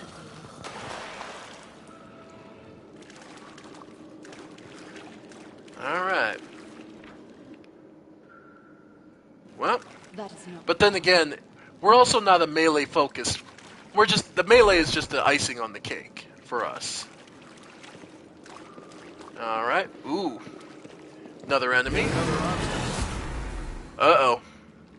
That sounded angry. What are you? Chaotic evil, monstrous humanoid mongrel. 3 levels of barbarian. Oh no. Only 14 AC. He's in a permanent rage state. No waiting this out. Yeah, no waiting this out. Well, Sela's the one who needs to who's the best at taking the hits. Camellia. I'll cut you wide open. Yeah. Again, though, he's only got 14 AC. Yeah. But of course, he is a barbarian, so...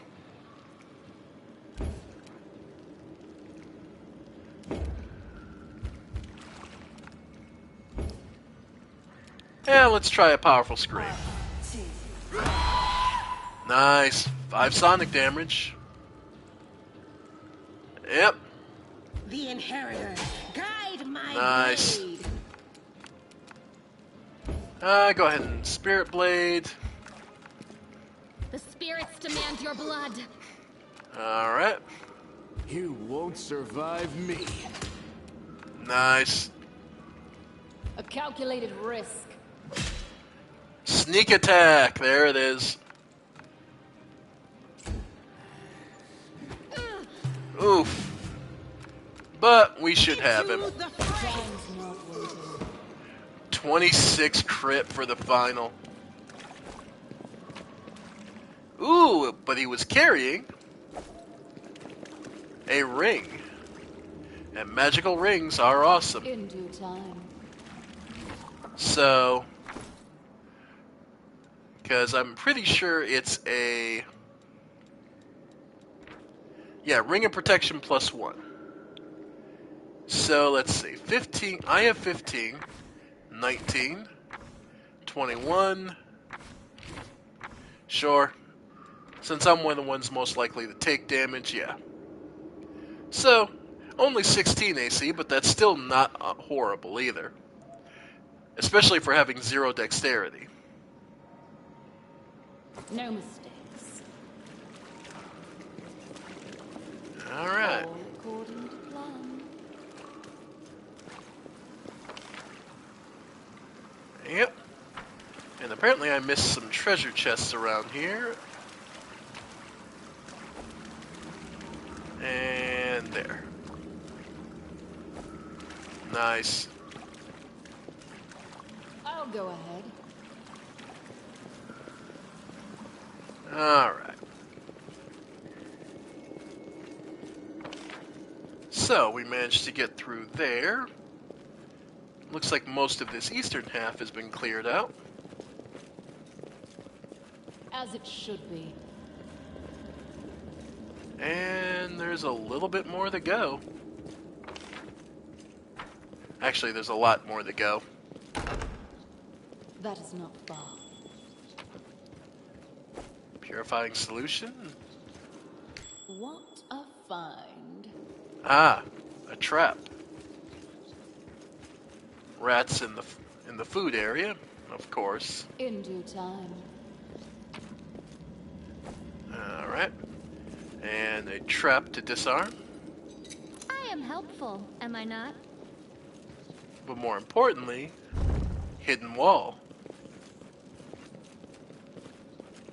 All according to plan. Extra potions, goodies for foods, more potions, and the chest has, hey, what I've been waiting for, a quarterstaff.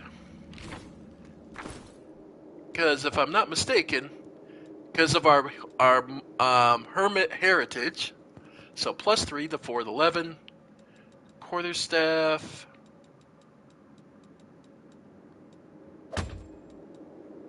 +4 for the 9. So more chance to hit. I know it doesn't seem like much, but you'd be surprised. So, yeah, because of our hermit background, that's still an excellent option for us.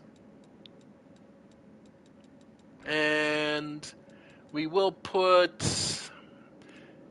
yeah, another scroll of, oh funny, the only scroll of heroism they'll let me throw on. Okay. Okay. Armor-wise, let's see. We do have, like, the scale mail.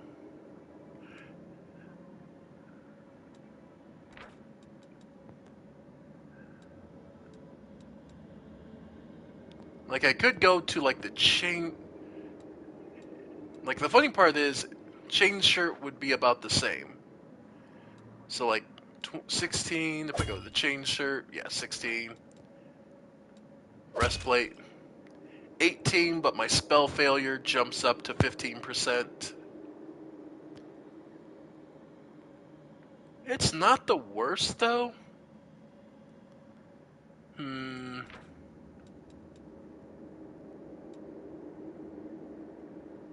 Yeah, the leather armor still basically puts me at 0. So you know what? I mean, it puts me back down to 14, but... I guess the hide armor's fine. Okay. Then, Sela. We can give you the breastplate, because... Yeah, 19, breastplate puts you up to 18. Oh, really? Alright, never mind then. Let's see.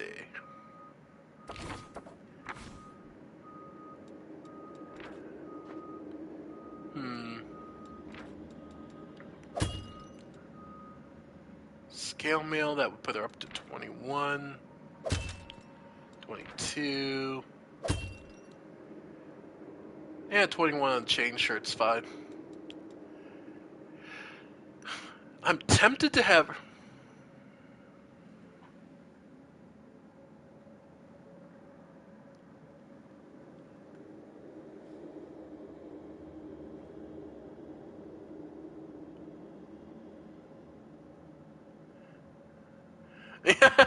Oh no, that was just somebody outside. I just have the window open because despite it being winter, it's still like 40 degrees out, so it's actually not bad. I'm a little tempted to take the rapier and swap it out, because...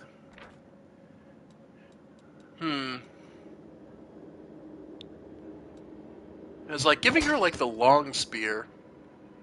How about regular spear? Nope. I guess. Only thing is, 1 to 6. Masterwork heavy mace. No, I guess not. Okay. Punching dagger just for shits and giggles. Yeah, the punching dagger's kind of cute. But alright, we'll keep the rapier. And the buckler. Yeah. Okay. Also note, she comes with the bone amulet. Mystical amulet in the shape of a snake made from bone. The pendant is a snake skull. The enchantments on this amulet allow the wearer to conceal their alignment. Yeah, it's just the model and the system they're using. It's just to make it easier to express the weapons they're holding. I am prepared. The Frankenstein Always principle. be ready for the worst. Let's see.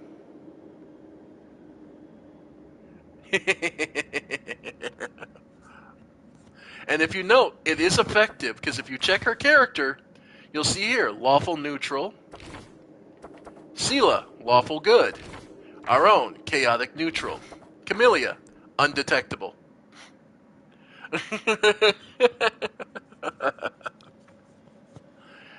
It works, and you cannot take that off her. Like, there is no option to remove this. It is locked, can't be unequipped. Meditate on your mistakes. It might make you feel better. Sure. I'm curious. Sure, we'll go with that for now. Till we know the actual truth. Every enemy has their own unique statistics, yeah. Yeah, so use down on the D-pad to inspect your enemies. To know where to prioritize damage. Ready for anything. Real quick, just chug a potion. There we go. Okay. Yeah, 4 enemies. Did we find trouble? No, they did. Alright, sharpshooter. A cleric. Alright. So, let's go for the... Okay, these two are going to be coming after us. So, let's go after the cleric first. This.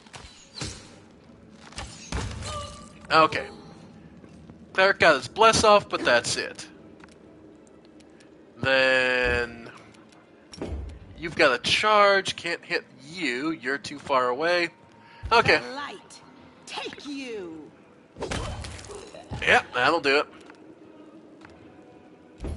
And yeah, go ahead and get this guy going. Nice. Meantime, I'll move up to you. This should do it. Oh, attack of opportunity. Make every strike count. Nice. And if you can, or otherwise, just get in range. Guide my blade. You are today's Time's sacrifice. not waiting. As it should be. And let that give a little context to... You've heard her in the combat. You've heard our poor Carmelia here. She's saying stuff like, "You're today's sacrifice," and, you know, "You're you know, I need... The spirits demand your death."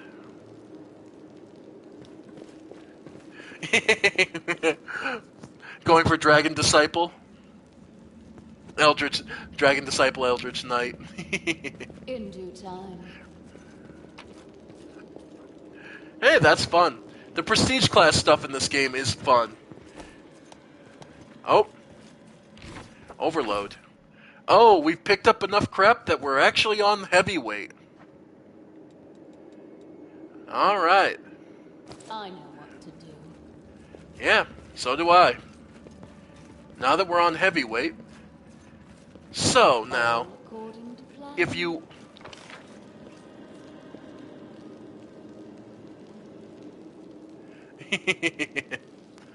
Now, the nice part is, One of the people who came to the guys outside is Dyra. So, when you start to get full up on goodies, head back to the front. As it should be.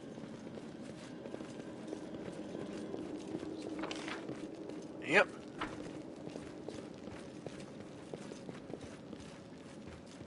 That is not far. Nope. Picked up a lot of goodies.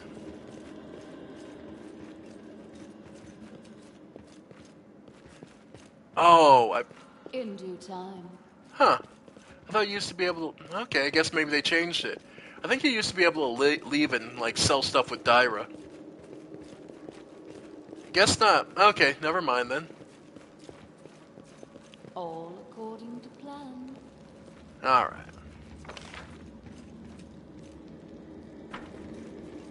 Because we're not even... I think we're about a third of the way done with this place. I'll go ahead.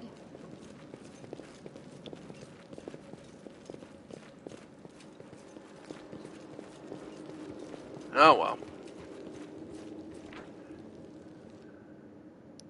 So we're gonna have to eventually start picking, dropping loot and picking off what we don't need and what's gonna be less valuable. Here pretty soon. Alright, this door is locked. That is not far. Alright. So this one isn't. Can't hide from me. Alright. Now here's the dangerous one. So, the switch to fix it is over on the other side of the wall there. We know Camille's our best, so what we want to do What's on your mind? is actually unlink everybody. So she moves on her own, then we can walk her around the trap and fix it. I hope you appreciate this. Alright. Ready for anything. Now we can link everyone back up. In due time. Alright. Another room. Ooh, new enemies. Did we step on their toes as well? Alright. Dretch. New enemies. Chaotic evil outsiders. So, demons that have been summoned. 12 AC, so not hard to hit. However, damage reduction 5. So any hit to them is reduced by 5 damage unless a weapon is cold iron or good. So, yep. So, weapon enchantment, and go for the charge. Yep. And with that, we managed to get some damage in. See if we can finish him off. There we go. Then, let's see if I can't. Alright, got some damage in. Ow. No glory without risk. Yep. And Camellia. Nice. All according to plan. So summon demons and some corpses in a room.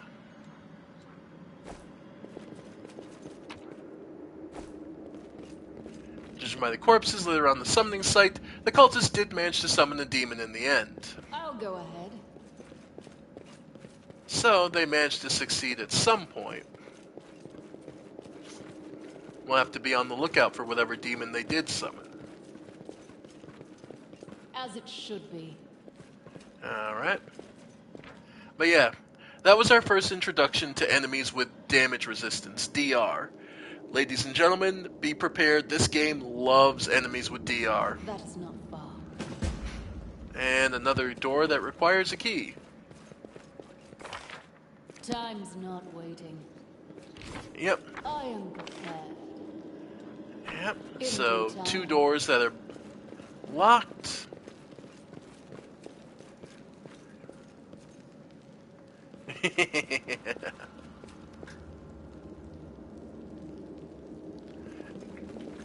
Yep.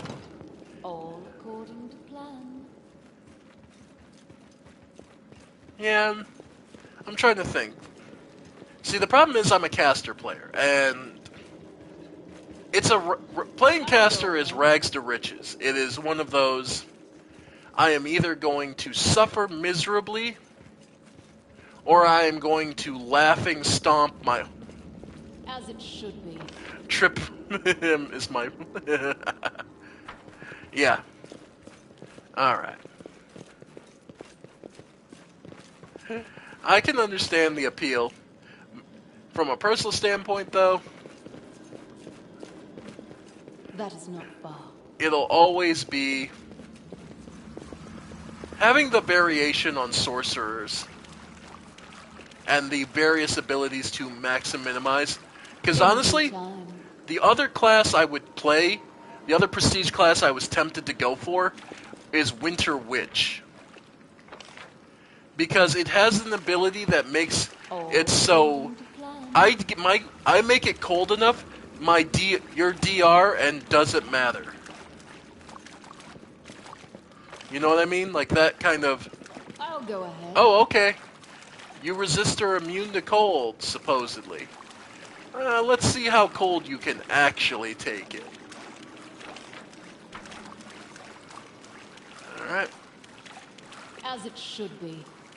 Where did I miss? Okay, here's the doors I missed. I'm like, I definitely missed something out here. Now what is that? More loot. More loot. Pick the lock. I am helpful. Am I not? That is not far. Alright. And in here, another way further down. There's a second basement. Oh, that doesn't bode well. Alright. In due time. And in Our here? victory is certain! Ooh. Hand of Hosilla.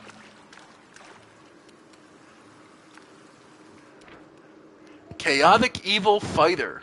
Oh, only level 1. Never mind. AC 14. Oh, that's for the fighter. The Hand of Hosilla is a level 4 cleric, 1 fighter. AC 15. Still not terrifying.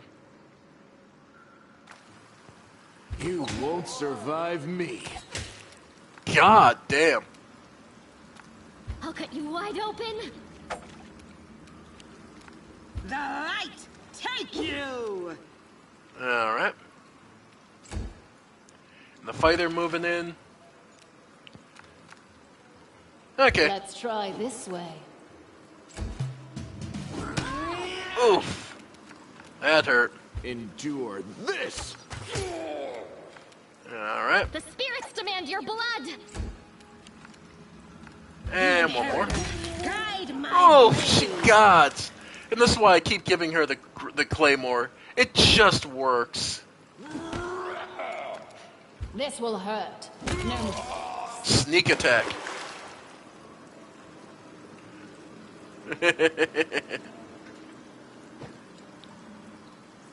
Oh God, no! Caster is always strong, but there's always a little resistance. I mean, because Caster, is my experience, is always one bad roll away from death.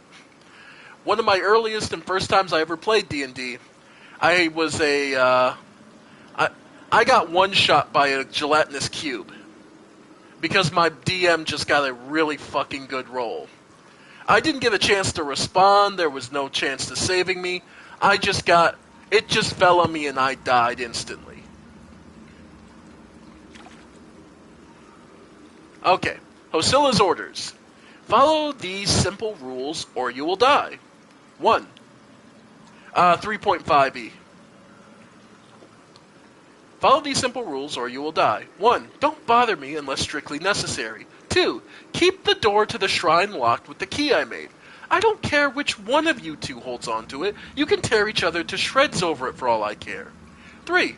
Don't even think of setting foot in the ritual chamber. Ever. 4. Keep the door to the unfinished section of the maze locked at all times. As a reminder for you feeble-minded vermin, the entrance is sealed using the hidden lever, the torch wall on the next to the door. The door itself is in the room, with the blood pool, where I sometimes relax. 5. Do something about the damn water elemental already. Do whatever you want with it, just make sure it's gone by tomorrow. 6. Find a better hiding place for the paladin sword from the surface. I'll deal with that later. And 7. Remember that your life means less than nothing to me. I have plenty of people vying to become the Hand of Hosilla. Hosilla. Interesting. Okay. All according to plan. So, we'll save. Because if I remember right, behind one of these two doors is the quoted damn water elemental. Ooh, got some really nice rolls on the cure. Actually, it's a different sword.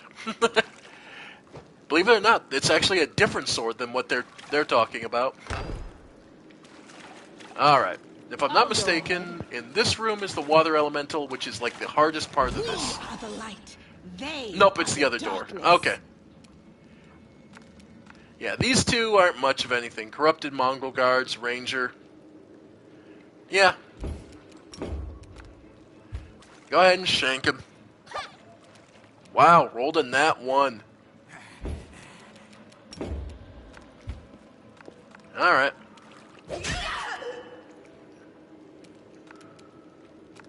Make every strike count. Wow. You are today's sacrifice. Alright. Into the fray. Of course. Ooh! Ranger attacking unarmed. Got attacked of opportunity on both counts. A calculated risk. Because remember, if you don't have a weapon and you're attacking with just your fists and you're not a trained martial artist, you've crossed the wrong mongrel. You take the penalty of getting attacked back. For their hearts. Because you are just trying to punch someone who has a sword on you. Glory without risk. Yep.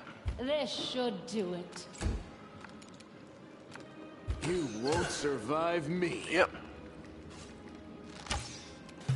Alright. I'll cut you wide open. I'm just thankful I don't have to worry about counting arrows. The light take you.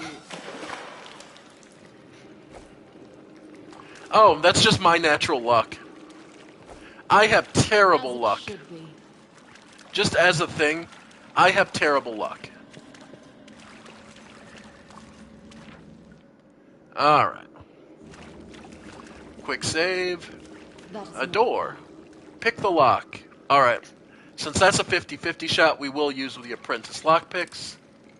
I am helpful, am I not? Alright. Because... Okay, 80% for this chest. I hope you appreciate this. Yep. Ooh, potion of enlarged person. Alright. Ooh, enchanted scale mail. Pick that up. Nice. In due time. Alright. So, enchanted scale mail. Huh. Wonder who I could be possibly throwing that on. Crypt Raider's armor. So, +1 enchanted. And gains a +2 insight versus undead. So, regular scale mail, 17. Breastplate, 18. Banded mail, 19. One less point, but honestly, the inset bonus versus undead, well, it's not probably going to come relevant, but it might be worth it. So. Alright.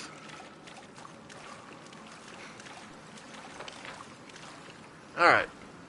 So nothing there. I'll go ahead. Dangerous enemies. This game contains optional, but especially dangerous opponents or groups of enemies that only the most experienced adventurers can handle. One such opponent awaits on you on the other side of this door. Carefully weigh all the risks involved before entering. Okay. They're not kidding. This is the hardest fight. And this guy can actually pretty much wipe your team if you let him. So, get everyone up to full HP. Alright. Death is life's final surprise. I enjoy surprising people. What a find. Alright. As it should be. There it is. We will be victorious! Okay. Large water elemental. Level 8 outsider. 54 HP. AC 15. Has power attack. Immune to poison, stun, critical hits, and precision damage. Immune to cold energy. And sleep, paralyzed, and stunned. It even has cleave. Yeah.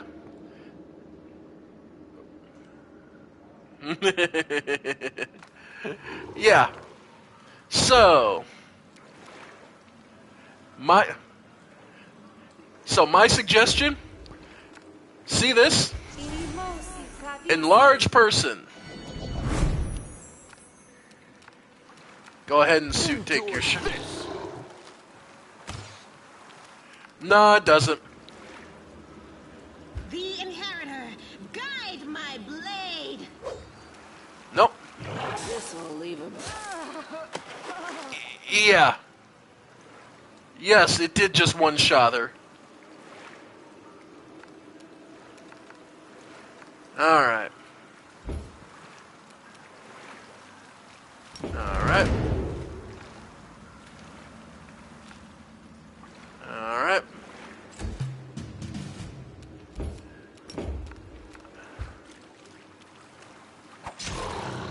Yep. Reduce damage. Make every strike count. Yep. Alright. So. Usable item. Scroll of inflict serious wounds. Let's try this way. Alright. But yeah, they're not kidding. This is one of the hardest. Demand your blood. You've crossed the wrong mongrel. Alright. Oop, got the miss. This will hurt. Alright. You are today's sacrifice.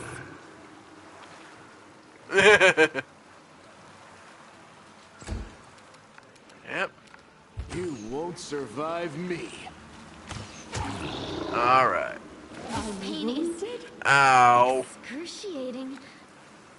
Oof. A calculated risk. Yep. Go for their hearts. Yep. Endure this. Alright. Reduced. How it feels. Ow. Well, if Land doesn't get the kill here, Make every strike count. we're dead. So, we took a crippling wound, meaning our max HP has been reduced.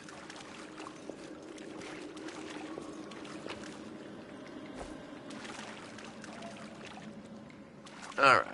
Interesting. And the biggest thing we get is a ring. Bunch of healing potions and a ring. Trying to see if there's anything else. Yeah. Now, the unfortunate thing is, the way the game operates, the wound we just got, Death's Door, and escaped a deadly blow only by sheer luck. If their hit points fall below their negative constitution score again, then they will truly die. This condition can be removed by visiting a healer at a safe spot or by restoration greater. No mistakes. In other words, yeah. I'll go ahead. So basically, we've managed to survive one deadly blow. If we get hit again, we're dead completely.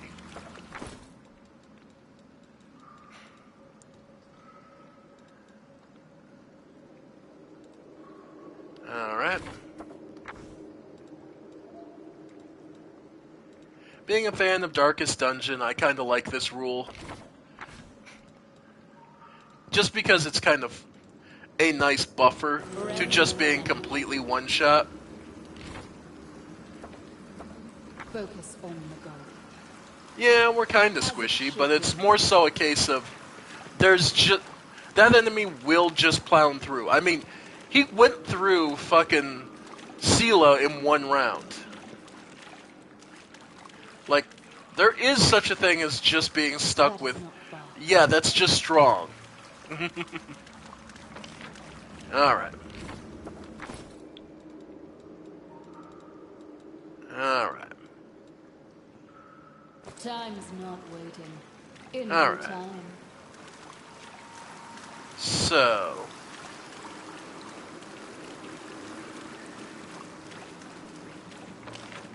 And we can head up. All according to plan. Yeah. Head further up. Alright. Because now I believe we found the information we need to unlock the one door. Because we found the note that said you just have to pull the candle next to one of the, in the blood room. So... Yep. That is not far.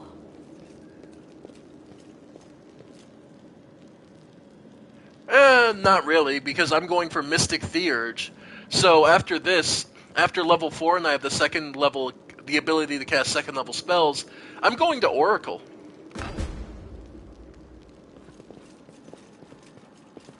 And In due time. then I'm going to Mystic Theurge, so I can cast. So A, I can double cast healing / hurting spells, and B. Oh yeah, I'm going to be squishy the entire time. But there's being squishy, and then there's being hard to deal with anyway. And trust me, I know several ways to make my character extraordinarily annoying to deal with. Even as a squishy caster, I can look at you and go, okay, come swing. I'll go ahead. Alright. Well, let's check this door. More cultists. Enemy approaching. Let's see, we have a second hand of Hosilla and the Neophyte Cleric. Oh, not miracles, but we'll get there when we get there. Because I don't know if you're familiar with this game, Dayhawk, but there's in Pathfinder specifically, there's sort of a second set of leveling systems in this game specifically they introduced called the Mythic levels, or the Mythic tiers. It's basically a second set of leveling that is completely busted. Okay. Yeah. Depending on your Mythic path, you can sit there as a caster and go, I could care less what you do. Your turn is pointless. Oh, yeah. Okay, either way. Alright. I'm actually just gonna wait. Alright, can't get to the cleric. So what we'll do is move in on the cleric. Alright. Sela can do the charge. Nice. Channel negative energy sucks, but can't say I'm shocked. Go for the cleric. Crossed the wrong mongrel. Nice. Then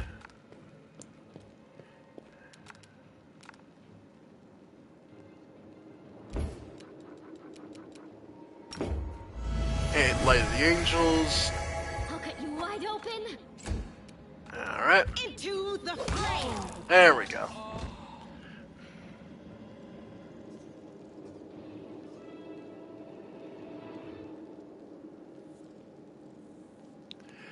Pretty much.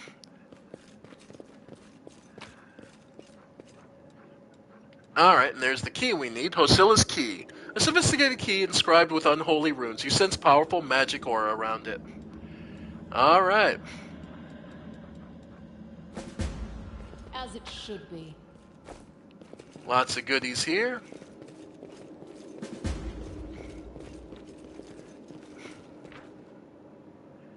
Alright. So we have the key we need to get out of here.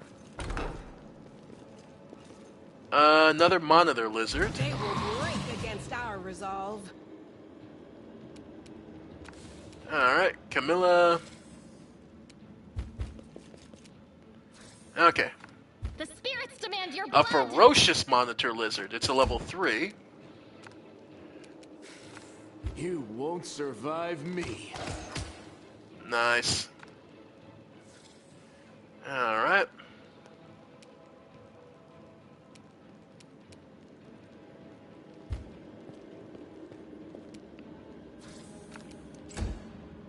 Yep. And go for the closest. Without risk. You And- are today's sacrifice. Oh well. Keep going. Lon is just useful because the fact he gets precise shots so early makes him so much more useful. And there's sneak attack showing up. Yep. If I can get behind you or near you, sneak attack comes in handy. Helpful. Am I not? Again, I'm basically a rogue slash barbarian with sneak attack. Okay. Yeah, we killed the big lizards they were bringing in. And the amulet we just picked up. Oh, right. Flow of water. Bonus on saving throws against spells with cold descriptors. DC pro... Yeah. And the amulet of natural armor. So... flow of water just cuz.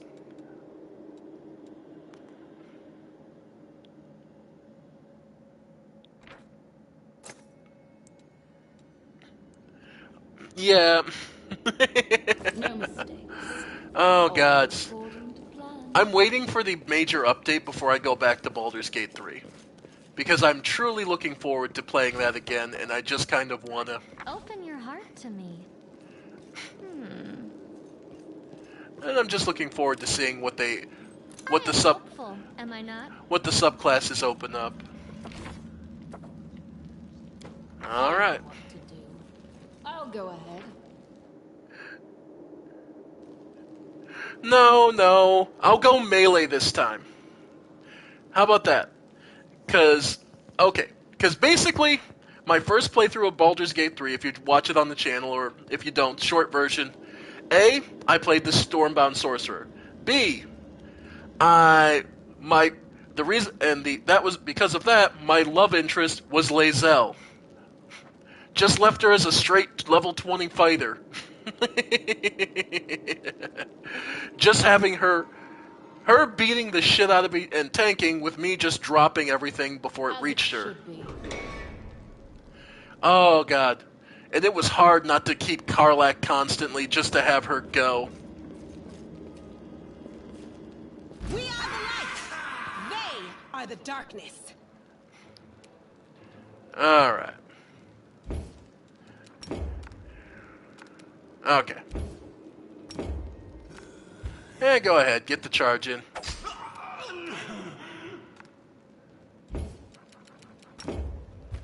And the second. Oh, right. Cambions, Evil Outsiders, level 3. Oh, yeah.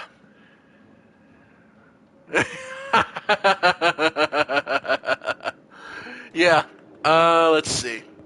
Biggest thing with these guys. Sin Frenzy. Suck at this mode. Oh, God, I barely won that goddamn fight. I ended up having to use both the cleric I was saving and my own cleric's once a game saving grace. Fucking one game spell to beat that fight. But I mean, it is the hardest fight in the game, literally in hell. It's still so much fun. I was laughing the entire time. In any fight that has its own theme song. Yep, Divine Intervention. I had to burn 2 of them. I got some really bad rolls. The worst part is, it was against Asmodeus himself. Like, I had dropped 90%, almost everyone else in the room. It was just having the steam to get through him himself. Oh, that was so fun. Sin Frenzy. Once per day for a number of rounds equal to its hit dice, a Cambion can embrace his sin and enter a frenzied state as a free action while the Cambion is in a frenzy. His land speed is increased by 10 feet, and he gains a +1 bonus on reflex saves and attack rolls. So basically, for 3 turns, these guys can become major pains in the ass. Make every strike count. Yep. Let's try this way. Alright. Oh my god, I love it so much. I cannot tell you how much that made me happy. I have it on my goddamn phone. Oh, I have it on my phone. This will hurt. I'll cut you wide open. There we go. Cambions don't usually have much on them. Alright. Extra loot, extra loot. That's not far. Loot. Pick the lock. I hope you appreciate this. More loot. Yep. In due time. We're badly overloaded, but... Okay. Sheila. Heal up.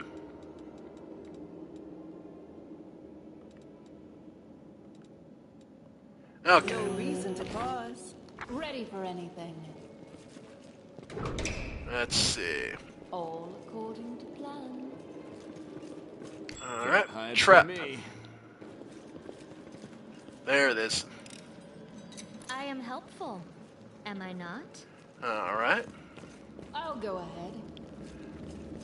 Alright. I believe this is another fight real quick, but a little bit of a rougher one. As it should be. Alright. They will break against our resolve. Well, aren't you happy? Alright. Yeah, go ahead and... Oh, no, can't get it, so... Spirits demand your blood. Alright. You won't survive me. Oh, and another one. Okay. Luckily, he had to burn all his movement to get to me, so... Take you! Nice. Yeah, we're good. A calculated risk. Ooh, got the sneak attack. Gods, I love that. Yep. That is not far. Alright. And loot. Just a mushroom. Okay. Hey, now here's the fun secret. Remember I mentioned that remember the color order, just so that you could help it out? That it's a puzzle solution? Nope.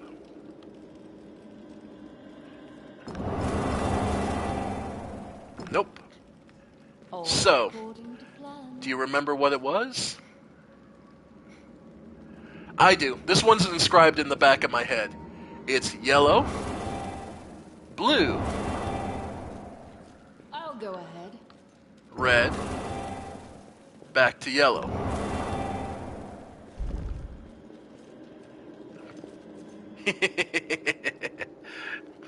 You can always run back and check it, so don't worry about having to have it memorized. It's just stuck in the back of my head because it was just one of those things that sticks. Alright. And then back here...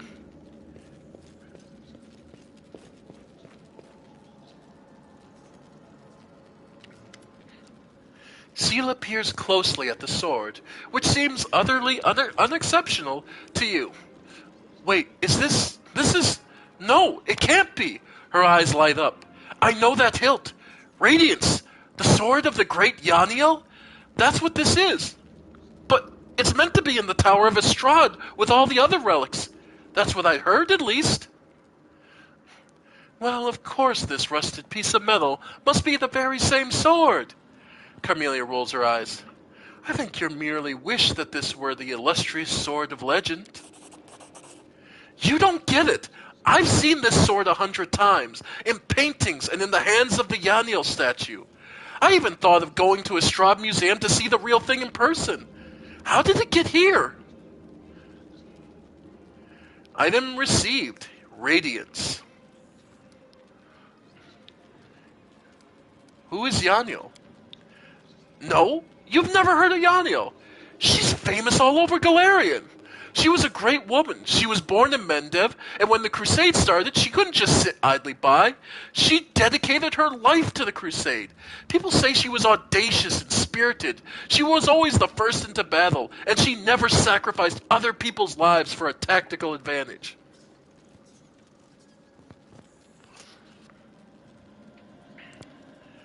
That's how she's been remembered, an incredible warrior who seemed to blaze with righteous fury. In all the images of her, she looks capable of driving all the demons back to the abyss single-handedly. But then something happened between her and her commanders. Maybe they envied her, maybe there were more to it than that, I don't know. But anyway, she went into the world wound without her fellow soldiers. And she didn't just survive the mission, she even brought back crusaders she rescued in there. Can you imagine? She died as she lived, with pride.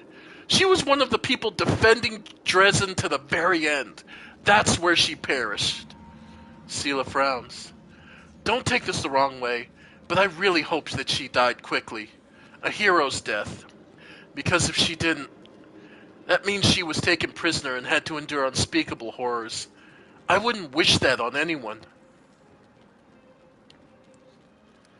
You know a lot about Yaniel. Are you a fan of hers or something?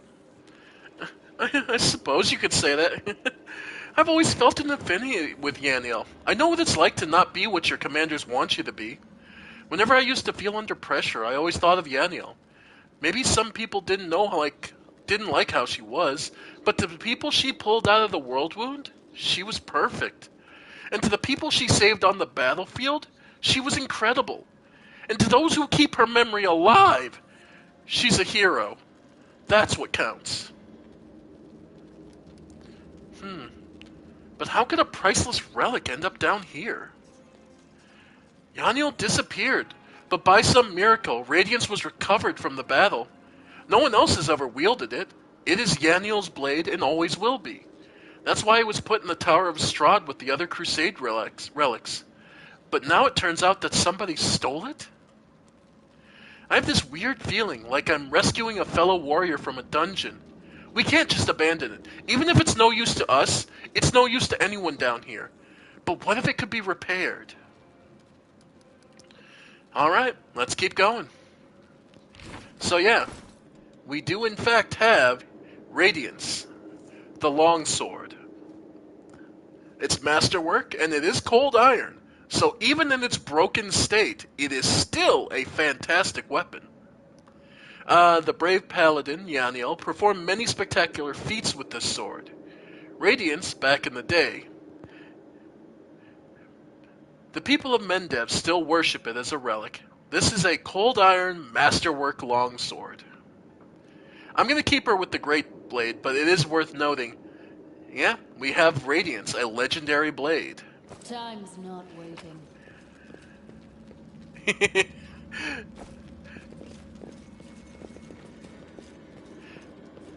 Hey, it could be the... If you ever played... Dayhawk, if you ever played any of the Souls series, it might be a case of, like, the original Dark Souls, where... I am helpful, am I not? Where... That is not far. The weapon and equipment itself isn't quite as important as the person who wore it. Solaire, the original Sunbro, come to find out, his equipment isn't incredible. If anything, it's underwhelming, which makes his resilience and capability all the greater because he did so with such mediocre equipment. It's like, yeah, no, I understand now why he was never putting out that much damage. The man didn't have the super magic sword. He was using a regular blade to fell monsters. And that's just as, if not more, impressive. Oh, if it had been the equipment? Oh, gods, yes. Alright. Huh? A Earth Elemental? Our victory is certain! The hell is a rock element? Medium Earth Elemental. Huh. The hell are you doing here, buddy? The Inheritor, guide my blade! Endure this! Nat 1. This should do it. Go Yep. for their hearts! Alright. Into the fray! Yep. Make every strike count. Well, I guess we had the water elemental earlier. If we had the water elemental earlier, I guess the earth elemental isn't that much of a difference. Alright. So, where haven't we been? As it should be. Alright. That's back to down there.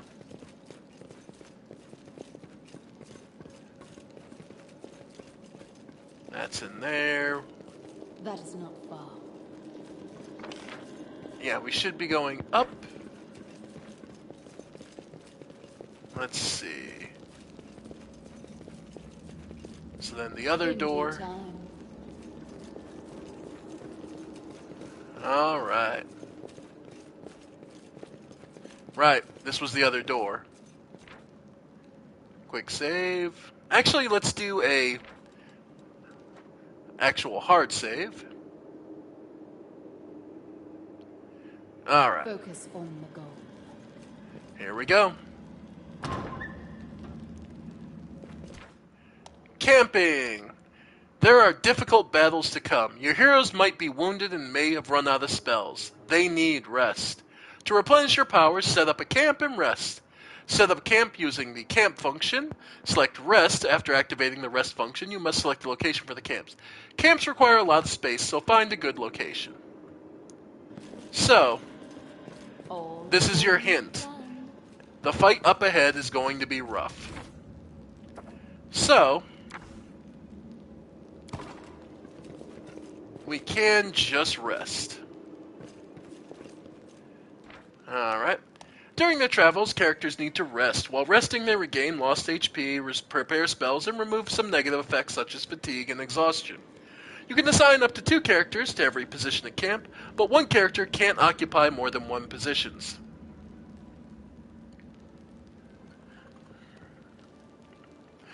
Oh gods, they're gonna try... Yeah, Yeah. Your characters currently have 3 activities available during rest: Protective Rituals, Camouflage, and Night Watch. Protective Rituals reduce the rate at which the corruption of the Abyss grows during rest. To conduct these protective rituals, a character must make a successful lore religion check. Locations may differ on their levels of abyssal corruption. Camouflage reduces the chances of your camp being discovered. To create a camouflage, a character must make a skill check. A successful check allows you to negate the possibility of a surprise attack completely. Camellia is the best suited for this task, as her stealth skill is higher than that of other characters. A Night Watch gives your party an advantage in case of surprise attack on the camp. To keep watch at night, a character must make a successful perception skill check. If the skill check is successful by a sufficient margin, you're fully equipped and awake. If the skill check is successful by an insufficient margin, they will only enter combat awake. If the skill check is a failure, its result will affect the number of characters who are asleep at the beginning of combat. Wenduag and Lan are best suited for this task, as their perception skill is higher than other characters. So, yep. So we have good lore, so we can try and do the protective ritual. We could try for camouflage, but we'd better off just keeping watch. Alright. Rest for the recommended period. Alright. You know, I hope this war at least teaches you how to talk to get along with your comrades in arms. I think we've got a decent party here, and you could find yourself some friends. I'm not here to make friends. I'm here to kill. Wow. Alright. Failed to weaken the impact of corruption, but nothing overnight. Alright. Got our casting back, got everything back. Let's go. I'll go ahead. Everyone feeling rested and recharged, but note that it does not remove the Death's Door condition. That we need to get to an actual place of safe haven.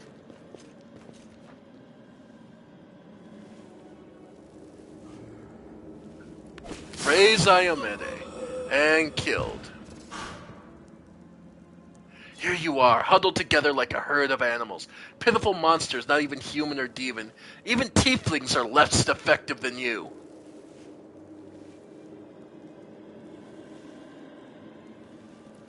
But I, your master Savamelech, can make you better, stronger. I can satisfy your hunger. Starvings of the dark, submit to me. No, we are descendants of the Crusaders. Trusting a demon would be a betrayal to their memory, Hosilla.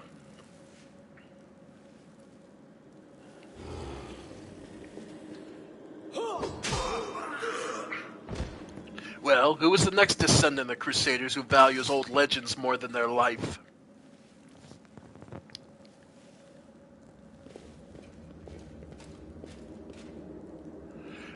Beasts, monsters, and human guise, reveal your true nature. This is the sweet, wholesome flesh of a righteous Isamar. Eat, underground Crusaders. Eat the flesh of the Crusader from above. Find your true strength. Forced cannibalism. And it is making them disgustingly stronger. You rush at the demon, but the air seems to grow thicker with every step. You feel like you're watching from underwater as you see the mongrels fall to their knees, one after the other, and crawl to the Yasamar's body. You hear their fangs tearing through the flesh. You hear the sloshing of blood. You hear the former mongrels snarl like animals, fighting over the most tender and juicy bits of meat.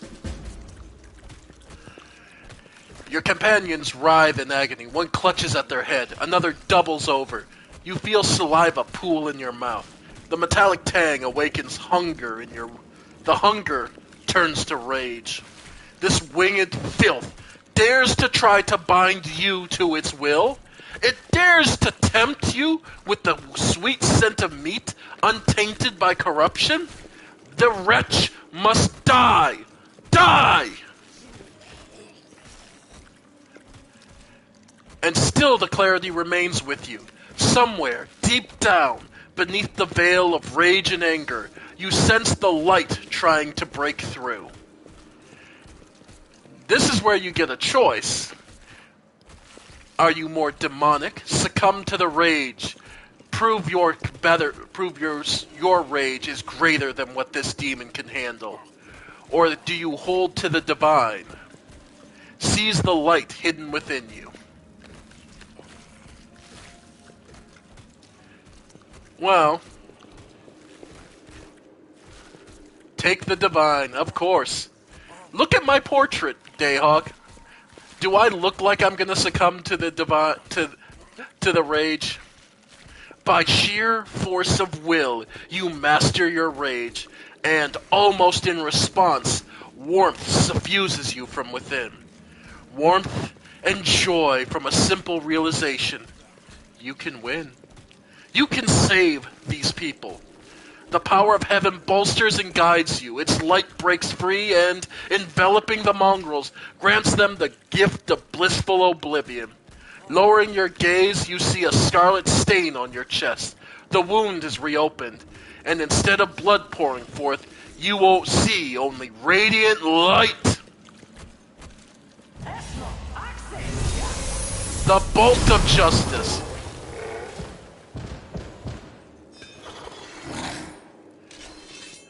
The demon convulses in pain when the light reaches him. What are you? Destroy this vermin! Hosilla points at you. She's already wounded! Wenduag! Kill!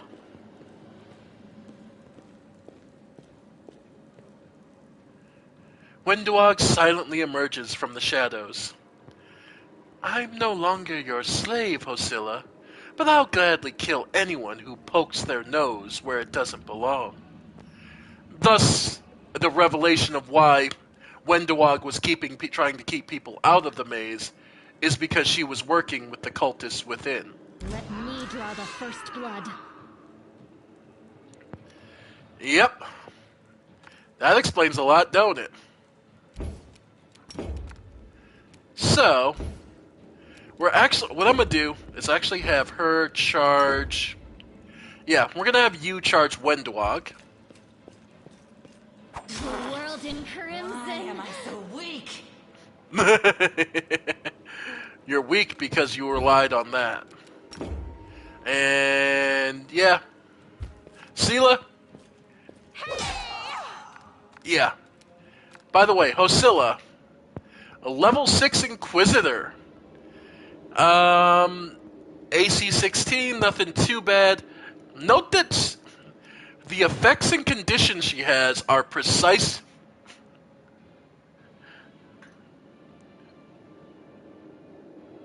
I left her with a bow.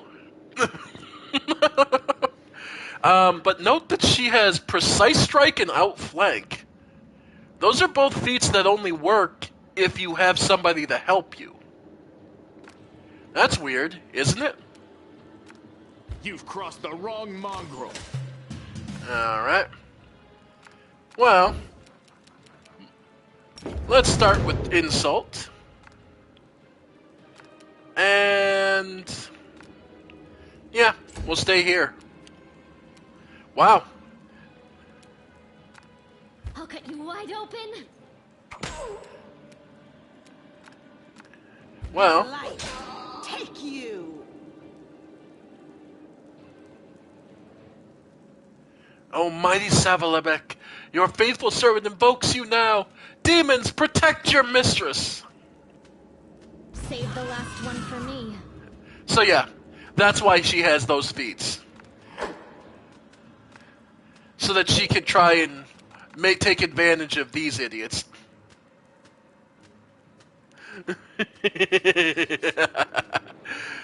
Unfortunately for them, I mean, they're quasits. Quasits. Level 3 outsiders. They have fast healing. That's about it. DR5, yeah, I guess. Problem is, Hosilla, you're most of the way dead. Survive me. Oh. The spirits demand your blood. Oh! Oh! Ow. God, rapier straight through the spine, basically. Oh, that is so vicious. Okay. And basically all I've got to do... Actually, what am I doing?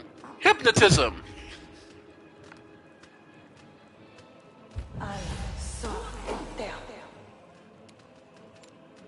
Okay, didn't get through.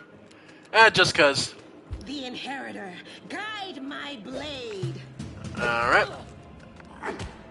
Yep.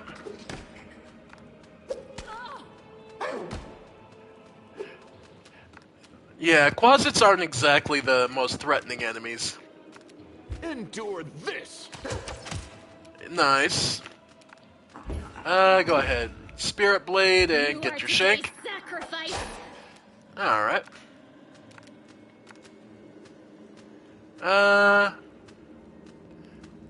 Okay.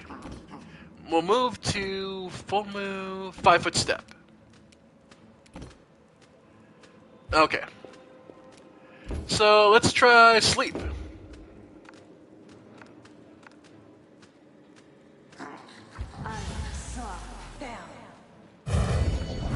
Will saved. Okay. Into the fray. Well. Make every strike count. Yep. Finish him off. There we go. Ooh, critted again. Well? Well? Are you going to finish me off? It's not exactly unexpected. The wounded Wendowog looks up at you. What else are we supposed to do with you? You're not just a traitor, you're a monster. The young ones believed you, and you lured them to a demon and watched them eat human flesh. Indeed. Both sides of his face just fully in fury. I was trying to make them strong. What have you done for them? What were you doing while I was looking for ways to bring strength to our tribe? You're useless, Lan. I led by example. I trained. I tried to become stronger so I could go to the surface and maybe do something worthwhile with my stupidly short life. And I will do it. I might be the one to bring our whole tribe to the surface. But you? Why would you want any power that turns you into a monster? These young guys and girls, they trusted you. And they were turned into mindless animals, ready to eat corpses at a demon's command. He's not wrong. I went through the same ritual as them, and I didn't become an animal. I conquered my anger. The anger that has been building and building in every one of us for decades. Unlike you, I have no intention of just lying down and politely accepting death. I will rise above all this, while you'll still be stuck with your pride, chewing on rats.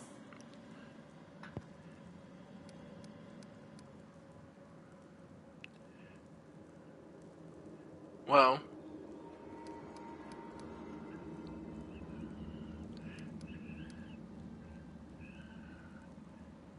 you said you went through the same ritual. Does that mean you ate human flesh too? Yes. Hosilla found me in the caves. I was lost and hungry, and she offered me a choice.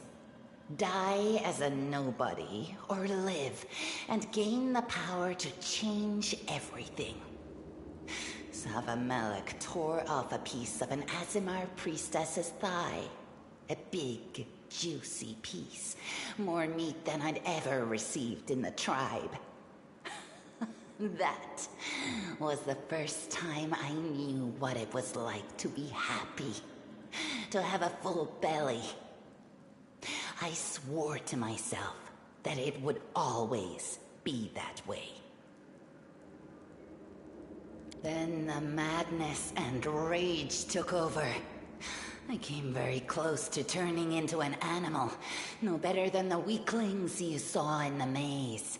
But I am strong. I mastered myself. I brought myself under control. I fell so that I could rise again. You should have chosen death. Dying's better than living like that. You're saying I should have died that day, Lan. But then who would have listened to your feeble jokes? Who would have showed you the best caves for hunting? Who would have made you a man? Ah, so that's why they're together. So she was the one who took his virginity.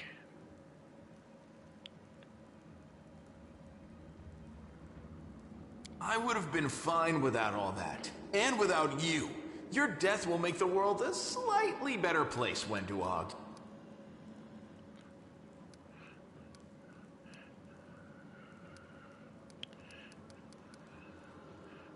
Alright. But real quick, why didn't you try to stop us from going inside the maze? You knew we might discover your secret. This is really stupid on your part. Savamelech is always in need of new servants. You'd make as good a servant as anyone else, and then... once you've gone missing in the maze, not even the redoubtable Lan would have dared look for you. But then why did you come with me to look for the sword? Yeah. So I could kill you quietly if you found it and stop you taking it to the village, you idiot. I would have told everyone that you got caught in a cave-in. But then the Uplanders showed up and I had to change my plans. Okay, I understand. You won't betray anyone ever again. You're all bark and no bite.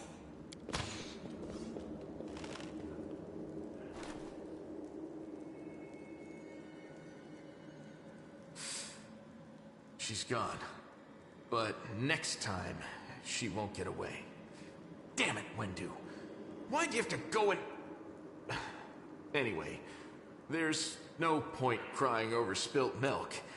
Give me a couple of minutes. I'll bring the chief and the rest. I need to clear my head. Yeah, when your girlfriend turns out to be a selfish bitch who will do anything for power, yeah, you need a few minutes to clear your head. Alright. Chief Sull appears flanked by mongrels. The journey has taken its toll on him. His breath is labored and sweat is dripping from his bloated face. What is this? Anivia gives a low whistle. Well, I'll be damned. Turns out old Holrun isn't as crazy as we all thought. There really were demons down here. I should have listened and sent a patrol down here, damn it. Horgus's lip curls in distaste as he tries to keep his distance from the unconscious mongrels.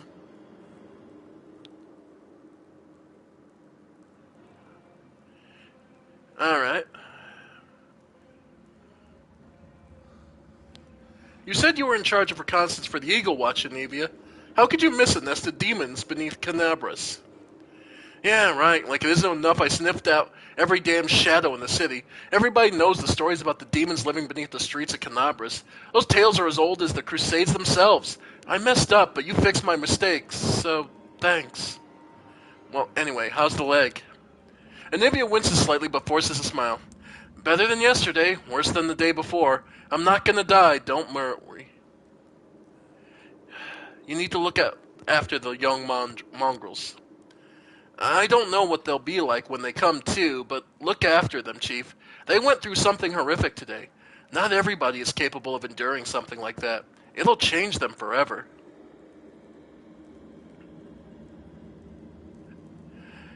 Look, Loth just gets a bad name, alright? There's some good spider people out there. There's gotta be a couple of good driders. As long as they can hunt, the rest can wait. Uplander, you and Schlan, you saved them. Only the gods can salvage their souls. But we are a tribe. We will think of something. And when they're stronger, they can go up to the Surefish. That time has come. This place must be burned with holy flame. The place is overrun with demons, but that's not the worst part. Wenduag, she's been working for the demons all this time, luring the young, strong mongrels into the maze. He nods at the unconscious mongrels. We might still be able to save these ones. They can't get any stupider, that's for sure. But they might be meaner than they were before. But I suppose all teenagers are monsters in their own way. Peter. Chief Soul laughs, but it comes as rest. Ah, Lan, we don't waste words on people who don't listen to the tribe. You act the fool. You suffer the consequences. Slow gives a ragged sigh. Wendwag, how could she? She deceived them and then she left. What's to become of us? Chin up, Chief. The kids you rescued are safe now. The demons are gone, and the traitor's been dealt with. All's well that ends well, I say. Well, it's time to get out of here. Chief, I think I'm going to lead our visitors to the surface, and I'm going to keep going. Something interesting is happening out in the world. Maybe it's my chance to do something more useful than skinning cave rats. Chief Soul heaves a sigh. Huh. You never were one of us. You always looked up. You don't think I'd see these things. Our life is not for you. You must go. But where? Where's the way out? Beats me, but these beasts got down here somehow. Lan searches Hosilla's body and shows you some papers and a key. I don't know what these documents are, but I'm sure this key will come in handy. Anivia's eyes quickly skim over the letter as she passes it to you. Those cheeky sons of... This is all information on the cultists in the city. Their meeting places, passwords, their secret hideouts. I think we should show this to whoever's in charge of Conabris right now. And as soon as we get back to the surface, we'll find out what's what. So the letter we found. Savalak, this is my last warning. You need to act discreetly without attracting any more attention than you already have. People are already talking about the strange disappearances of Canabras' most righteous men. Keep below ground, nurture your mongrel pets, and wait patiently. The call to battle will soon come, and it will sound loud and clear even down there in the catacombs. Gather your warriors immediately after that. Bring them to the surface and lead them to the Tower of Estrad. This tower will be my final dagger, and I shall plunge it into the guts of Canabras.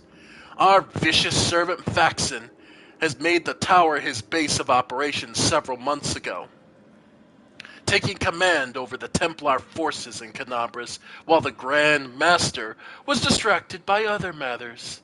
Faxon has already gathered a stash of weapons, potions, and other useful supplies, which he will gladly share with you if needed.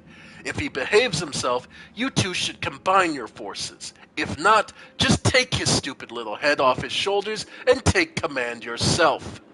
Mistress Minago. Alright.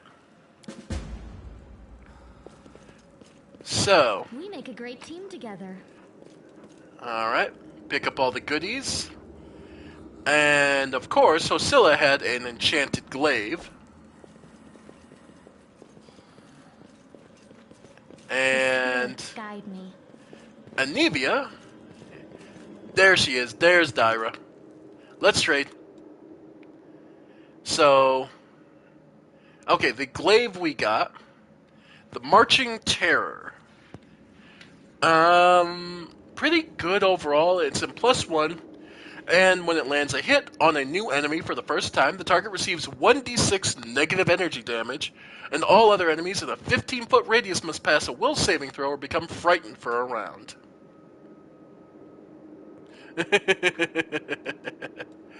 Alright, so for now, let's start emptying out our... Yeah. Get rid of some of these weapons. I'll keep the enchanted one. And Radiance.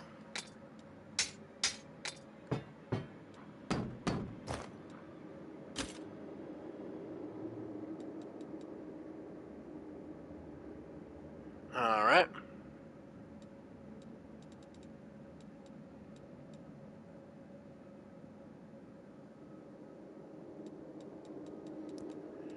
Yeah. I believe it has the buyback option. Plus, you can... Basically, the way the selling works is you put all this stuff here, and then you can go through and go, okay, I want this, this, and this. Bear in mind, yeah, we all do.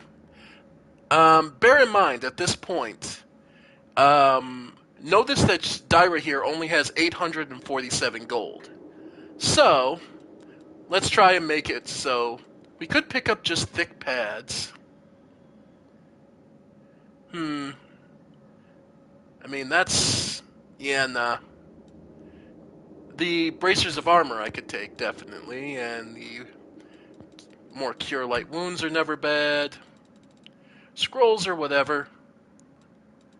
And I think that's about it. Yeah. Okay.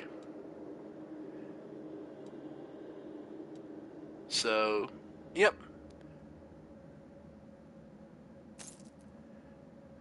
Alright. So, we've cleaned her out. We have 3,000 gold. Yep, cleaned her out. And still got plenty to go, but we're at light. No mistakes. So, quick save. And I'm the only one with any damage. So, real quick, just chug a couple of potions. Alright. For anything. As it should be. And get ourselves up. Alright. Upstairs.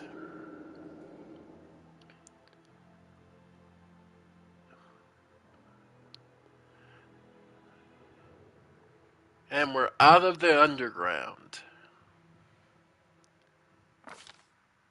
While the survivors wander the dungeons, the battle on the surface rages on. The warriors of Canabras are trying to defend the Wardstone, but their strength is flagging. Their resistance is valiant, yet it will all be in vain if no one rises up to turn the tide. Indeed. Finally, fresh air. That is not far. Alright. Pick up everything you can. Now, I'm going to tell you right now, this is the point where feel free to turn this back to real-time combat. In due time.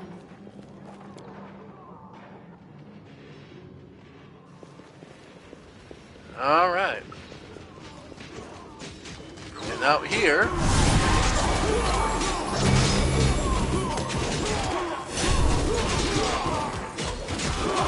some brutal fighting. Bravo, soldiers. The half-orc before you, wearing armor adorned with Iomede's golden swords, is clearly exhausted. She obviously hasn't gotten much sleep over the last few days. There's soot on her face and fresh blood on her sword.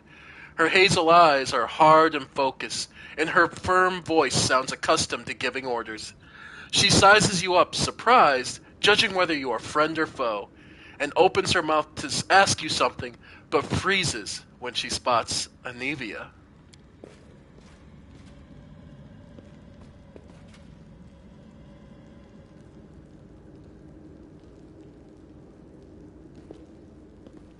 By the goddess, Nevi, I'd almost lost all hope. Everything's fine, Beth. I'm here. I'm here. This here is a new friend.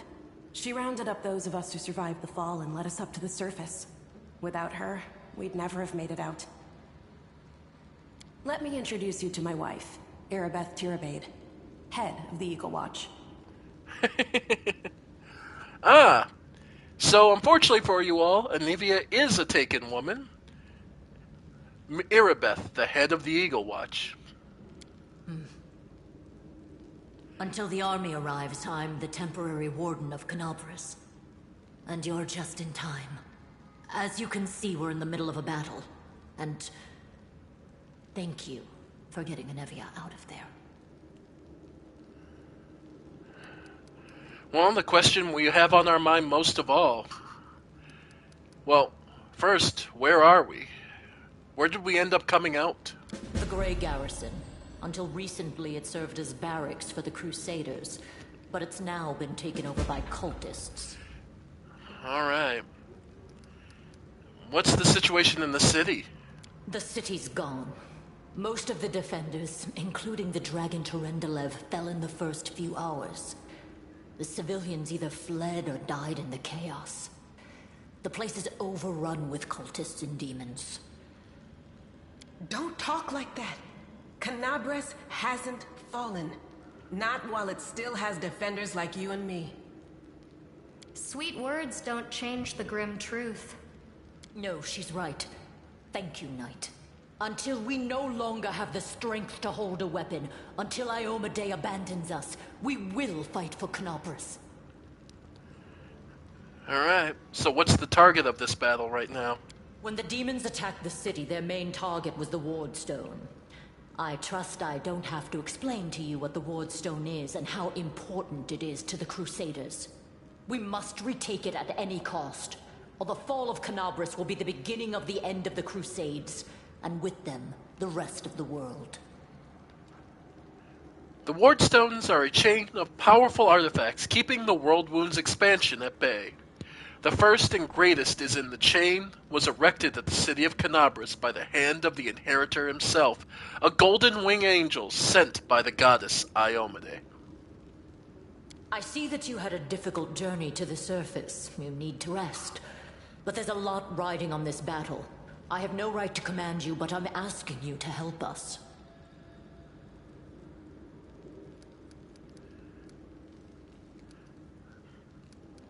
How did the Ward Stone end up in the Grey Garrison? Wasn't it in the Tower of Estrad, at last we heard? The demons have long laid siege to Canabras, but this time, their lord Descari appeared in the flesh. He ripped the Ward Stone from the ground and hurled it halfway across the city to heal. That must have been funny to watch, kinda. Half of the stone was destroyed, but it seems all is not lost, yet. Descari has gone, but the Ward Stone is surrounded by a horde of those creatures. What are they going to do to it? Nothing good, that's for certain. Indeed. But how did he do that? He's a demon! The Ward Stone should have burned his filthy hide! It should have. But what happened, happened. We don't know why. Well, maybe he threw it because it was burning him. He wasn't expecting it to, or is supposed to have had a method to negate it. And he basically did what you do with a hot pan. You grab it, realize it's hot, and you toss the damn thing. Alright, let's not waste any time. To battle! That's the spirit. You, take Anavia to the rear. The rest of you with me.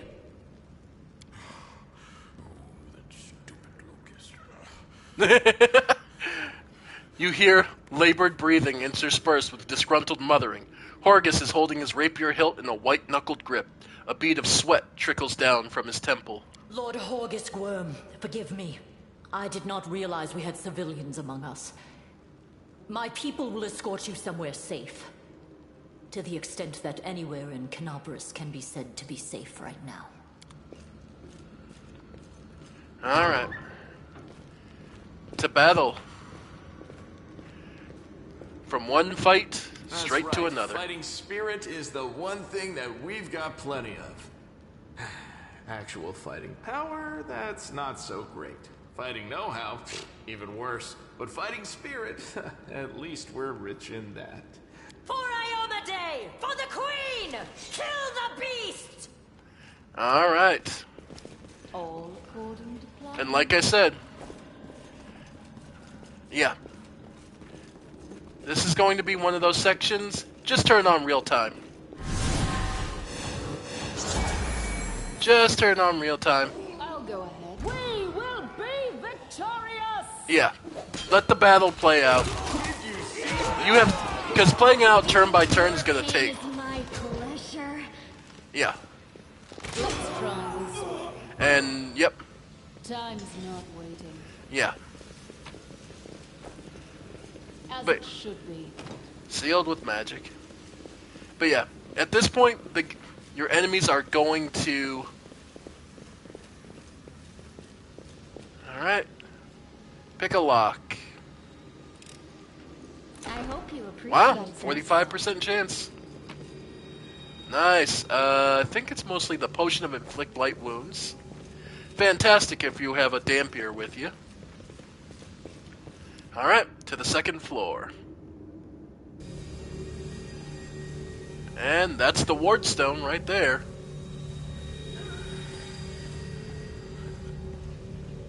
Hey, I know you. So you're one of these cultists?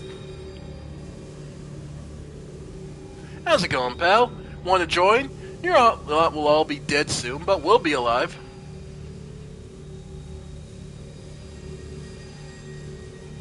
I can't. Come on, then. Leave these losers. The Crusades are over, and soon the demons will rule the whole world.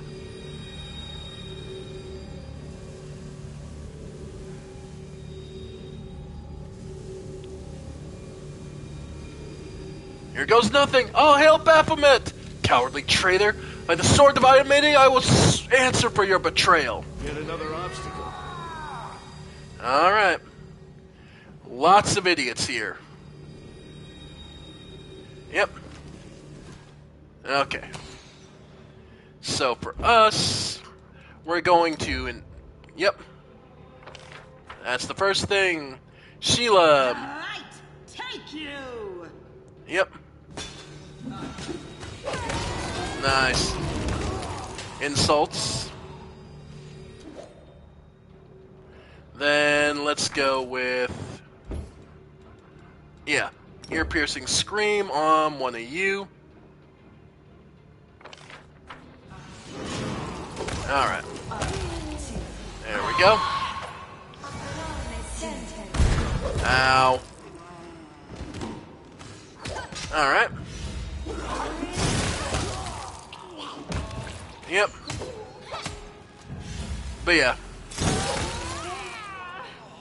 Yeah, this will take forever if you do turn-based, so just go for the, Alright.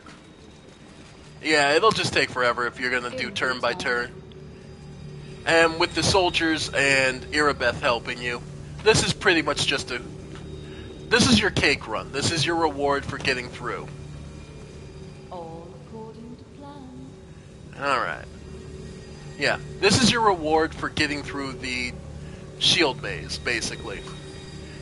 Is some real support with some real heavy support, walking you through probably the worst of it. Alright. And get up to the third floor. But the place is falling apart. Unfortunately, but...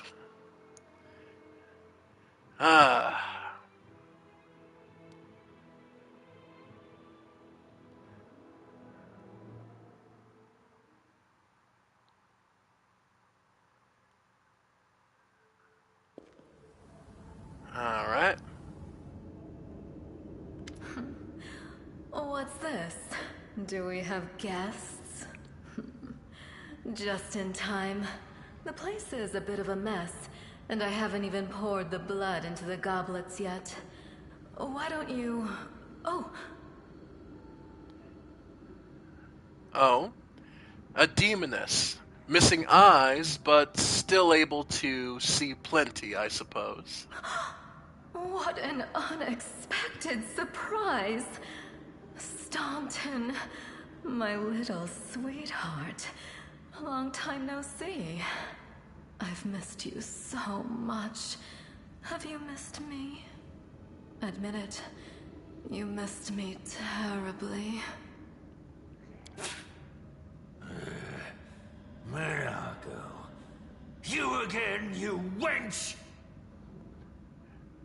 The aged dwarf from Irabeth's troop, silent up until now, spits on the floor. His hardened, craggy face, like a storm-weathered stone, twists as if in pain. Minago, the one who... Be careful. She's one of the deadliest creatures in the whole demon horde. She was once responsible for a massacre in Canabras. She must be back to finish what she started. The powerful Lilitu Minago is one of the demons whose names in Mendev are always spoken with a curse. She's the author of the two most horrific atrocities in the history of the Crusades, the Fall of Dresden and the Red Morning Massacre of Canabras. So, in this situation, do we ask if Staunton knows the demon? Come on. It's obvious. Out of the way, beast? Nah. Hey, demon woman, what's wrong with your face? Oh, how rude. You're one to talk, mortal, with a face that even a mother would loathe. Staunton, sweetie. You're not going to let your friends speak to me like that, are you? Folks, really, folks, my literal class is insulter. What else was I going to pick? That wench? She's the one who led me astray. She's the reason my life has gone to the abyss. She's the reason why Dresden fell. Oh my, like butter wouldn't melt. What I remember is how eagerly you would run to our trysts, how you begged to see me again, how you promised you'd do anything I asked. By your own free will, you said this. And now you claim that Dresden fell because of me. No, my dear. That was entirely your own doing. Of course. I wasn't doing anything. I only asked him for a favor.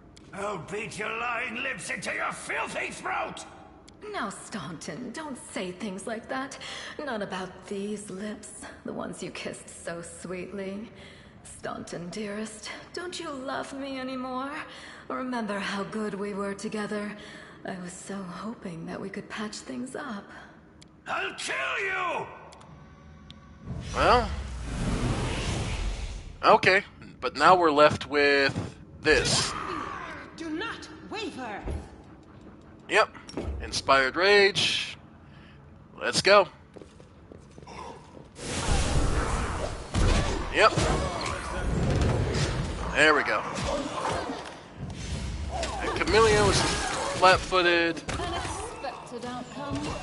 Alright. Hang in there. Almost there. Focus on the goal. Alright. As Yep. it should be. Again, my ability to insult and buff my allies is ridiculously good. So, and just use some potions to get us back up to full before we confront the next fight. Alright. Camellia got hit pretty hard. But no mistakes. Alright. That is not far. More religion.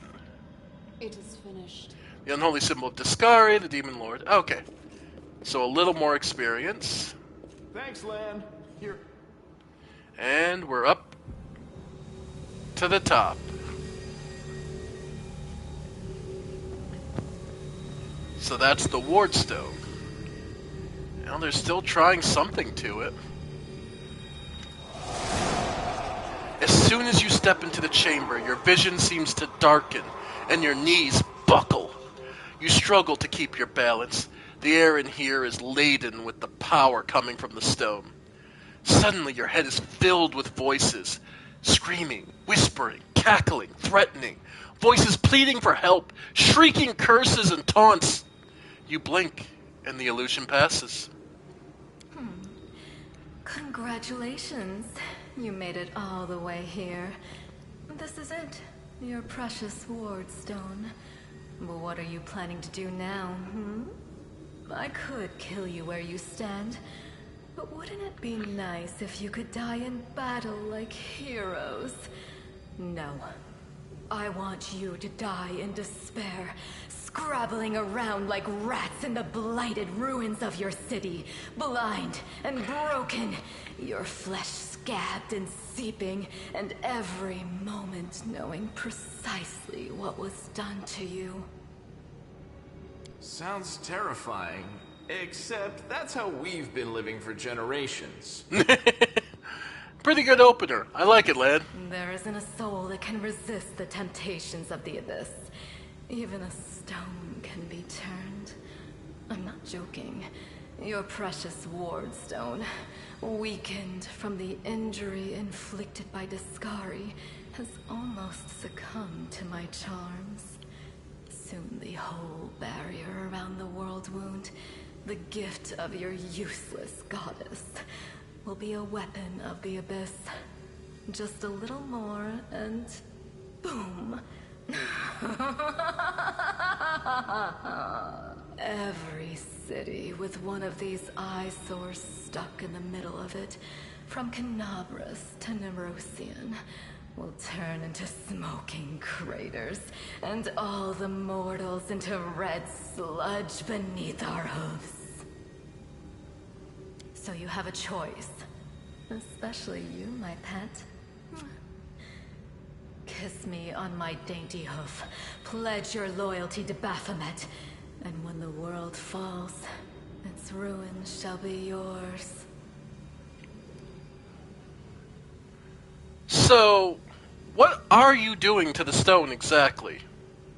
Well, quite what am I doing to it? Probably the same thing I did to many of your comrades. Sweetly and tenderly persuading it to abandon the mortals and join our side. Ah. Prepare to fight to the death, demon! We won't let that happen.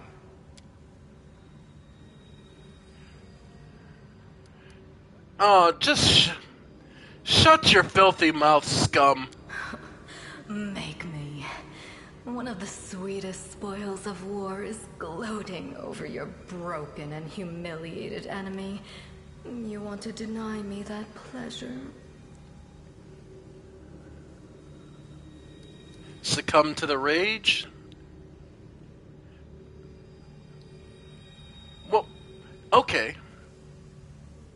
But who are you? You've already forgotten me. You mortals have awfully short memories. Even shorter than your little lives. Staunton, sweetums. Don't you want to introduce me to your friends properly? No? Well, I'd better do it myself. I am Minago, Lily II and faithful servant of Baphomet, and leader of his armies. The city is mine now. I'm just starting to settle in, get things just how I like them. But once I'm finished, I promise you, the results will be simply to die for. And it was such a charming little place until you sullied it with your presence. It had such lovely boulevards, quiet and shaded. You took those away from me, and I shan't forgive you for that. Impressive that she gets... of all people, Camellia is the one speaking of. They've done much worse things than spoil the promenades. All the people they've killed. Yes, of course, you're right. I grieve for the common folk as well. A true noble, through and through. Oh yeah. Reveal the light of heaven. Your victory celebrations are a little premature, demon.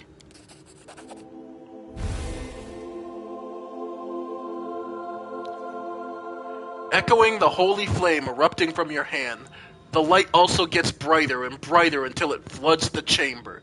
You hear the voices again, stronger now. They repeat your words like a choir of angels. Hey, no eyes! Didn't you tell us that heaven had turned its back on us and no one would come to our aid? Don't listen to her. The Fiend wants us to lose all hope. She won't succeed. I'm done with this shit! I only followed this hoofed menace because I thought the Crusaders had it, and there was no other way to protect my family. But now I see that there is hope. I won't bow before these heinous idols ever again. If they kill me, at least I'll die a decent death. Yes! Return to our side, friends! Have courage! We will welcome you back, and heaven never abandoned you, no matter what this deceiver told you. Turncoat, I'll cut out your heart. We'll see how tough you really are. We let you frighten us once, but but it won't happen again. An elf with a face deformed by acid burns, throws her unholy symbol at him. Enemy approaching! Alright.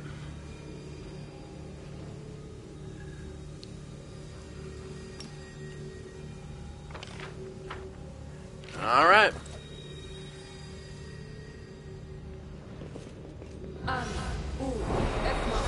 Oof. Alright.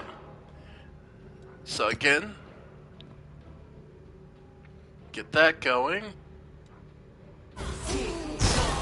Ow. Touch AC. Rough. Yep. Yep. Yeah. That's it. I'm tired of playing around now. You want to know what will happen when I'm done with the Wardstone? Here's a little demonstration.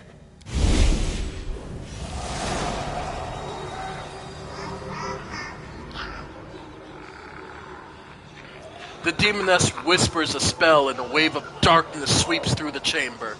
Your companions wince in pain, but there's nothing compared to what you feel. Thousands of voices once again burst into your mind, drowning you in their moans, screams, and sobs. Pain rocks through your skull. You won't break us. We will never give up. We will never give up. We will not break. We will not run. It would be a shame if you died without ever surrendering.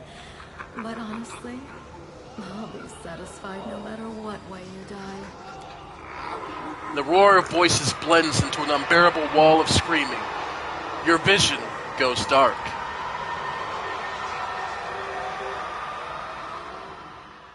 When in doubt, save. Good practice to get into. Especially as we've just completed what is effectively the tutorial, the first tutorial. Praise Iomade, you woke up. Healing your wounds was easy, but you were unconscious for so long I was starting to worry we'd lost you. Huh? What happened? We couldn't stand up to the demoness. Her spells were too strong. It's all right. We'll handle it somehow. You blacked out, but Staunton and I managed to get you here to the Defender's Heart. It used to be a tavern, but now it's our headquarters. We're gathering our forces here, and we're preparing to strike back. Alright. So what's the situation in the city? Bad, but not hopeless. We're constantly getting news, and new sources of resistance keep springing up in the districts where everyone seemed to be dead. The survivors are gathering here. You should see them. Their faces, their eyes burning with determination. The city is destroyed, but our resistance is not broken. We will keep fighting. Alright. So what do you plan to do next? You heard what the demon said. They're going to desecrate the Wardstone and blow up the whole barrier around the World Wound. That would be an even worse disaster than the World Wound's expansion before the Second Crusade. Not only Canabras, but every city with a Wardstone will be destroyed, including the capital.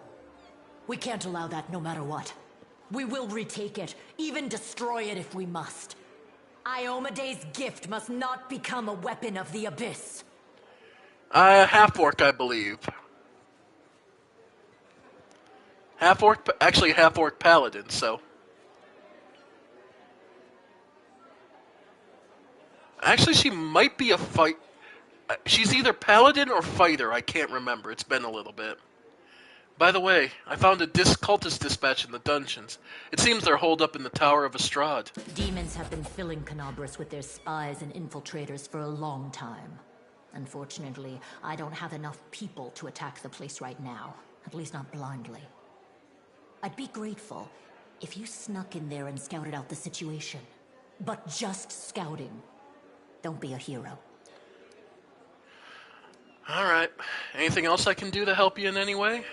First of all, we need to decide what to do with the stone once we get it.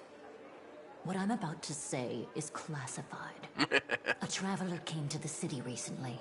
A blind elf calling himself the Storyteller. He insisted he be allowed to examine the ward stone, and he raised the alarm when his study was finished. Even before the demon attack, he had found some damage or flaw in the stone. Oh? Prelate Hulrune dismissed his words as nonsense, borderline blasphemy. But between you and me, the prelate's opinion isn't worth much. I think the storyteller knew what he was talking about. We could use his advice right now, if only we knew where he was. I remember the storyteller spent a lot of time talking to Staunton, a dwarf from my unit. You saw him during the demon attack. The elf asked him about the history of the Crusades. Maybe the storyteller told Staunton something about where we could find him if anything happened. There's another problem. After the attack, the demons began to gather their forces at the Grey Garrison. It'll be even harder to take them with a head-on assault. But I once heard soldiers talking about a secret entrance to the garrison. Trouble is, I have no idea where to look for it. While you explore the city, please keep your eyes open, in case you find something we can use. And one last thing. The Eagle Watch has lost a lot of soldiers recently. Some were killed, but others simply haven't been seen since the attack. In the chaos that is now Canabris, it's next to impossible to confirm anything for sure. One of the missing fighters is Janna Aldori, a new recruit in the Watch. She got along well with Sela, and she often went drinking with her. I honestly thought Sela and Janna had died together. But now Sela's returned with you, and there's no sign of Janna. If you learn anything of her whereabouts when you're out in the city, please report back. Alright, everything's clear. May the goddess help you.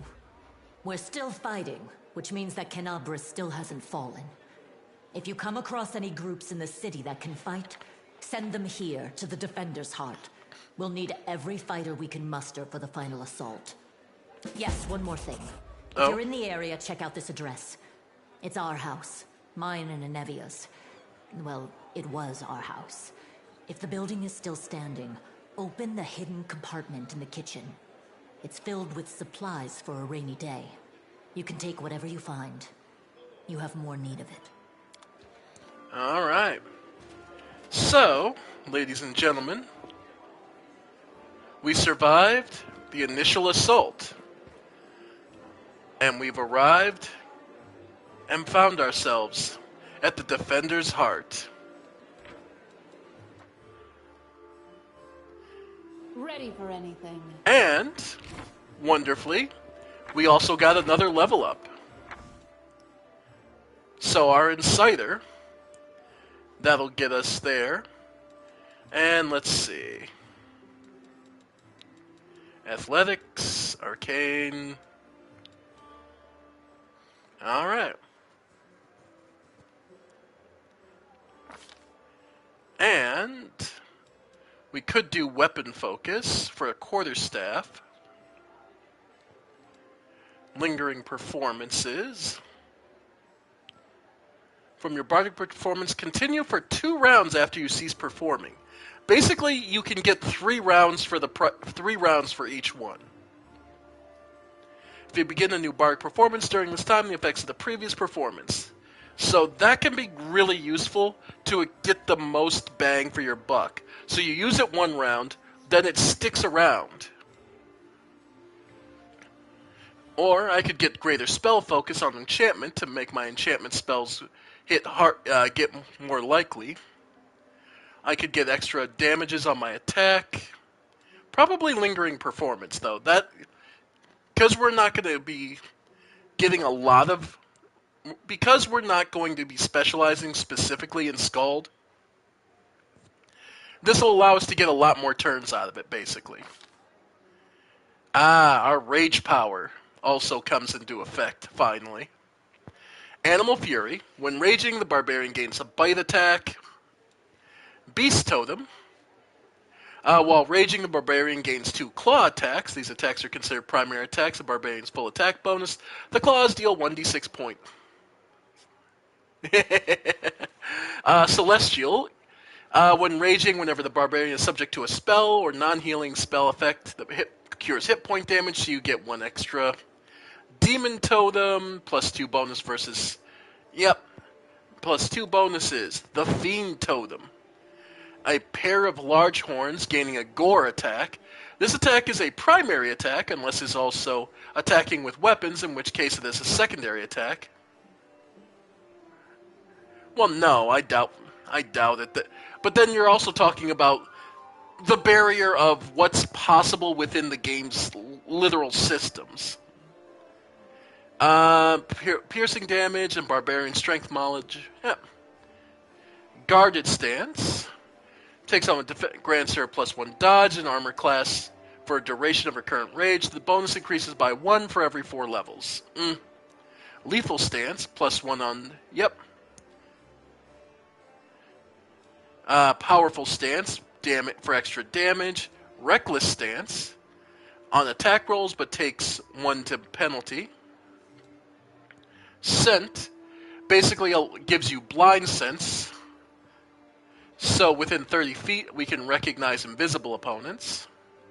Or Swiftfoot, gain an additional 10-foot bonus.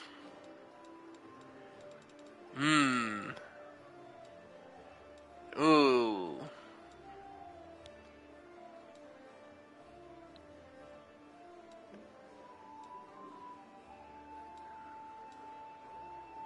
Honestly, Scent feels like the right choice.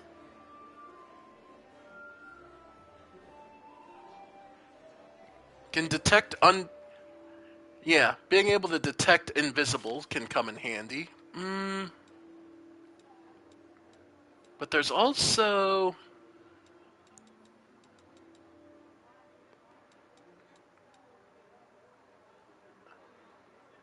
Honestly...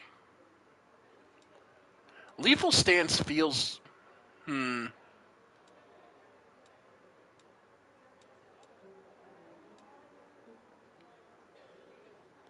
Celestial Totem... Fiend... I mean, just Beast Totem. The 2 claw attacks? Nah. Yeah, I think it'd be Lethal Stance. Especially if we can catch him flat-footed. Yeah. And our extra spell. Kind of want to do Vanish. Because I vanish, and then I get the sneak attack.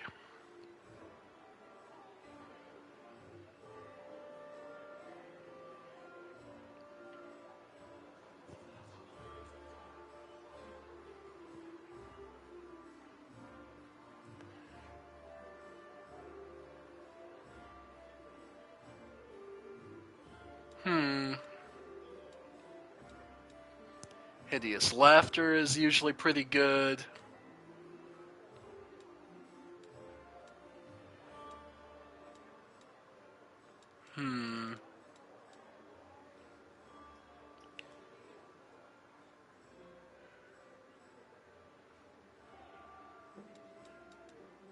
Yeah, I kind of like Vanish.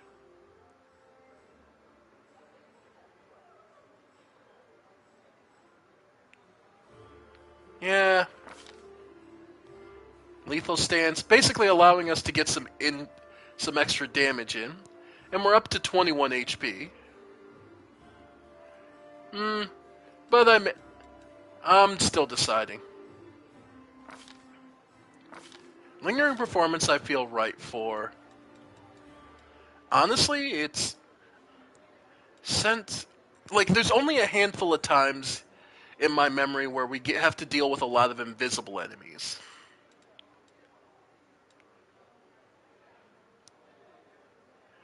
The Fiend Totem... Yeah...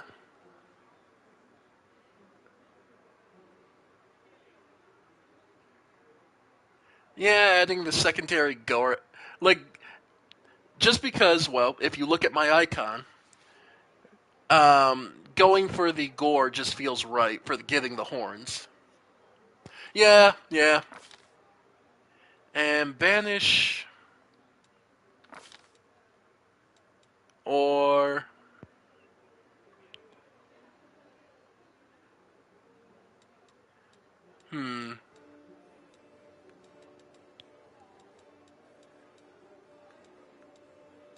Grease, Flare Burst.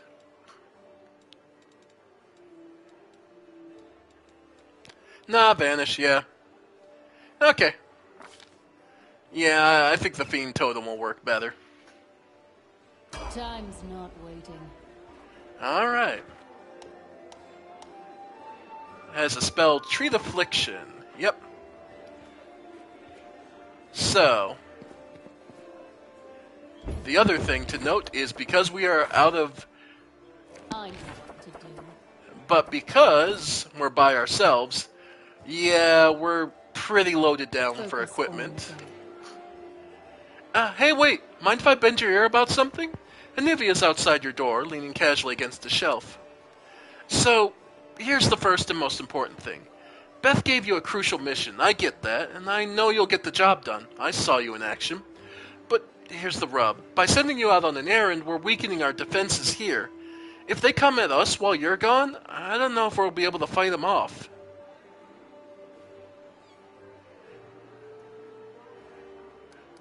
When do you think the demons will attack next? Your guess is as good as mine. It might not be here. They could attack the whole damn city.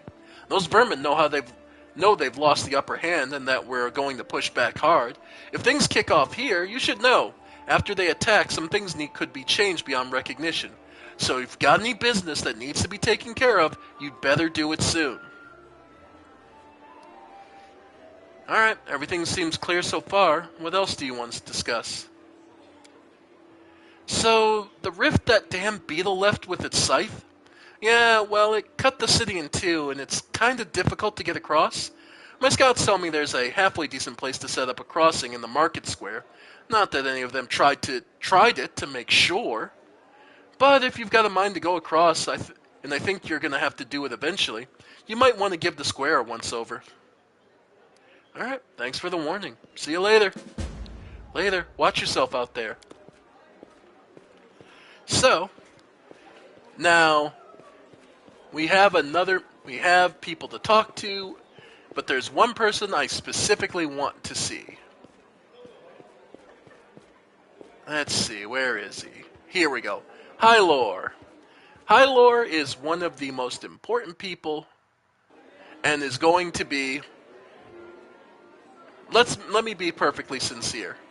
This is how you get other custom characters into your party. He's the Hylor, Venture Captain of the Pathfinder Society. I need brave and experienced fighters. You can pay them at 4,500 is the standard rate. This is based on how... Basically, it's 1,500 for every level you have. Right? So, we have 3,000. No mistakes. Now, the trick was, if I wanted to show this. So, if I go back to Defender's Heart. Ready for... Alright. So, this should be before I leveled up, if I'm right.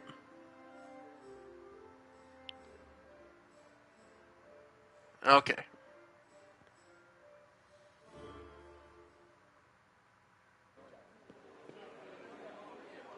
Alright, yep, before I leveled up. Alright. So, I'm only level 2 now. I haven't officially gone through my level up. So, if you talk to Hylor, brave and experienced fighters... Okay, nope, 4,500. I thought it was... Oh, it's because I've reached the actual level. Okay. Okay. Okay. So, regardless... Okay, so once you hit the... broach it jumps it. Okay. Because it's 3,000... It's one for each level you've attained. And it is entirely possible to reach this without... still being on level 2. But, so this means...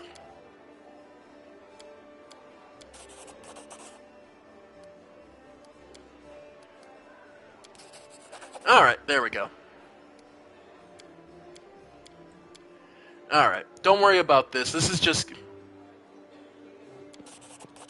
Okay, so Gwyrm basically wants us to go to his house to help clear it out of monsters. And he's paying us the 1,000 gold we need. The 1,000 of the gold, so that he agreed to. So, we're looking at 4,000. Yep. No mistakes. Alright. Show me what you have. This is our merchant. So...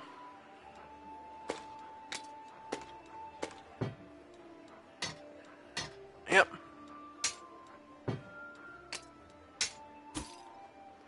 And this is all just stuff we took from the tower. Alright. That gets us another 3,000. Alright. Okay. I need to concentrate. Becoming the distracted leads to becoming dismembered. Alright. Specifically because if I'm going to be playing this, the last thing I'm going to do, deal, is I'm going to have if I'm going to have anyone and I'm playing myself, there's one other person I need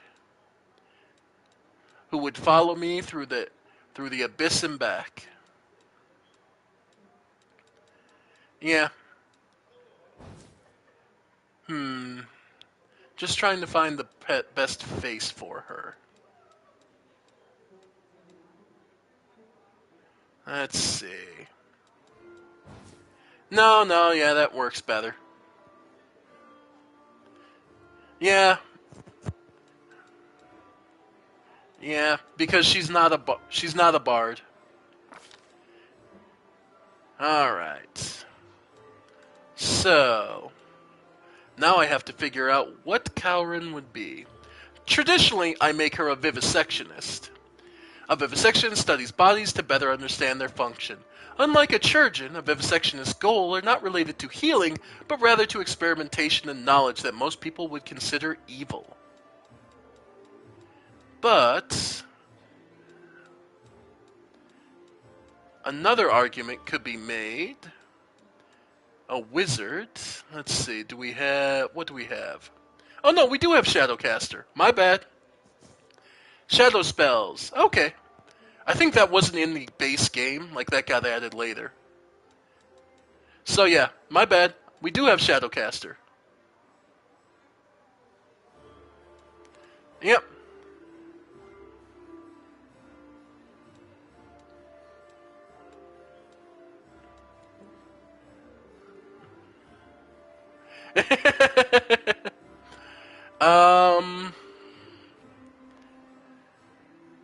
Our old DM banned this build.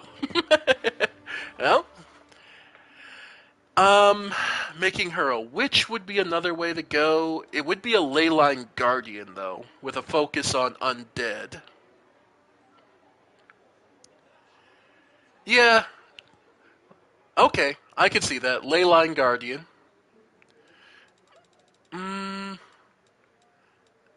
Though it would also...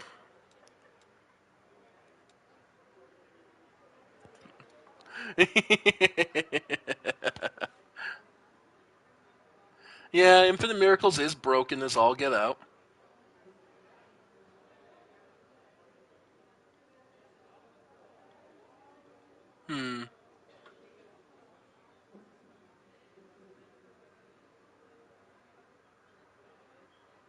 There it goes. Okay. Actually,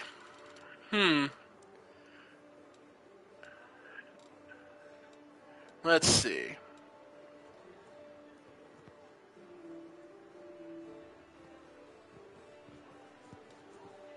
Trying to think. There's...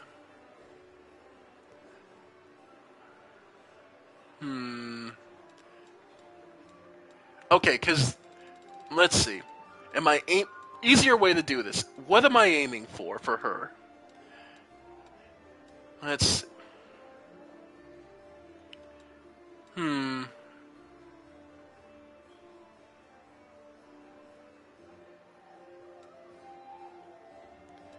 No.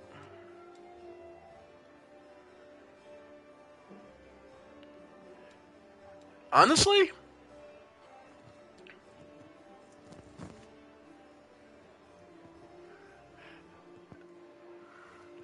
No, I'm not doing that. Honestly, I'm thinking more Eldritch Knight. Believe it or not, I'm thinking Eldritch Knight. The magic and the enemy. Yeah.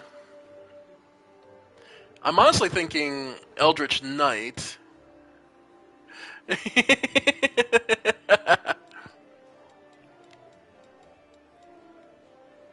Okay, so Eldritch Knight requires, let's see, cast third level spells and martial weapons proficiency, right? So for her,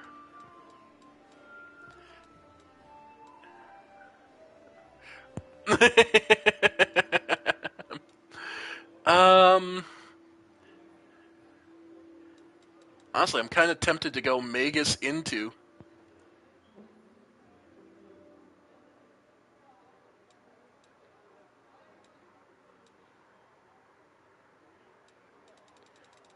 Yeah. Or go. Because the other thing that they did give us, Dragonair Scion, are martially inclined humanoid descendants of those influenced by draconic power. Unlike their sorceress brethren, Dragonair Scions manifest their heritage in more ways suited to strength of arms and skill of steel than arcane energies. Those who follow the path are often children of mighty dragon-blooded sorcerers.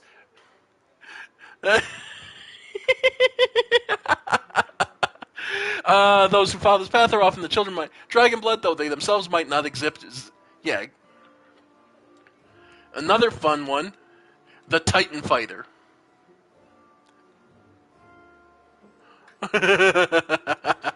Oh, Titan fighters make use of Titan fighters make use of enormous weapons others can barely lift.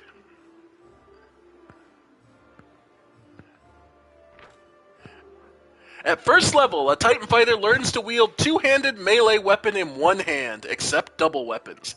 It is treated as a one-handed when determining the effects of power attack feat, adding strength bonus on damage rolls, and for all other purposes. All special properties of the weapon are preserved. The Titan fighter takes an additional -2 on attack rolls when using two-handed weapon one hand. Yeah, Dark Souls 2. But no, I think I'm gonna go Dragonair Scion. Yeah. Yeah, Calren would be. I mean, she starts with Arcane Strike. Fearful Might, yeah. Yeah, no, and yeah. Okay, I'm going for that.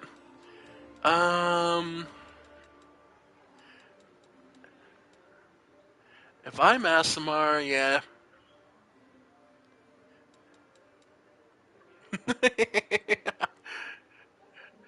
Oh yeah, Elf.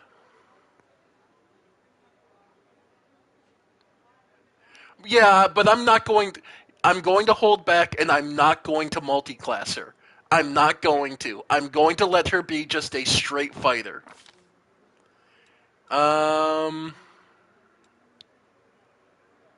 You lose the Elven immunities and Elven magic, but gain +2 on saving throws against necromancy spells like abilities. Nah. Oh, I'm tempted to, but no. I'll keep to it. Noble.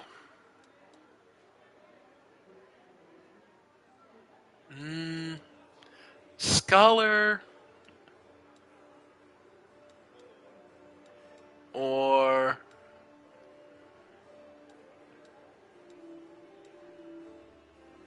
warrior.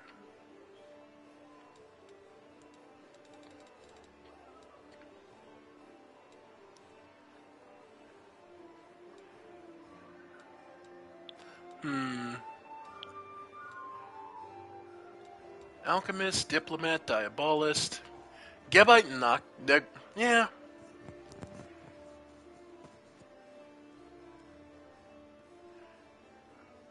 Alright. Endeavian Orphan.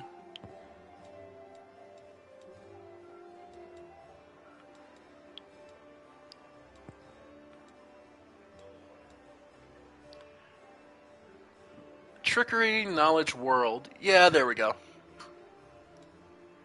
Or Warrior of the Lenorm Kings. Adds mobility. Yep. 5 cold resistance. Yeah. Yep. You know what? Because axes will be more common than what she would actually prefer. Okay. So, strength and con, of course.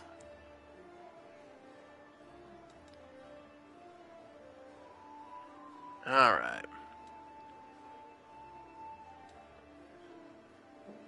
Let's see. Less charisma.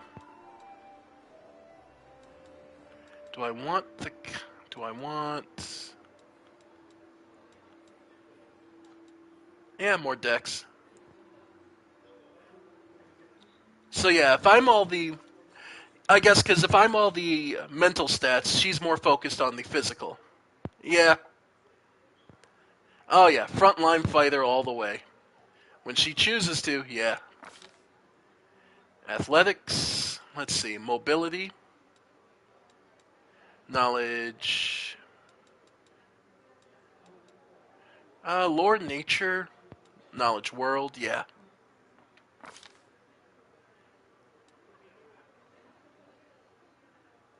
Then Bardish, Earthbreaker. God's Earthbreakers are terrifying. Scythe would be funny. Like, if I could get her to start with a scythe, that'd be one thing. Because that is her preferred weapon.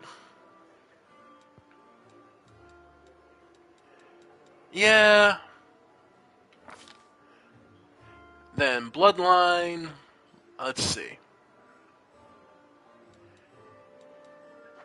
Trying to remember. Gold. Brass or gold?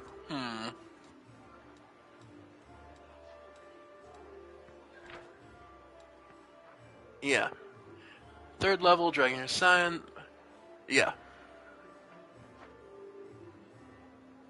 Okay. Energy type electricity, fire. Fire, acid, cold. Copper.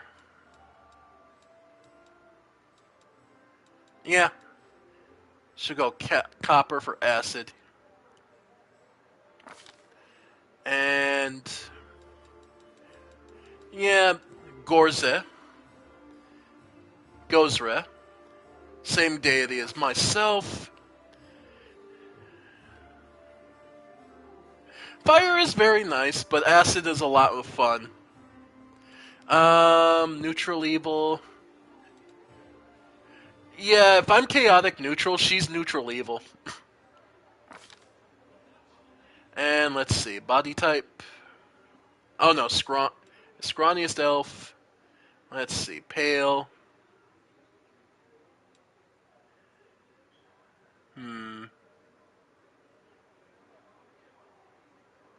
Yeah, I'll take that. No scars. Eye color. More bright. Don't have the color I would want.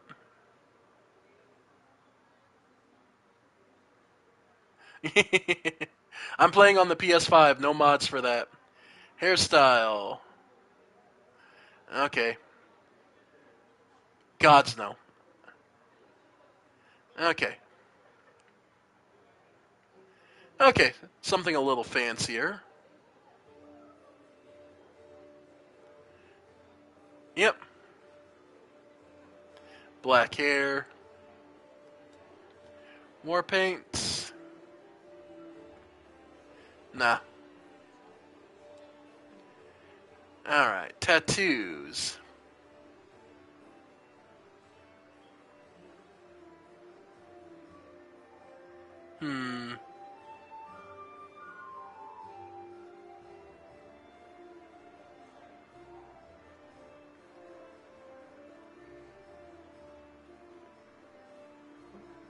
Okay. And there'd be a darker... Yeah, like a light, bright white. And then clothing color. Dark blue and then black. On the trim. Okay. Follow if you dare. Let us be careful. Reserved. Cunning. Damn this silly thing. Your luck's run out. This is my chance to run. Aim carefully. My skills exceed yours. No contest. Yeah, that's right. There it is, reserved. And this is my other half. Calvin Sodegian.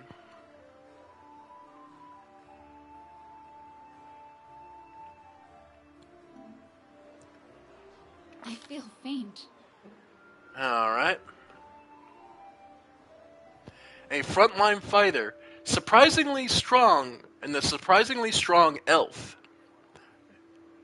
Alright. I am prepared. Alright. So.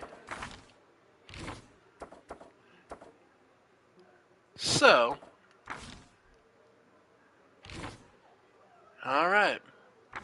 We'll go through all the leveling and all the stuff we want to work on next time. Because honestly, I'm getting hungry. I've been streaming for way longer than I intended, but gods is this game fun and I'd forgotten how much I enjoyed it.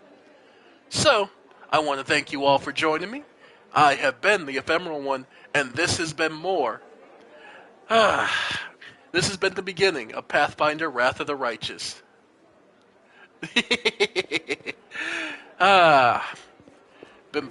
Haven't gotten to do a good gaming session in a while, and I probably won't get one as long as this for a bit. I got to work every day up till Christmas.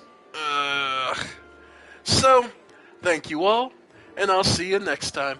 Bye for now, folks. Bye for now.